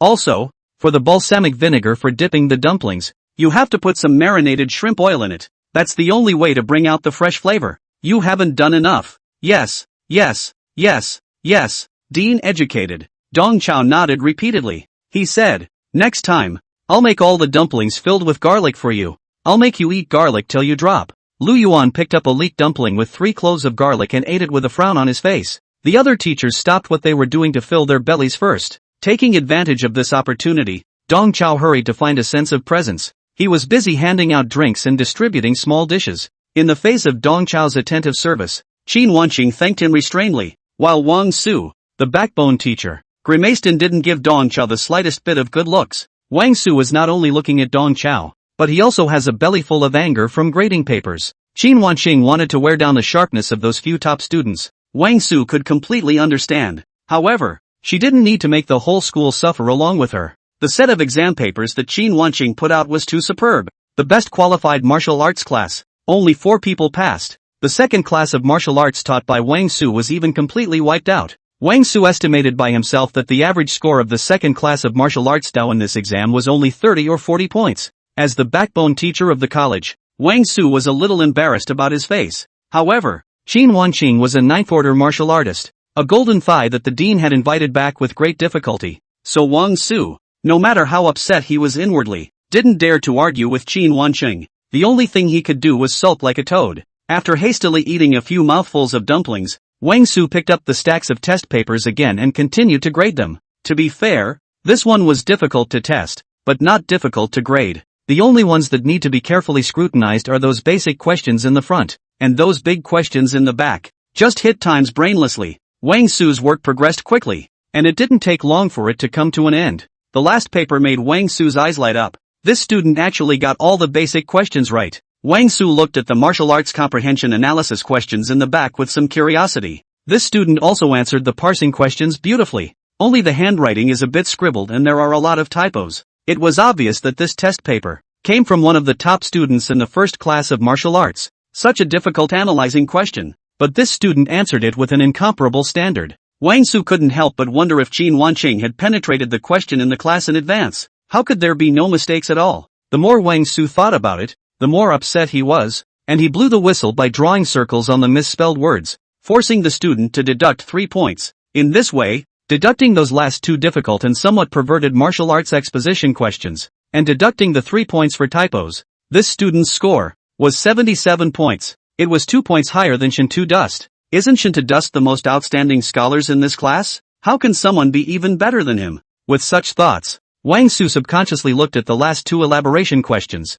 and then, the whole person froze. This student's elaboration questions were also written all over the place. Moreover, the few arguments he elaborated on were exactly the same as the reference answers given by Qin Wancheng. Although the arguments are the same, this candidate's writing is more down-to-earth and concise, and does not read as raw as Qin Wancheng's. This candidate also scored full marks for the two martial arts exposition questions. He was the only person in the entire class to make these two martial arts expository questions. In this instant, Wang Su realized two things. First, Qin Wancheng must have been in the class through the questions. Secondly, even if Qin Wancheng had penetrated the questions in advance, this student's talent was high, ridiculously high. Even if he had memorized the questions ahead of time, it's not easy for him to convert such a complex argumentative thesis into his own words to express it. As a backbone teacher, Wang Su was clueless about these two martial arts and science exposition questions. He still read Qin Wancheng's reference answers before he had a little bit of furtive understanding. If he was allowed to answer the questions, he would have had a hard time getting points on the two expository questions. Wang Su hurriedly looked at the top of the roll, wanting to see which of the top students from the first class was the one who got a perfect score. As a result, he was stunned again. On the header of the test paper, written in scribbled notes, Martial Arts Class 4, He Xiangya. Wang Su was first surprised, and then, a wave of irritation went straight to the sky. A poor student in the 4th class of Budo scored a perfect score in this mapping exam? And he's number 1 in the break? This is an insult to everyone's intelligence. There's no such thing as cheating. The more Wang Su thought about it, the more angry he became. He glanced fiercely at Dong Chao, then stood up and said to Lu Yuan, who was playfully showing off his dumplings, "Dean, there is a situation that I have to report to you. For this exam, someone cheated." Chapter 33, Illiterate Sword Cultivator. Wang Su handed He Xiangya's test paper to Lu Yuan. "Dean, this is Martial Dao class for He Xiangya's test paper. In this exam, he almost scored a perfect score. Those two martial arts theory exposition questions were also written out without a hitch." Ha! Lu Yuan, who was involved in the whole process of grading the papers, immediately realized the seriousness of the problem. The best qualified Shintu Dust in the whole grade only scored 75 points, and He Xiangya in Dong Chao's class actually scored 97 points? The only point deduction is still for typos? How is that possible? Dean, it's obvious that this He Xiangya is being a smart ass. He thought that copying a good grade would satisfy the vanity in his heart, but he didn't realize that the paper this time was so difficult that Shintu Dust, the scholar of the first class, only scored 75 points. This perfect score that He Xiangya copied seems so ridiculous and abrupt. Wang Su spoke his judgment. Lu Yuan nodded his head repeatedly, obviously agreeing with this statement of Wang Su. A poor student with an E-rank talent finished off the S-rank school bully Shintu Dust in the exam. Apart from cheating by taking cheat sheets, Lu Yuan couldn't think of any other possibilities. Also, the cheat sheet is a bit silly. It's almost as good as copying it to death, isn't it? Seeing Lu Yuan nodding his head, Wang Su had more confidence in his heart as he glanced at Dong Chao once again. More than this self-defeating cheating, we should figure out how he cheated? Whether someone provided him with help to cheat. Wang Su said in his heart that there is really what kind of teacher. There is what kind of student. The students of Martial Arts Class 4 were just like their teacher, netting some crooked tricks. Copying an implausibly high score on a touch test may seem like being smart, but it's actually being stupid. This, too, is like their teachers. This sudden hiccup made the atmosphere in the office a little strange. As the questioner of this exam, Qin Wanqing crossed her legs and looked at the several people with a smile on her brow, in an attitude of watching the show. While watching the show, she didn't forget to put her hands around her chest and make a pose to show off her good figure. Every question in the test paper was compiled by Qin Wanqing herself, and the reference answers only existed in Qin Wanqing's hands. Even if Dong Chao's students wanted to copy, there was no way to do so. This was something that Qin Wanqing knew best, but she didn't have to help Dong Chao explain. The bigger the heat, the more she loved to watch. The moon was at 3 poles. The control of Qin Wanqing's body had already changed hands, and the one who was in control of the body at the moment was Rakshasa. Everyone's attention was on that cheating paper, and except for Dong Chao, no one noticed a slight change in Qin Wanqing's demeanor. As the least senior trainee teacher in the office, Jiang Chang didn't say anything, but he stood behind Wang Su with an accusatory look. As a teacher in training bent on conversion, it's times like these that he has to stand with the backbone and leadership. Lu Yuan had a sullen face and called Dong Chao closer. You explain what's going on. Lu Yuan's right hand was pointing at the test paper and his left hand reached for the bowl of garlic cloves. He ate the garlic cloves one by one like peanuts as a way to suppress the anger in his heart. Lu Yuan has always believed that as educators, they should not only teach martial arts, but also educate people. It's this kind of fudging that's more reprehensible than a mess of grades. Looking at this test paper, Dong Chao sighed darkly in his heart. Ho Xiongya has finally gotten a whole lot of work done.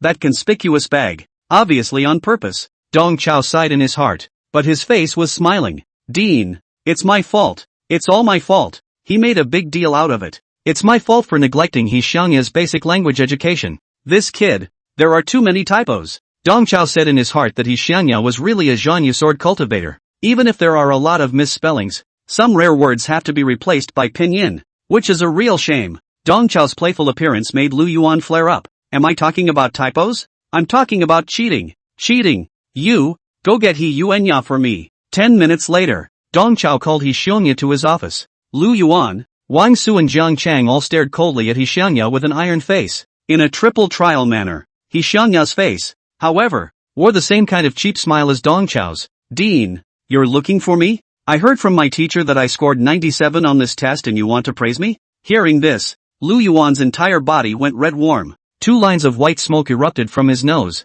and his entire person had the appearance of a scampering monkey that had been set ablaze. Why did I call you here? Don't you have any idea in your heart? Look at your test papers yourself. Lu Yuan flung the test paper in front of He Xiongya. He then flipped out Shintu Dust's test paper and dumped it on He Xiongya as well. Look again at the test paper of the best genius in the entire grade. Shintu Dust, don't you have anything to say? He Xiongya pretended to compare the 2 test papers, then let out a soft laugh. This Shintu Dust really doesn't want a B-face. He has the nerve to leave such a simple martial arts question blank? Is he not willing to part with his pen water? But it's time to say no. He writes better script than I do. Lu Yuan's brain was buzzing with cerebral infarction. Is this a font thing? This student of Dong Qiu's. How come it's so difficult to communicate just like Dong Qiu? At the moment, He Xiongya was enjoying the gazes that several teachers were casting at him. All of this was expected of him. He just intentionally took a high score to scare the whole school. Who would have thought that the second worst student in the year,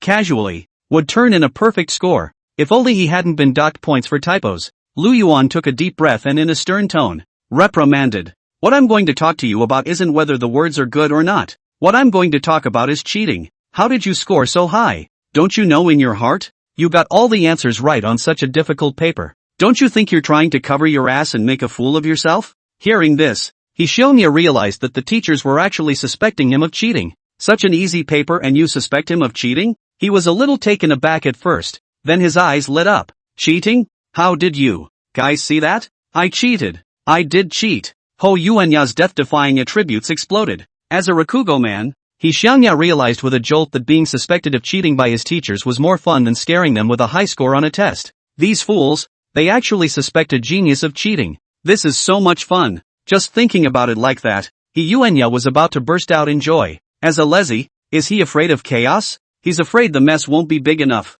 Thinking of this, He Xiongya forced back the smile on his face. With an earnest tone, he said to Lu Yuan, Dean, since you can see that, I have to admit my mistake. I saw that this test paper was too pedestrian to be of any value to do, so I just randomly copied my classmate Dao Shi's test paper. Who would have thought that the second to last copying the first to last would actually copy a high score? I admit my mistake. I did cheat. He Xiongya, who didn't think the mess was big enough, came with a woe is me, trying to drag Dao Shi down as well. Looking at this old sixth rebellious disciple, Dong Chao on the side was really convinced. Chapter 34, I Showdown. Dean Lu Yuan was about to blow a gasket. At this point, He Xiongya is still full of lies. Papers too pedestrian to be worth doing? Randomly copying Dohi's classmate's test paper? This kid, he really doesn't see the coffin. For this kind of student with a stubborn character, he must be criticized and educated ruthlessly. He must be left without a defense. Lu Yuan grimaced, found Dao Shi's test paper from the pile of test papers, and flung it to He Xiongya. Copied Michi's test paper. Ha! I'd like to see how you copied it. He Xiongya looked at Dao Shi's test paper with a smile on his face, and then, the whole person stood frozen on the spot. He Xiongya's intention was to get Dao Shi to come to the office as well and be criticized with him. Obviously, they were two supreme geniuses who were 1 in a billion, but they were treated as two poor students who cheated, and were lectured by a bunch of stupid teachers who had no eyesight. It's an exciting scene to think about. Such interesting and great fun. He would have to ask Dao Shi to enjoy it with him. However, after seeing Dao Shi's test paper, he Yuanya violently realized that Dao Shi is A. On this paper, Davi scored 18 points. He Xiangya cursed Dao Shi as a real dog in order to disguise as a poor student. The face is not even want. With his perverted credentials, it's much harder to get an 18 than a perfect score. What makes Ho Yuya feel even more disgusted is that though he did the trick, the few multiple choice questions at the beginning of the test paper, Dao Shi's answers were scribbled and changed and scribbled. Hating to choose ABCD all over again, it looks very much like a poor student with a poor grasp of knowledge who is in a state of repeated self-denial. In the fill-in-the-blank stage, Davi highlights a gibberish. Those answers of his were like a sick and desperate poor student who had filled in all the knowledge points he could think of into the brackets. If you get one right, you've earned it. He Yuanya even saw that in the question. How to accumulate qi and blood quickly. Dao Shi answered with an obtuse angle. By the time we get to the part of the martial arts comprehension and analysis questions, the show continues for Doshi. His answers stood out as a donkey's mouth, all of which were irrelevant. Some of the answers even copied directly from the question stem, or even from the multiple choice questions in front of them. But anyway, he showed a lot of sincerity by filling up the answer sheet. As for the two martial arts expository questions at the end, it was Doshi's crowning performance. For these two questions, Dao Shi left a lot of white space, only writing the words solve and set in the answer. He Xiangya's entire body was confused. What does it mean to write a solution to a whirly exposition question? You think it's a math test? You'll get points for writing a hypothesis? What's even more outrageous is that the grading teacher actually added 2 points to Davi.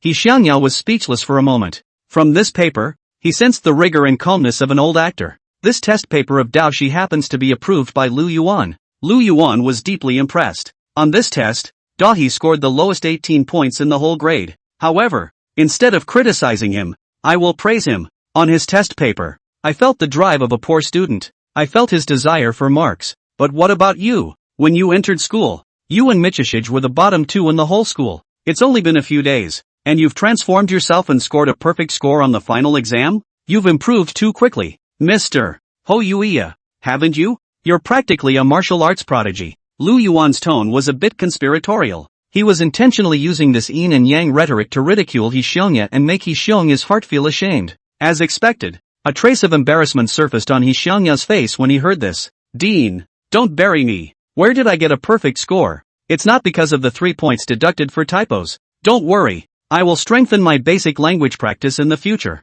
I'll bring my dictionary to the next exam. Lu Yuan's entire face turned into a pig liver color in anger. In an almost snarling gesture, he yelled at He Xiongya. What I'm talking about is the typo thing? I'm talking about your self-defeating cheating behavior. Also, let me ask you, how did you manage to copy a perfect score out of Dao Shi's 18-point paper? At this point, why don't you give an honest answer? He Yuanya shattered inwardly. First of all, that dog package of Dahi is not a poor student. He's a super genius beyond your perception. Secondly, that BYD is purely playing you. While shredding, he still put on a smiling face. Yes, I cheated. Dean, don't worry about how I cheated. Just fast forward straight to the punishment section and punish me hard. He Xiangya said in his heart that making up a cheating maneuver can be much more difficult than answering a question. There was work to think about cheating techniques and the papers were all answered. He Xiangya's careless demeanor infuriated Lu Yuan's cerebral thrombosis. The more He Xiangya avoids the issue like this,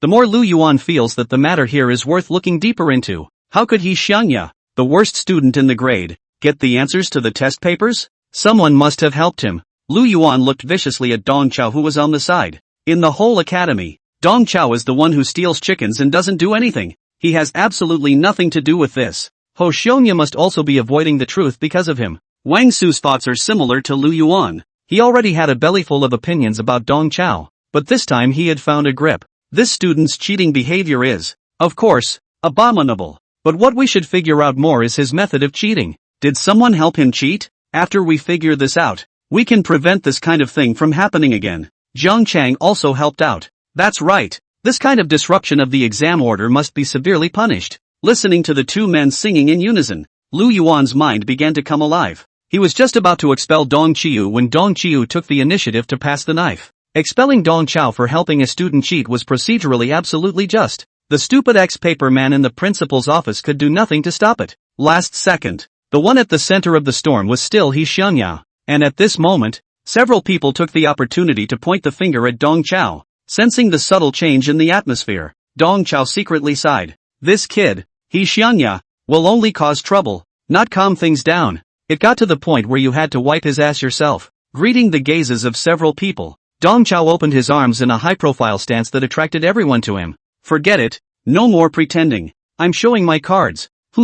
Hearing this, Qin Wanqing, who had been in a state of watching the show, opened her beautiful eyes roundly. For a time, her facial micro-expressions were both curious and horrified. This guy who's come a long way is going to identify himself for a little thing like that? Rakshasa Qin Wanqing was a bit regretful for a moment. As the questioner of this exam, if she had spoken up earlier to mediate, things should not have gotten to this level. This guy Dong Chao had blown his own cover, and there was no telling what kind of huge shock he was going to cause. Qin Wanqing's worry was purely superfluous. Dong Chao did want to show his cards, but not his own. I wanted He Yuanya to get along with everyone as an errant student, but I didn't expect to get suspicion and indifference in return. I'll show my cards for He Xiangya. He Xiangya is actually an SS-rank genius, an innate sword cultivator. Chapter 35, who's not a genius of yesteryear anymore. Hearing this, everyone present looked astonished. This also includes Ho Hung-ai himself. How did the trashy mentor know his old tricks? And he even revealed his old secrets?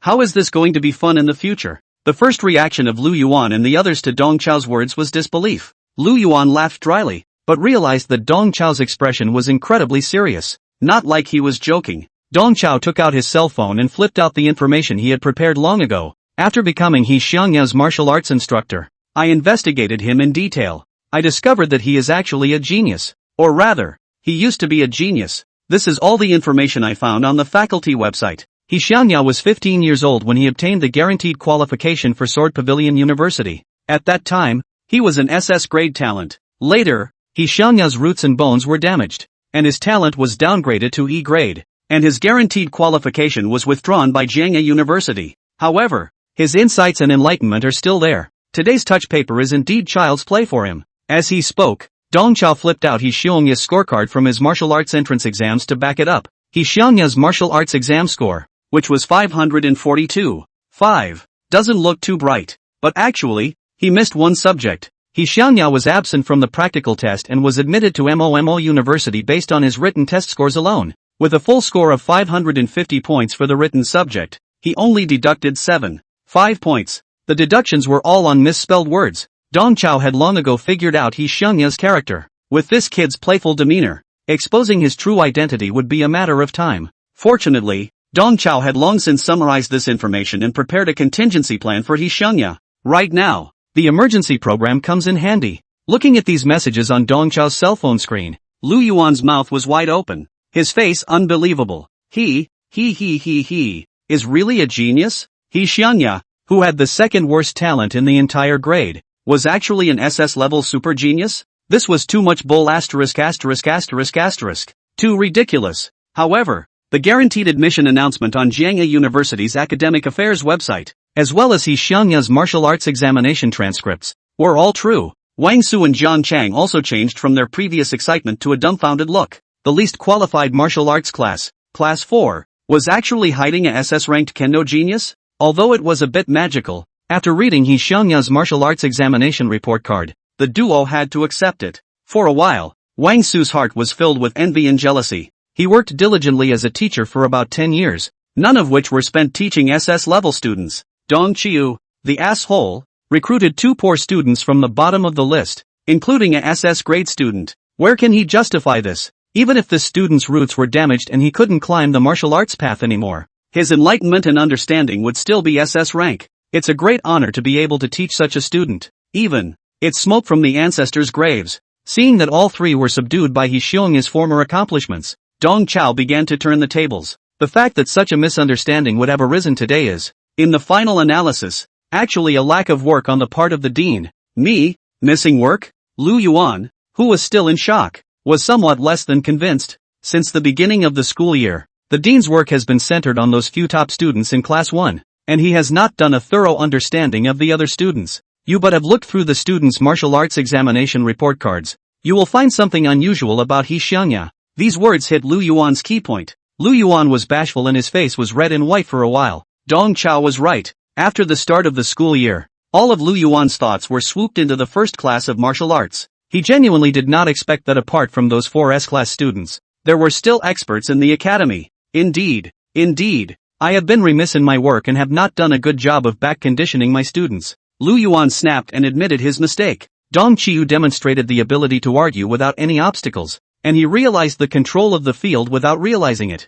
Let's get back to cheating. First of all, this test paper, to me, is comparable to a heavenly book. Even if I wanted to provide He Xiangya with the answers, I'd be unable to do so. Secondly, the questioner is teacher Qin Wanqing. No matter how united and friendly teacher Qin Wanqing is, it's impossible for her to give our 4th class students a penetrating question. Right? Lu Yuan nodded repeatedly. That's right.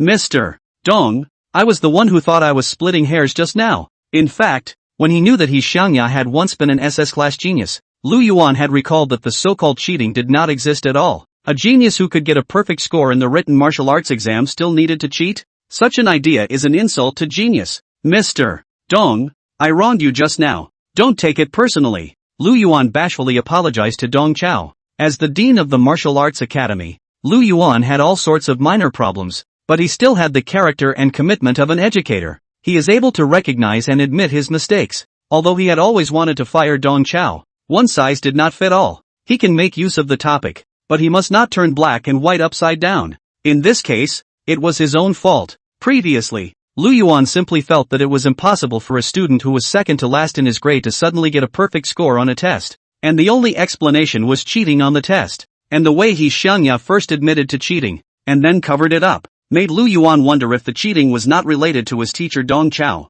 At this moment, Lu Yuan completely came back to his senses, and he felt more and more that his earlier accusation of Dong Chao of helping students cheat was a bit ridiculous. Dong Qiyu doesn't have that kind of power. After all the fuss, He Xiangya was a SS class genius who was envied by heaven, and it all made sense. Only, there was still a small doubt remaining in Lu Yuan's mind. But right, there's one thing I didn't figure out. Why would Ho Yuya admit to cheating? All he had to do was tell the truth. It's because he took the initiative to admit to cheating that he led us astray. Well, this one. Dong Chao's brain began to run fast. At the moment, Dong Chao was like a Roundlai character in a comic opera, frantically thinking of something to say. He couldn't tell Lu Yuan that this precious student of his thinking was different from normal people, and that he just liked to get into trouble. Dong Chao secretly glanced at He Xiangya, signaling him to stop talking before he opened his mouth to reply. Well, Dean, is like this. Oops, what else could it be because of? Because he gave himself up. Dean, when it comes to this matter, I have to break it down with you. Chapter 36, 1 Fish, 3 Meals. Dong Chao assumed a posture of being a man of honor, his emotions slowly pulling up. Why did He Xiangya admit he cheated? It wasn't because you guys forced him to. A genius who was once looked up to by everyone is suspected of cheating in such a small touch test? This is simply an insult to his character. It's a strange shame. He Xiangya gave Dong Chao a derisive look. Ho Xiangya didn't feel insulted. He simply found these idiot teachers quite interesting. What He Xiangya was more concerned about than whether or not he had been insulted, was how big the zigzag breasts were. Dong Chao was afraid that He Xiangya would mess up again, so he hurriedly continued in a more high-pitched tone. In the past, he was a hero who plucked stars in the sky. But now, he is reduced to rolling in the mud. Have you thought about it? What kind of psychological gap is this? What kind of helplessness and hopelessness is this? The derisive smile on He Xiangya's face instantly froze. The phrase "once I was picking stars in the sky, but now I'm rolling around in the mud" is a true reflection of his state of mind. During the period of time when his sword bone was being chopped off, he was just muddled, helpless and hopeless every day. If God hadn't given him a second chance to produce another sword bone, he would have literally been rolling around in the mud for the rest of his life. The waste mentor could actually speak of that state of mind with such precision, as if he had experienced it himself. He Xiangya put away his frivolous smile, and his whole person became serious in a rare way. Dong Chao's words continued. After the injury, no matter how high-minded he was, he had to face reality. He had to accept the status quo, accept mediocrity, and make peace with his wasteful self. Why would He Xiangya admit that he cheated? Because what he is more unwilling to face than being stigmatized as a cheater is the highlight he once had, a glorious past that he can't go back to. The bitter experience has turned him into a three-fad man, so we shouldn't give him another blow head-on. By vilifying him for cheating, you are rubbing salt into his wounds. How he wished he was just an errant student who cheated instead of a fallen genius. At least, as an errant student, the sinking feeling in his heart would be much less. So Dean, I think that you should apologize to Ho Yuya for your transgressions, for the psychological damage you caused him. As a veteran werewolf-killing player, Dong Chao can call black white. This tongue-twisting of his filled Lu Yuan with shame. Lu Yuan completely understood why He Xiongya had smiled and admitted that he had cheated. Because then he wouldn't have to face the highs of what he once was head on, or suffer the torment of what was going on inside. And by questioning this genius's cheating behavior himself, he is constantly rubbing salt in this genius's wounds. This child has already suffered so much, and to be victimized twice by himself is simply sinful. The root cause of all this is even more so because of the negligence of my own work and not doing a good job of back-tuning my students ahead of time. Thinking about it, Lu Yuan was ashamed. He stood up and apologized to Ho Yuya. Student He Xiongya, it was the dean who was wrong. The dean shouldn't have suspected you for no reason and caused you psychological harm. Please forgive. Wang Su also stood up and apologized to He Xiongya. The teacher shouldn't have been hasty in accusing you of cheating either. So please forgive me. Although Wang Su looked at Dong Chao 100 times, it had nothing to do with Dong Chao's students. He was indeed at fault when it came to Ho Xiongya. Watching the dean and the backbone teachers move to apologize to He Xiongya, a trace of appreciation flashed in Dong Chao's eyes. Actually, teaching standards aside, the team of teachers at the Budo Academy is quite positive. These teachers led by Lu Yuan, although their brains were inflexible, their eyesight was poor, their thoughts were still pedantic, and their emotional quotient was low, but no matter what, they had the open-mindedness and pattern of the Mozi martial artists in their hearts. With this, no matter how much they couldn't distinguish between big and small kings, Dong Chao was willing to spoil them. Dean, teacher, this is just a little misunderstanding. It's all in the past. You guys are torturing me. He Xiongya didn't continue the whole job as he hurriedly accepted the duo's apology. Hearing that He Xiongya had accepted his apology, the guilty look on Lu Yuan's face slightly lessened by a few points. He enthusiastically patted He Xiongya's shoulder. Just because you were injured, Sword Pavilion University rejected you. That's them having eyes. They're the assholes. In our Mo University, you are still that genius who is like the sun in the sky. Even if you can't climb the martial arts path anymore, you can still transition into being a martial arts theory researcher. It's just as possible to excel. Don't worry, the academy will definitely help you in any way it can. Listening to Lu Yuan's words, He Xiongya's heart warmed. For a moment, he even wanted to tell the crowd that there was still a sword bone in his body. He was still the same supreme genius whose sword shone in the 9 states. But, for the sake of the big fun later on, he held back after all. When He Xiongya turned his head to look at Dong Chao again, there was a slight change in his eyes. Before that, he had just found the waste mentor interesting, teaching abstract things that were perfectly to his liking. But now, in addition to abstraction and joy, He Xiongya from Dong Chao harvested touched, warm, and a trace of unspeakable resonance. I didn't expect that the wasteful tutor who looked like he was not doing his job was quite concerned about his students, actually investigated his own details, in such detail, almost, letting him discover his true secret, in order to stand up for a student. This smelly jerk, who was not treated well by the entire academy, actually dared to call the dean's bluff and make him apologize to the student. Dean actually did as he was told. The most crucial thing is that Dong Chao's words both spoke into the cracks of He Xiongya's heart and gave He Xiongya a seemingly spiritual resonance. For a moment, the sword bone that he had shattered emitted a slight tremor. Ho Yuya's approval rating +3. Ho Yuya's approval rating +3. Ho Yuya's approval rating +3. Once again, Ho Hongyai offered Tung Chiu a trifecta of recognition. Along with these 9 huge points of recognition credited to his account, Dong Chao's cultivation level soared by 2 small segments once again. Coming to the 3rd level of the 3rd order, Dong Chao did not move on the surface, but inwardly he hated dry land backstroke. In full view of everyone, Dong Chiu played a game of 1 fish, 3 eats. The play was a success. The first eat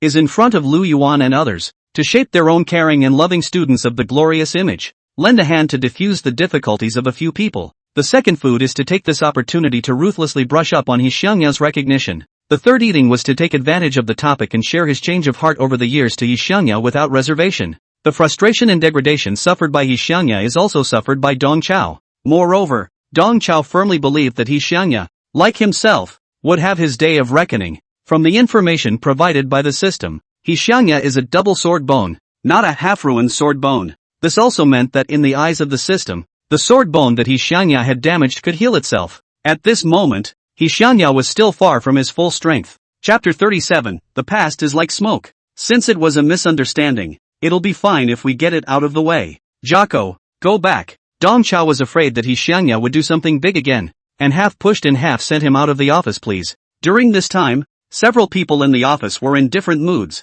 Rakshasa Qin Wanqing was a bit surprised that Dong Chao just moved his mouth and a sudden storm dissipated into nothing. This guy with the mysterious identity does have two things going for him. As for He Xianya's SS grade talent, Qin Wanqing was not surprised at all. After discovering that Dong Chao was a big deal, she realized that the two students in Dong Chao's class were definitely not ordinary either. This little episode today reinforced her presumption. Lu Yuan and Wang Su, who had been hard-charged by Dong Chao with their words, both had a sense of identification with Dong Chao at the moment. I didn't realize that Dong Chao was quite caring about his students' mental health. Even, he was brave enough to stand up for his students. So it seems that Dong Chao is not a bit of a personnel failure. The intern teacher, Jiang Chang, has been coldly watching this little episode, while Lu Yuan and Wang Su were apologizing to He Xiongya. He stayed quietly in the corner as if he didn't exist. It wasn't until Dong Chao sent He Xiongya out the door that Jiang Chang's eyes revealed a hint of covetousness and greed. An SS grade student with damaged roots and bones. This was a walking performance for Jiang Chang,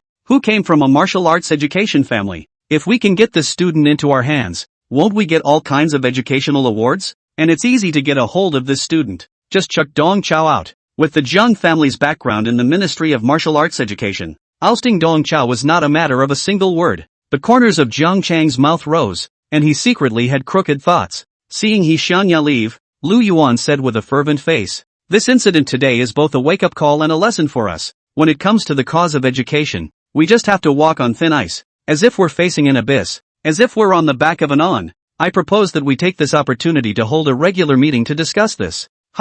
Hearing of another meeting, the crowd in the room let out a lament. As soon as he came out of the teaching building, He Xiongya didn't stop for a moment and immediately ran to the martial arts performance hall. In the past few days, he had practically soaked in the practice room of the performing martial arts hall, always trying to figure out his new sword moves. Now that his sword stance had been basically perfected, as long as he polished it up again, tomorrow, he would be able to go to Daoshi and compete again. Perhaps it was because of the exams that he had just gone through. The performing martial arts hall was very cold, and the practicing rooms were basically in an unused state. With his student card, He Xiongya swiped open the iron door of room 103. Sitting cross-legged in the practice room, He Xiongya was unable to enter the state of sword intent meditation for a long time. The yardav he had just experienced caused ripples in his heart. Those two sword bones in his body were trembling unceasingly, as if they had been stimulated in some way. The sword bones under the heavens were divided into 4 ranks: heaven, earth, Xian, and yellow, with a total of 26 grades. He Xiongya's initial sword bone, named Potential Kuan, was of the 2nd grade of the heavenly rank. The earth is a place where a gentleman carries things in a generous manner. After the damage to the Potential Kuan sword bone, his newly awakened sword bone was named Xingjian, 1st grade of the heavenly rank. Heaven walks, and a gentleman is a self-starter. The heavily talented He Xiongya should have been sitting on the 1st and 2nd sword bones in the world. It was only a pity that his Potential Kuan sword bone broke. He Xiongya hadn't revealed to anyone that his sword bone was, in fact, chopped off. The one who severed his sword bones was also a sword cultivator. It's all because of that online love affair back then that He Xiongya suffered this hardship. His sword bone, which was chopped off by his online love interest. At the age of 15, He Xiongya fell into an online relationship. He still clearly remembers. The other side of the net name is called Raccoon Sword Girl Akiua Jo. Until now, He Xiongya cannot believe that the top of such a soft and cute screen name, and has a sweet clip sound of the internet girlfriend, but a bearded old man. Back then, He Xiongya, who was still in puberty, was in love with the Raccoon Sword Girl. The Raccoon Sword Maiden offers to propose Benhen and claims that she will wear Ho Yuya's favorite JK outfit on the day of Benhen. Ho Sung-ja gladly accepted the offer. However, on the day of the Ben present, He Xiongya waited. Not a sweet and lovely beauty, but a bearded, tiger-backed old man. What made He Xiongya feel even more vicious was that the other party was really wearing JK. The large amount of chest hair exposed by the JK collar and the 2 thick legs covered with leg hair under the JK skirt of the Raccoon Sword Girl became He Yuanya's eternal nightmare. To this day, when he recalls that scene, He Xiongya is still chilled. Back then, how could the young and innocent He Xiongya suffer such visual pollution? He unconsciously froze on the spot. The Raccoon Sword Maiden darted in front of He Xiongya and chopped off his sword bone with her sword. Until today, He Xiongya did not know what kind of enmity or grudge the Raccoon Sword Maiden had against him, and why he had treated him so viciously. After this, He Xiongya understood one thing: online dating is no good results. He, himself, was a victim of online dating. All these years, He Xiongya had been searching for the sword cultivator who had severed his sword bone. He Xiongya wasn't just going to return the favor. He was going to tie that guy up 5 ways and then, with his sword, give him a full body hair removal. How in the world could there be such a sick, vile, disgusting guy? That bastard not only caused He Xiongya to fall into the mire, but also defiled the sacred and beautiful JK costume in his heart. Clang, clang, clang. He Xiongya's hatred converged into an invisible sword chi that continued to reverberate in the air. Under the added weight of his hatred, he instead entered a state of sword-heartedness. His entire person transformed into a sharp sword, seemingly wanting to split everything in front of him into 2, to vent the hatred in his heart. Meanwhile, next door, in room 101, Dao Shi slowly opened his eyes. Dao Shi felt He Yuanya's sharp sword intent. In the entirety of MOMOMO University, the only one who could emit this kind of sword intent was He Xiongya. Dao Shi mobilized his Dragonine hegemony technique and fought against He Xiongya's sword intent. The air in the practice room quickly surged, creating a cyclone. And in the cyclone, the silhouette of a dragon beast slowly emerged. The dragon beast's black scales were gnarled. Its teeth and claws were open, and its floating and twisting body showed the might and dominance of the dragon race. It's just that this dragon beast, on the contrary, has a hyena head. This unorthodox pairing gives it an overall look that is indescribably weird. This dragon beast was none other than Dao Shi's bloodline aberration, the ancient divine beast. Discord. Chapter 38, Job Title During Working Hours. Along with the appearance of Discord's silhouette, Dao Shi exuded a mountainous and heavy sense of pressure. This pressure, which was as substantial as a substance, forced He Xiongya's sword intent back. Feeling this pressure, He Xiongya also immediately realized that the one fighting against him was Dao Shi. Only that guy could give off such a domineering aura. 103 in the room. He Xiongya held his twin swords in his arms as he urged the sword chi in his body, and his entire body became more and more stern. In room 101, Dao He also took out his stranger's sword. Dao Shi held the stranger's sword in his hand. The stock catalyzed the chi and blood in his body, and the whole person exuded a domineering and murderous aura, echoing with He Xiongya, just as Dong Chao had predicted. Confrontation and competition always abounded between geniuses and geniuses. At this moment, Dao Shi and He Xiongya were fighting across the sky in this way of placing anger on each other. Meanwhile, outside the Performing Arts Hall, the new Student Council President, Sun Dingfeng, led 2 of his little followers and arrived at the front gate in a flurry of wind. Sun Jingfeng is 18 years old, but he has a national face of a teenager. At the moment, with his back-combed hair and square-framed glasses, along with the executive jacket and casual suit pants he was wearing, he looked out of place with his peers. It's like having a civil servant mixed in with your classmates. Born in a high-ranking family, Sun Jingfeng grew up deeply influenced by his father and grandfather. Dressing style is 4 words, haul gas. At the moment, his hands behind his back, hanging with a thermos cup, his feet with a calm and unobtrusive pace,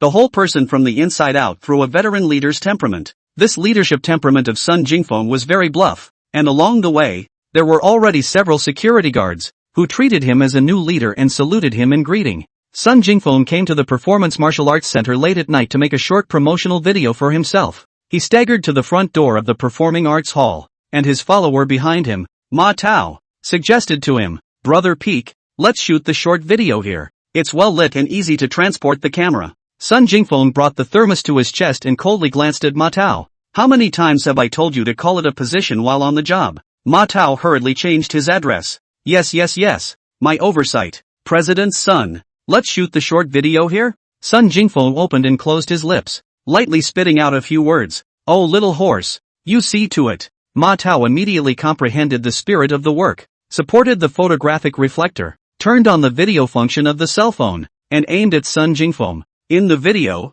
Sun Jingfeng pushes open the door of the Evolutionary Martial Arts Museum with a positive posture full of positive energy and an angsty stance of practicing hard in the museum. Later on, Ma Tao will subtitle the short video, claiming that he had a chance encounter with Sun Jingfeng, the new president of the student union, at the Performing Arts Center. Just after the mapping written test, Comrade Sun Jingfeng also did not slack off a bit, which can be called a model for the students. The short video, which will be placed on campus forums and campus video numbers, will be a short and sweet promotion. In the words of Ma Tao, this is called a publicity campaign for the community to strengthen the impression of the masses. During the filming of the video, Ma Tao kept touting Sun Jingfeng, "President's son. Fantastic. You have this temperament. You have this sense of camera. You were born to be a leader." This video went out and the publicity absolutely exploded. Ma Tao complimented Sun Jingfeng with his mouth, but inwardly he was cursing. Sun Dingfeng, this idiot, knows how to pose as an official, playing official,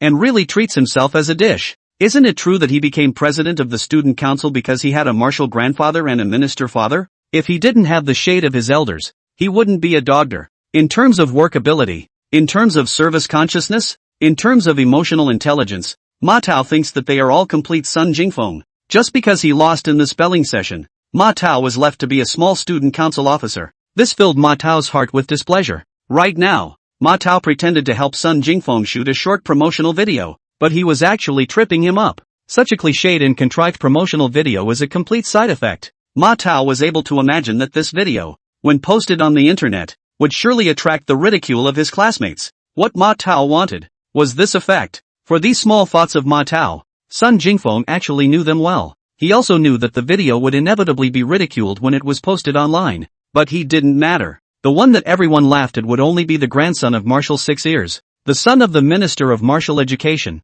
Not him, Sun Jingfeng. Ever since he was a child, Sun Jingfeng's label has always been Marshal's grandson, Minister's son, never himself. Aside from Uncle Blade, no one treated him as a separate individual. Everyone only saw him as a continuation of the Sun family bloodline. If he came from an average martial arts family, Sun Jingfeng's A-grade martial arts talent could be called excellent. But unfortunately, born in the Sun family, with his grandfather and father's pearl in front of him, it is difficult for him to be a tilestone. Even his A-grade talent puts Grandpa to shame. If he had come from an ordinary martial arts family, his elders would have tried their best to find all sorts of heavenly materials and treasures for him to enhance his cultivation. But alas, he came from the Sun family. He was chastised and scolded by his grandfather for just stealing and eating one of the alien cores in his grandfather's safe. What Grandpa cares about is not his soaring cultivation. Grandpa's concern was that he had been a house thief and stolen from the military, leaving Grandpa's name of military god in the dust. In the end, he was just a pendant for the family. Compared to his grandfather's name and prestige,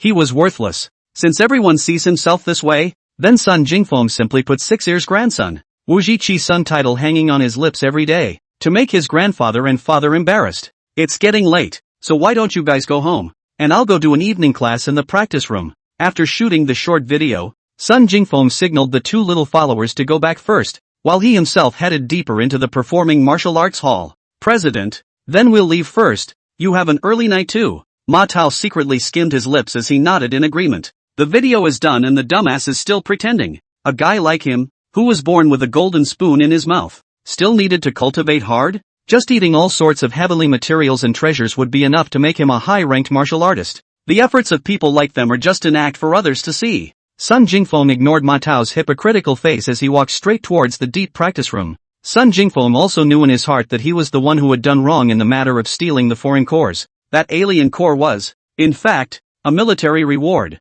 and Grandpa was just holding it for him. However, with all the achievements Grandpa and Father had made over the years, wouldn't it be easy to redeem that military reward? Isn't it uncommon for military officers to use their personal merits to redeem some military rewards for their family children, so that their children can win at the starting line? How come Grandpa's got him in the dust? Sun Jingfeng said to himself that his grandfather was really old and confused. If only Uncle Knife was still around. Uncle Knife is so smooth. He'll definitely be able to make this a complete success and won't make Grandpa and I so stiff. Sun Jingfeng unconsciously thought of Uncle Knife. Someone who, as a child, was the only person who treated him as an individual and as a friend? Sun Jingfeng didn't know what Uncle Knife's name was, but only knew that Uncle Knife was the right-hand man under his grandfather. At that time, Uncle Knife was always on some special missions, and on weekdays, he wore sunglasses and a mask, never showing his true face. It's been years since I've seen Uncle Knife. I wonder if he's still as unorthodox as he used to be. When he thought of the pranks that Uncle Knife had led him into when he was a child, a smile unconsciously appeared at the corner of Sun Jingfeng's mouth. Chapter 39. The practice rooms in the Performing Arts Center are largely unused, with only rooms 101 and 103 being used. Sun Jingfeng didn't even think about it and walked straight to room 102. In terms of cultivation, Sun Jingfeng has always been very hardworking. In fact, in the inner heart, Sun Jingfeng has always wanted to prove to the world to see. Although Sun Jingfeng is not grandfather and father like the heavenly talent, but he is also by no means a coward. Arriving at the door of room 102, Sun Jingfeng detected a hint of abnormality. To his left and right, there was a strong aura on each side, pouring and colliding. And right now, he was standing at the center point where the two breaths collided. Sun Jingfeng had some doubts in his heart. These two auras are simulated by some kind of machine in the practice room? Just like the kind of machine that can simulate the pressure of foreign beasts in the military's advanced practice room? No matter how knowledgeable Sun Jingfeng was, he couldn't imagine that the practice rooms on the left and right actually hid two demons who could externalize their chi and blood.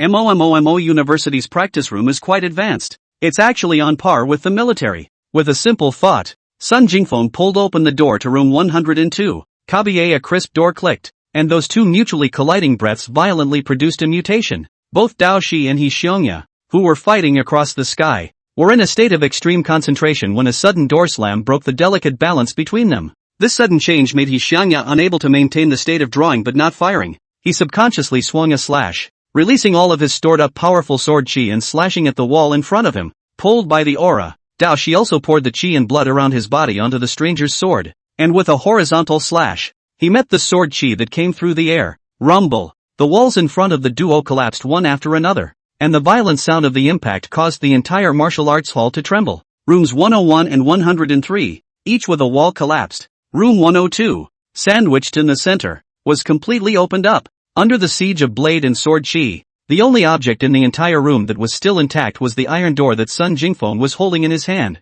Sun Jingfeng looked incredulously at the iron door in his hand, then leaned back and planted himself on the ground, even with the door. In the meantime, Budo Academy faculty office, Dean Lu Yuan gave the crowd an impassioned meeting. In our daily work, we have to pay close attention to the key points, find the entry point, grasp the focus, and effectively and efficiently promote the unfolding of education. To further integrate the relationship between students' life and school and their educational work, and to be at the honorable forefront of teaching and education. Just then, Lu Yuan's phone rang. He picked up the phone with great irritation. Ha? What? The practice room collapsed? How is this possible? Listening to the news coming from the other side of the phone, Lu Yuan's voice jerked up an octave. The teacher on duty at the Performing Arts Center claimed that the practice room was blown down by a student. Lu Yuan was a bit misplaced for a moment. Although the student practice room of MOMO University was an old-fashioned style with relatively simple functions, the basic protection ability was still available. The practice room not only used super composite materials, but also applied a protective boundary that was sufficient to resist the full force of a 7th-ranked martial artist. This strength of protection is perfectly adequate for the student population, not to mention the student body. Even if you add the entire team of teachers at the Martial Arts Academy, there was only one person, Qin Wanqing, who possessed a cultivation level above the 7th rank. How was it possible that a practice room that could withstand the attack of a 7th-ranked martial artist was blown down by a student? Lu Yuan was still wondering if he had heard it wrong when the teacher on duty sent a picture of the scene, which made Lu Yuan completely dumbfounded. The photo shows two students with weapons, facing each other. The two walls between them are all but collapsed. In the midst of the mess, there is also a student in an executive jacket, foaming at the mouth and fainting. Lu Yuan recognized all three of the people in the photo. Confronting each other with their weapons were Dohei and Ho Yuya from the 4th class of Budo. The one foaming at the mouth was the new student president of the Martial Arts Academy, the grandson of Marshal 6 Ears, the son of the Minister of Martial Arts Education, Sun Dingfeng. This strange composition formed by the three people messed up Lu Yuan's brain a bit. This. Lu Yuan stammered for half a day, but couldn't say a complete sentence. Dong Chao only glanced at the picture and immediately understood what was going on. This was another one of his two precious students doing. He just wiped He Xiongya's ass, and this kid's got a new job? It's so nifty to press the button. Don't just stand there. Hurry downstairs and go to the Performing Arts Center. Dong Chao spoke out to remind everyone. As he spoke, Dong Chao moved a little. He stretched out his hand and pointed towards the door of the room, exerting a psychological hint. Taking a hint from Dong Chao, Lu Yuan hurriedly rushed out of his room and took the stairs downstairs. Wang Su and Jiang Chang followed him. Dong Chao, however, turned back and pulled open the window, leaping down from the 4th floor. He had to get there before Lu Yuan and the others to wipe the asses of the two students, and the only place he had room to maneuver was the time he spent going downstairs. Dong Qiu chose to jump straight off the building and was able to save a couple dozen seconds over the others. Lu Yuan and Wang Su were both 7th-order martial artists, and Jiang Chang, the trainee teacher, also had a mid-6th-order cultivation, and all three of them would not actually suffer any injuries if they jumped down from the 4th floor. It was just that they were all influenced by the inertia of their thinking, coupled with Dong Chao's psychological suggestion, and at this time, they were still foolish enough to go to the stairs. Dong Chao leapt through the air and landed with a roll, unloading the force before running wildly towards the Performing Arts Pavilion. Dao Shi and He Xiongya's true cultivation must not be exposed. It wasn't just a matter of whether Dong Chao could still reverse the Big Dipper to swipe recognition from the duo. A more important issue was that with the demonic talent of the two, once they were exposed, they would definitely be coveted and assassinated by the demon race. Dong Chao had fought with the demon race too many times, and he knew their tricks too well. Those guys, like hyenas in the dark, are forever licking their fangs. Assassinating the young talents of the human race and weakening the living forces of the human race was a long-term plan of the demon race. 5 years ago, in the green grass trial, Dong Chao and the 4 little heavenly kings were the ones who encountered a siege from the demon race. He had put his life on the line and forced the use of his spatial powers to bring the 4 little heavenly kings out of the secret realm. Right now, with his remaining state, it was impossible for him to resist the assassination of the demon race any longer. The true strength of Mixushage and Ho Yuya will have to be hidden. What's more, Shen Yuan Daoxi's identity was still so special. Chapter 40, There is only one truth. In order to rush to the scene as quickly as possible, Dong Chao pushed his chi and blood to try to utilize his spatial supernatural ability, only to see his figure gradually turn into a shadow until it completely disappeared. When he reappeared, he had already arrived 5 meters away. This was the most basic move of his spatial ability, Flash. Dong Chao's spatial ability had a strong tactical nature, but it required a large amount of chi and blood to cast it. At his peak, Dong Chao could even manage to tear apart the dimensional wall and teleport across borders between the secret realm and the present world. But right now, Dong Chao could only do a few meters of flashing with all his effort, and it was this short flash that had almost emptied all the chi and blood in his body. Dong Chao's face was pale and his feet staggered, but inwardly, he was incomparably excited. For the past 5 years, he had tried countless times in secret, but he could no longer activate his powers. And now, with his cultivation restored, he could clearly feel that it was back. Everything was back. All the changes in bodily functions and cultivation made Dong Chao more and more determined. He had to hold on to the thighs of the 2 students and make them explode gold coins ruthlessly. Just as Dong Chao was secretly lamenting, a silhouette swept past him. Rakshasa Qin Wanqing leisurely overtook Dong Chao and displayed an impish smile at him. Qin Wanqing also almost fell for Dong Chao's mental suggestion just now and wanted to follow Lu Yuan and the others down the stairs. When she saw Dong Chao opening the window and jumping off the building, she only reacted and hurriedly followed suit. Although he was half a beat slower than Dong Chao, there was as much of a difference between their cultivation levels as there was between clouds and mud. Even though Dong Chao had utilized his spatial powers, Qin Wanqing still easily surpassed him in a leisurely state that was akin to taking a stroll after a meal. The Rakshasa Qin Wanqing was intentionally only a body length ahead of Dong Chao as she turned her head sideways, revealing a mouthful of fangs to Dong Chao and said with interest, "Teacher Dong, I didn't expect it. You're actually a spatial adept. Moreover, your cultivation level, it's reached the early stage of the 3rd rank? You have a lot of secrets on you." Really? Qin Wanqing was keenly aware that the cultivation that Dong Chao was displaying at the moment was at the early stage of the 3rd rank. And a few days ago, when the two of them first met, Dong Chao's cultivation level was still at the 1st level of the 2nd rank. It's only been a few days' work, and he's been promoted by a large segment? How is this possible? Rakshasa Qin Wanqing was genuinely curious as to what Dong Chao had actually experienced in these few short days. Seeing Qin Wanqing in this state, Dong Chao instantly realized that the one who was in control of this body at the moment was a Rakshasa. After realizing that Dong Chao's identity was unusual, the real Qin Wanqing would act a bit restrained when facing Dong Chao. Rakshasa Qin Wanqing, on the other hand, was like a cat that had been killed by curiosity, showing an exuberant desire to explore. Dong Chao did not respond to Rakshasa Qin Wanqing's question as he grabbed the other party's wrist. "Teacher Qin, just in time, take me for a ride." "Giddy up." "Giddy up?" Rakshasa Qin Wanqing was dumbfounded. "This Mrs. Rakshasa, you wouldn't want your decryption privileges to be blocked forever, would you?" The words uttered lightly by Dong Chao caused a huge tremor in Qin Wanqing's heart. She glared at Dong Chao without any good humor, then transformed into a bull and horse and galloped towards the Performing Arts Pavilion with Dong Chao in tow. When the duo arrived at the Performing Arts Center, Dao Shi and He Xiongya were still holding weapons and facing each other. Beside the duo, Sun Jingfeng hugged the iron gate and fell into a baby-like stupor, confirming that Sun Jingfeng had only been stunned by the burst of qi and that his body was not in any serious condition. Dong Chao then let go of his heart. Luckily, this kid was present. Otherwise, it really wouldn't have been easy to muddle through. Dong Chao looked at Sun Jingfeng, who seemed to be spitting white bubbles continuously like a crab, and secretly had a calculation in his heart. With such a turn of events, Dao Shi and He Xiongya were both numb. The two of them did not expect that an act of fighting in the air could stir up such a big basket. Not only did it damage the practice room,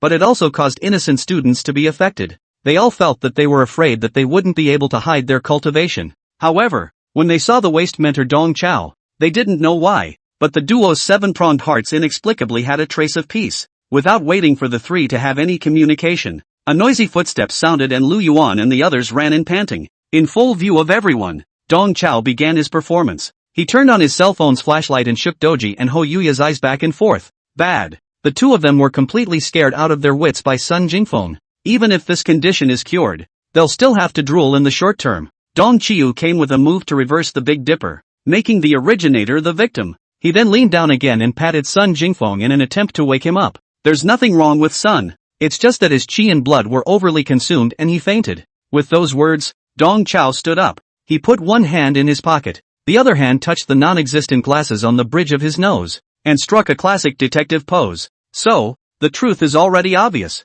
Dean, you may not have seen what's going on, so allow me to analyze it for you. Dong Chao deliberately put on this pretentious stance to seduce Lu Yuan into taking the bait. Lu Yuan really did bite the hook of his own accord like a warbler. Lu Yuan, who by nature loves to show off and love to give other people meetings, how can he stand this? He sharply interrupted Dong Chao. Why do you need to analyze this? Who can't see it? It's not that Sun Jingfeng blasted down the wall while practicing and scared two students in your class. Lu Yuan said in his heart that you a second-order cultivation guy. You also take on the accent. This is where you have the part of performance. In fact, on the way running here, Lu Yuan was also full of questions. But at this moment, Dong Chao has prompted to this point. No matter how stupid he is, he also understands. Obviously, it was Sun Jingfeng who had bombarded room 102 and then fainted due to excessive qi and blood consumption. As for Dao Shi and He Xiongye next door, they were pure unlucky bastards. Although the three students composed of this picture is easy to make people misunderstand,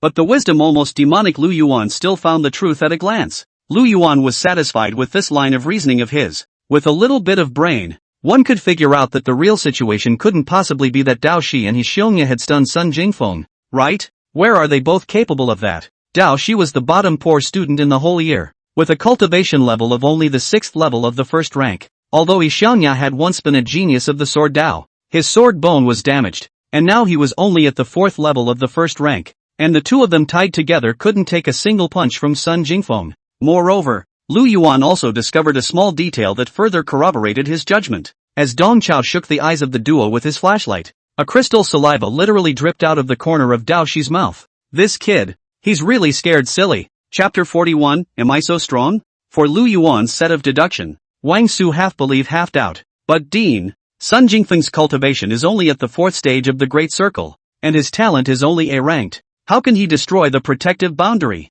As Sun Jingfeng's martial arts instructor, Wang Su knew Sun Jingfeng's situation like the back of his hand. Sun Jingfeng's cultivation was good, even comparable to those top students in Class 1, but this cultivation was still far from the level of damaging the practice room. Wang Su's words stumped Lu Yuan. Because, let me think. This doesn't exactly reflect the power of the Sun family bloodline, Dong Chao muttered in a low voice. These words enlightened Lu Yuan. This doesn't reflect the power of the Sun family bloodline. Lu Yuan pulled his voice and overpowered Dong Chao's voice, while he also gave free rein to a didactic stance and said to Wang Su, Teacher Wang, I have to criticize you. You're also an old teacher. Why are you so uninformed? Don't you know how terrifying the Sun family bloodline is? Don't use a stereotypical vision to speculate about the truly strong. You have to open up the pattern. Yes, Dean is right. Wang Su accepted the criticism with an open mind, while his heart was flooded with a wave of ecstasy. After the dean answered his last question,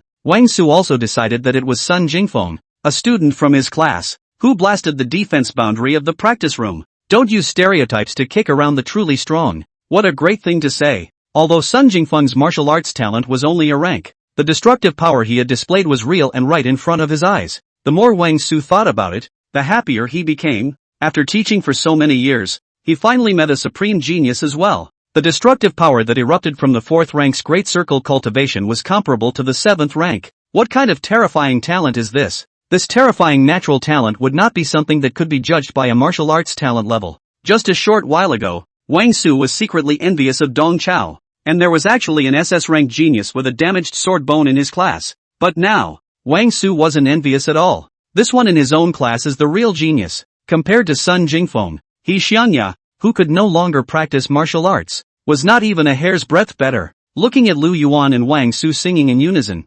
Rakshasa Qin Wanqing had a black line on her head. What are these two doing? Donate if you don't need your brain. Are all humans this stupid? Who the hell is the genius? Can't the two of them see that by now? Rakshasa Qin Wanqing cried out in a series of cries in her heart. Although Zhang Chang, who had the weakest presence, didn't say anything, he also believed that explanation Lu Yuan had just given. Zhang Chang's gaze kept roaming back and forth between Sun Jingfeng and He Xiangya. It said that big fortune depends on fate, and small fortune depends on competition. Wang Su's fate is really good. To be able to recruit a student like Sun Jingfeng who has an outstanding family background and strength. It's not that if I can scramble He Xiangya into my hands. As long as I clutch He Xiangya, I'm sure I'll be able to produce a lot of academic results. Sun Jingfeng's background is too deep. Instead it's not good to control. Zhang Chang kept calculating in his mind. Zhang Chang thought he had a deep mind. And suddenly every micro-expression he made, every look he made, was seen by Dong Chao. Dong Chao jerked his head back and looked at Zhang Chang, whose entire body was jolted as if he had been electrocuted. Zhang Chang subconsciously avoided his gaze. Zhang Chang was a bit remorseful about his cowardly performance. It's just a waste with a second-order cultivation. What's so scary about it? He cursed in his heart, but he never had the courage to meet Dong Chao's eyes again. Zhang Chang didn't know if it was his illusion, but for a moment, Dong Chao's gaze was as sharp as a blade, and it was frighteningly sharp. Dong Chao acted as if nothing had happened as he took hold of his two good students left and right, preparing to retreat with the duo. He greeted Lu Yuan. Dean, now that we've cleared things up, let's not leave the kids hanging here. I'd like to take them to the infirmary. Lu Yuan raised his hand. You should have taken them to the infirmary a long time ago. What took you so long? You asked the school nurse to prescribe some tranquilizers, and if the pills don't work, you come back to me. I'll give them a talk therapy seminar, and I guarantee you'll get rid of the disease. Yes, yes. Dong Chao practiced his promise and slipped out of the drill hall with his two students, successfully staying out of the way. Walking out of the Performing Arts Center, Dao Shi and He Xiongya let out a long breath of air, and Dao Shi quietly wiped the drool off the corners of his mouth. Michihiro's approval rating +5. Ho Yuya's recognition +5. Both of them gave birth to a sense of celebration after the robbery, and they offered their recognition to Dong Chao. The two men were more than a little surprised at the back of their minds as they celebrated. After the waste mentor arrived, he was so confused that the crisis was resolved. Of all the people in the room, no one really suspected them? Harvesting 10 points of recognition, Dong Chao's cultivation level refined by another point, reaching the 4th level of the 3rd rank. The qi and blood in his body was also a bit fuller than before. As a space alien, qi and blood were vital to Dong Chao. Dong Chao pushed his elation to the bottom of his heart as he took on the posture of a mentor and said to the two of them, "What did I tell you guys? Did I tell you guys to put your minds to business? Did I tell you guys to stop thinking about that be martial arts from now on? Not to play with things? If you didn't listen to me, you guys almost got hurt just now, didn't you?" Michishij choked and stared, as Dong Chao relieved the two of them. Dao Shi wondered for a moment if Dong Chao had seen everything. Just now, Dong Chao seemed to be using a subtle performance to fool the dean and the others. But now, he thought, he was overthinking it. Dong Chao pretended not to notice the rich expression on Dao Shi's face as he continued to speak to himself. It seems that there is still not enough schoolwork to keep you all still in this out-of-the-way spirit of practicing martial arts. Give you guys a few practice lessons and you'll be honest. Tomorrow, the teacher will take you all out to the stall, to give you guys the upper difficulty, and let you all see the way of the teacher's trade. Dao Shi was sure that Dong Chao really didn't see anything. Moreover, he was the dumbest of all the teachers. All stupid through and through. What does he mean by that? Meanwhile, the Performing Arts Hall. Lu Yuan infused a qi blood into Sun Jingfeng and the latter woke up leisurely. Lu Yuan was full of smiles. His wrinkled old face seemed like a faded old daisy. "Mr. Jingfeng, you're so powerful. You actually shattered the practice room." Lu Yuan tried his best to put on an amiable demeanor and even used an auxiliary of tone. "Ha?" Sun Jingfeng looked at the mess in front of him in confusion and asked incredulously, "Did I do this?" Lu Yuan and Wang Su nodded with certainty. "Of course, who else could it be if not you? Is it really me?" Well, Sun Jingfeng rolled his eyes and thought about it. His memory finally stayed in the moment when he opened the door. After opening the door, he didn't remember anything. Seeing that both the dean and Wang Su were so certain, he couldn't help but be wistful. Could it be that is the reason for that foreign core? That foreign core that I stole and ate not only enhanced my recovery ability, but also my destructive power? The more Sun Jingfeng thought about it, the more he felt it was the case. For the damaged practice room, Lu Yuan was not distressed at all. Anyway, Sun Jingfeng's father was the minister of the Ministry of Martial Arts Education, and rebuilding a practice room for the school was not a matter of words. What's more, compared to discovering a genius like Sun Jingfeng, a practice room was nothing. "Student Jingfeng, the dean won't bother with you for destroying the practice room, but I still have to criticize you. You're such an exceptional genius. Why didn't you tell your teacher in advance? Should have let us have a mental preparation.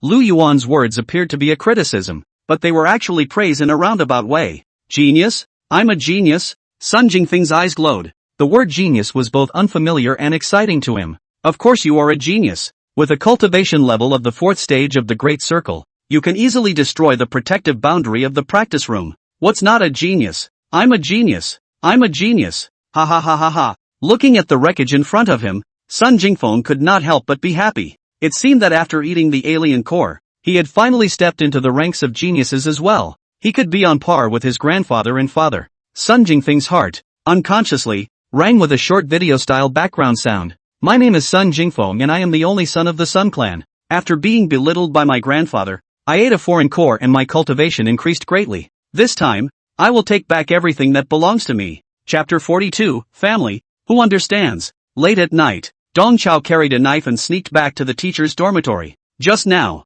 taking advantage of the fact that no one was around at night, he had a burst of practice in the teacher's practice room. These days, Dong Chao had been secretly exerting himself, working hard to melt the overlord body and sword intent shared from Dao Shi and Hixionia. Today, he added a new training subject and started the restorative training of his spatial powers. Before training, Dong Chao purposely tested his qi and blood values on the testing machine. His blood value today was as high as 6,500. Each point of recognition from Dao Shi and Hixionia increased Dong Chao's qi blood value by the slightest amount while bringing him cultivation. Qi and blood is the most basic and important existence in martial arts cultivation. Generally speaking, a third-order great perfection martial artist had a qi and blood value of around 5,000. Right now, however, Dong Chao's cultivation at the fourth level of the third rank had already reached a qi and blood value of 6,500. This was nearly double the value from a decade or so ago when he had cultivated to the third rank with his own skills. For martial artists with enhanced psychic abilities, the qi and blood values were just a straightforward reflection of the strength of the physical body.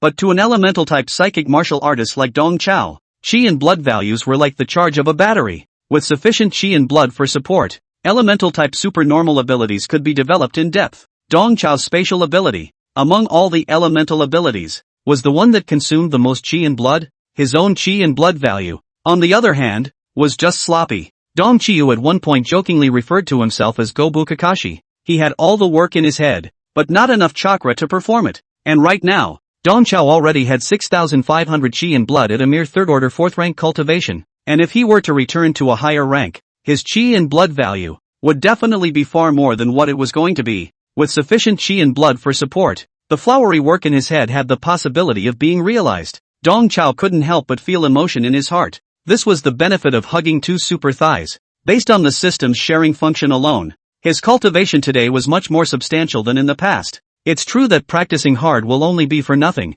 and speculation is the right move. After carefully placing his black blade into his storage bag, Dong Chao had no intention of taking a break. He still had an important job to do. Dong Chao turned on his computer and logged into the campus forum of MOMOMO University. He made a post under a trumpet. Family members who understand a whole speechless live. The president of the student council of the Budo Academy. The practice room collapsed. Dong Qiu uploaded that photo of Dao Shi, Hixionia and Sun Jingfeng in the same frame and continued to write below. Let's just say that the practice room being destroyed is funny at a level of 10. The student council president who destroyed the practice room fainting on the floor while the two poor students dragging their feet pose on the sidelines is funny at a level of 1,000. Many people had heard about the destruction of the practice room, and everyone was frantically discussing it on the forum. Dong Chao's post, which was in the T, immediately received everyone's attention. Someone soon left a comment on the post. The student council president you're talking about. It wouldn't be Sun Jingfeng,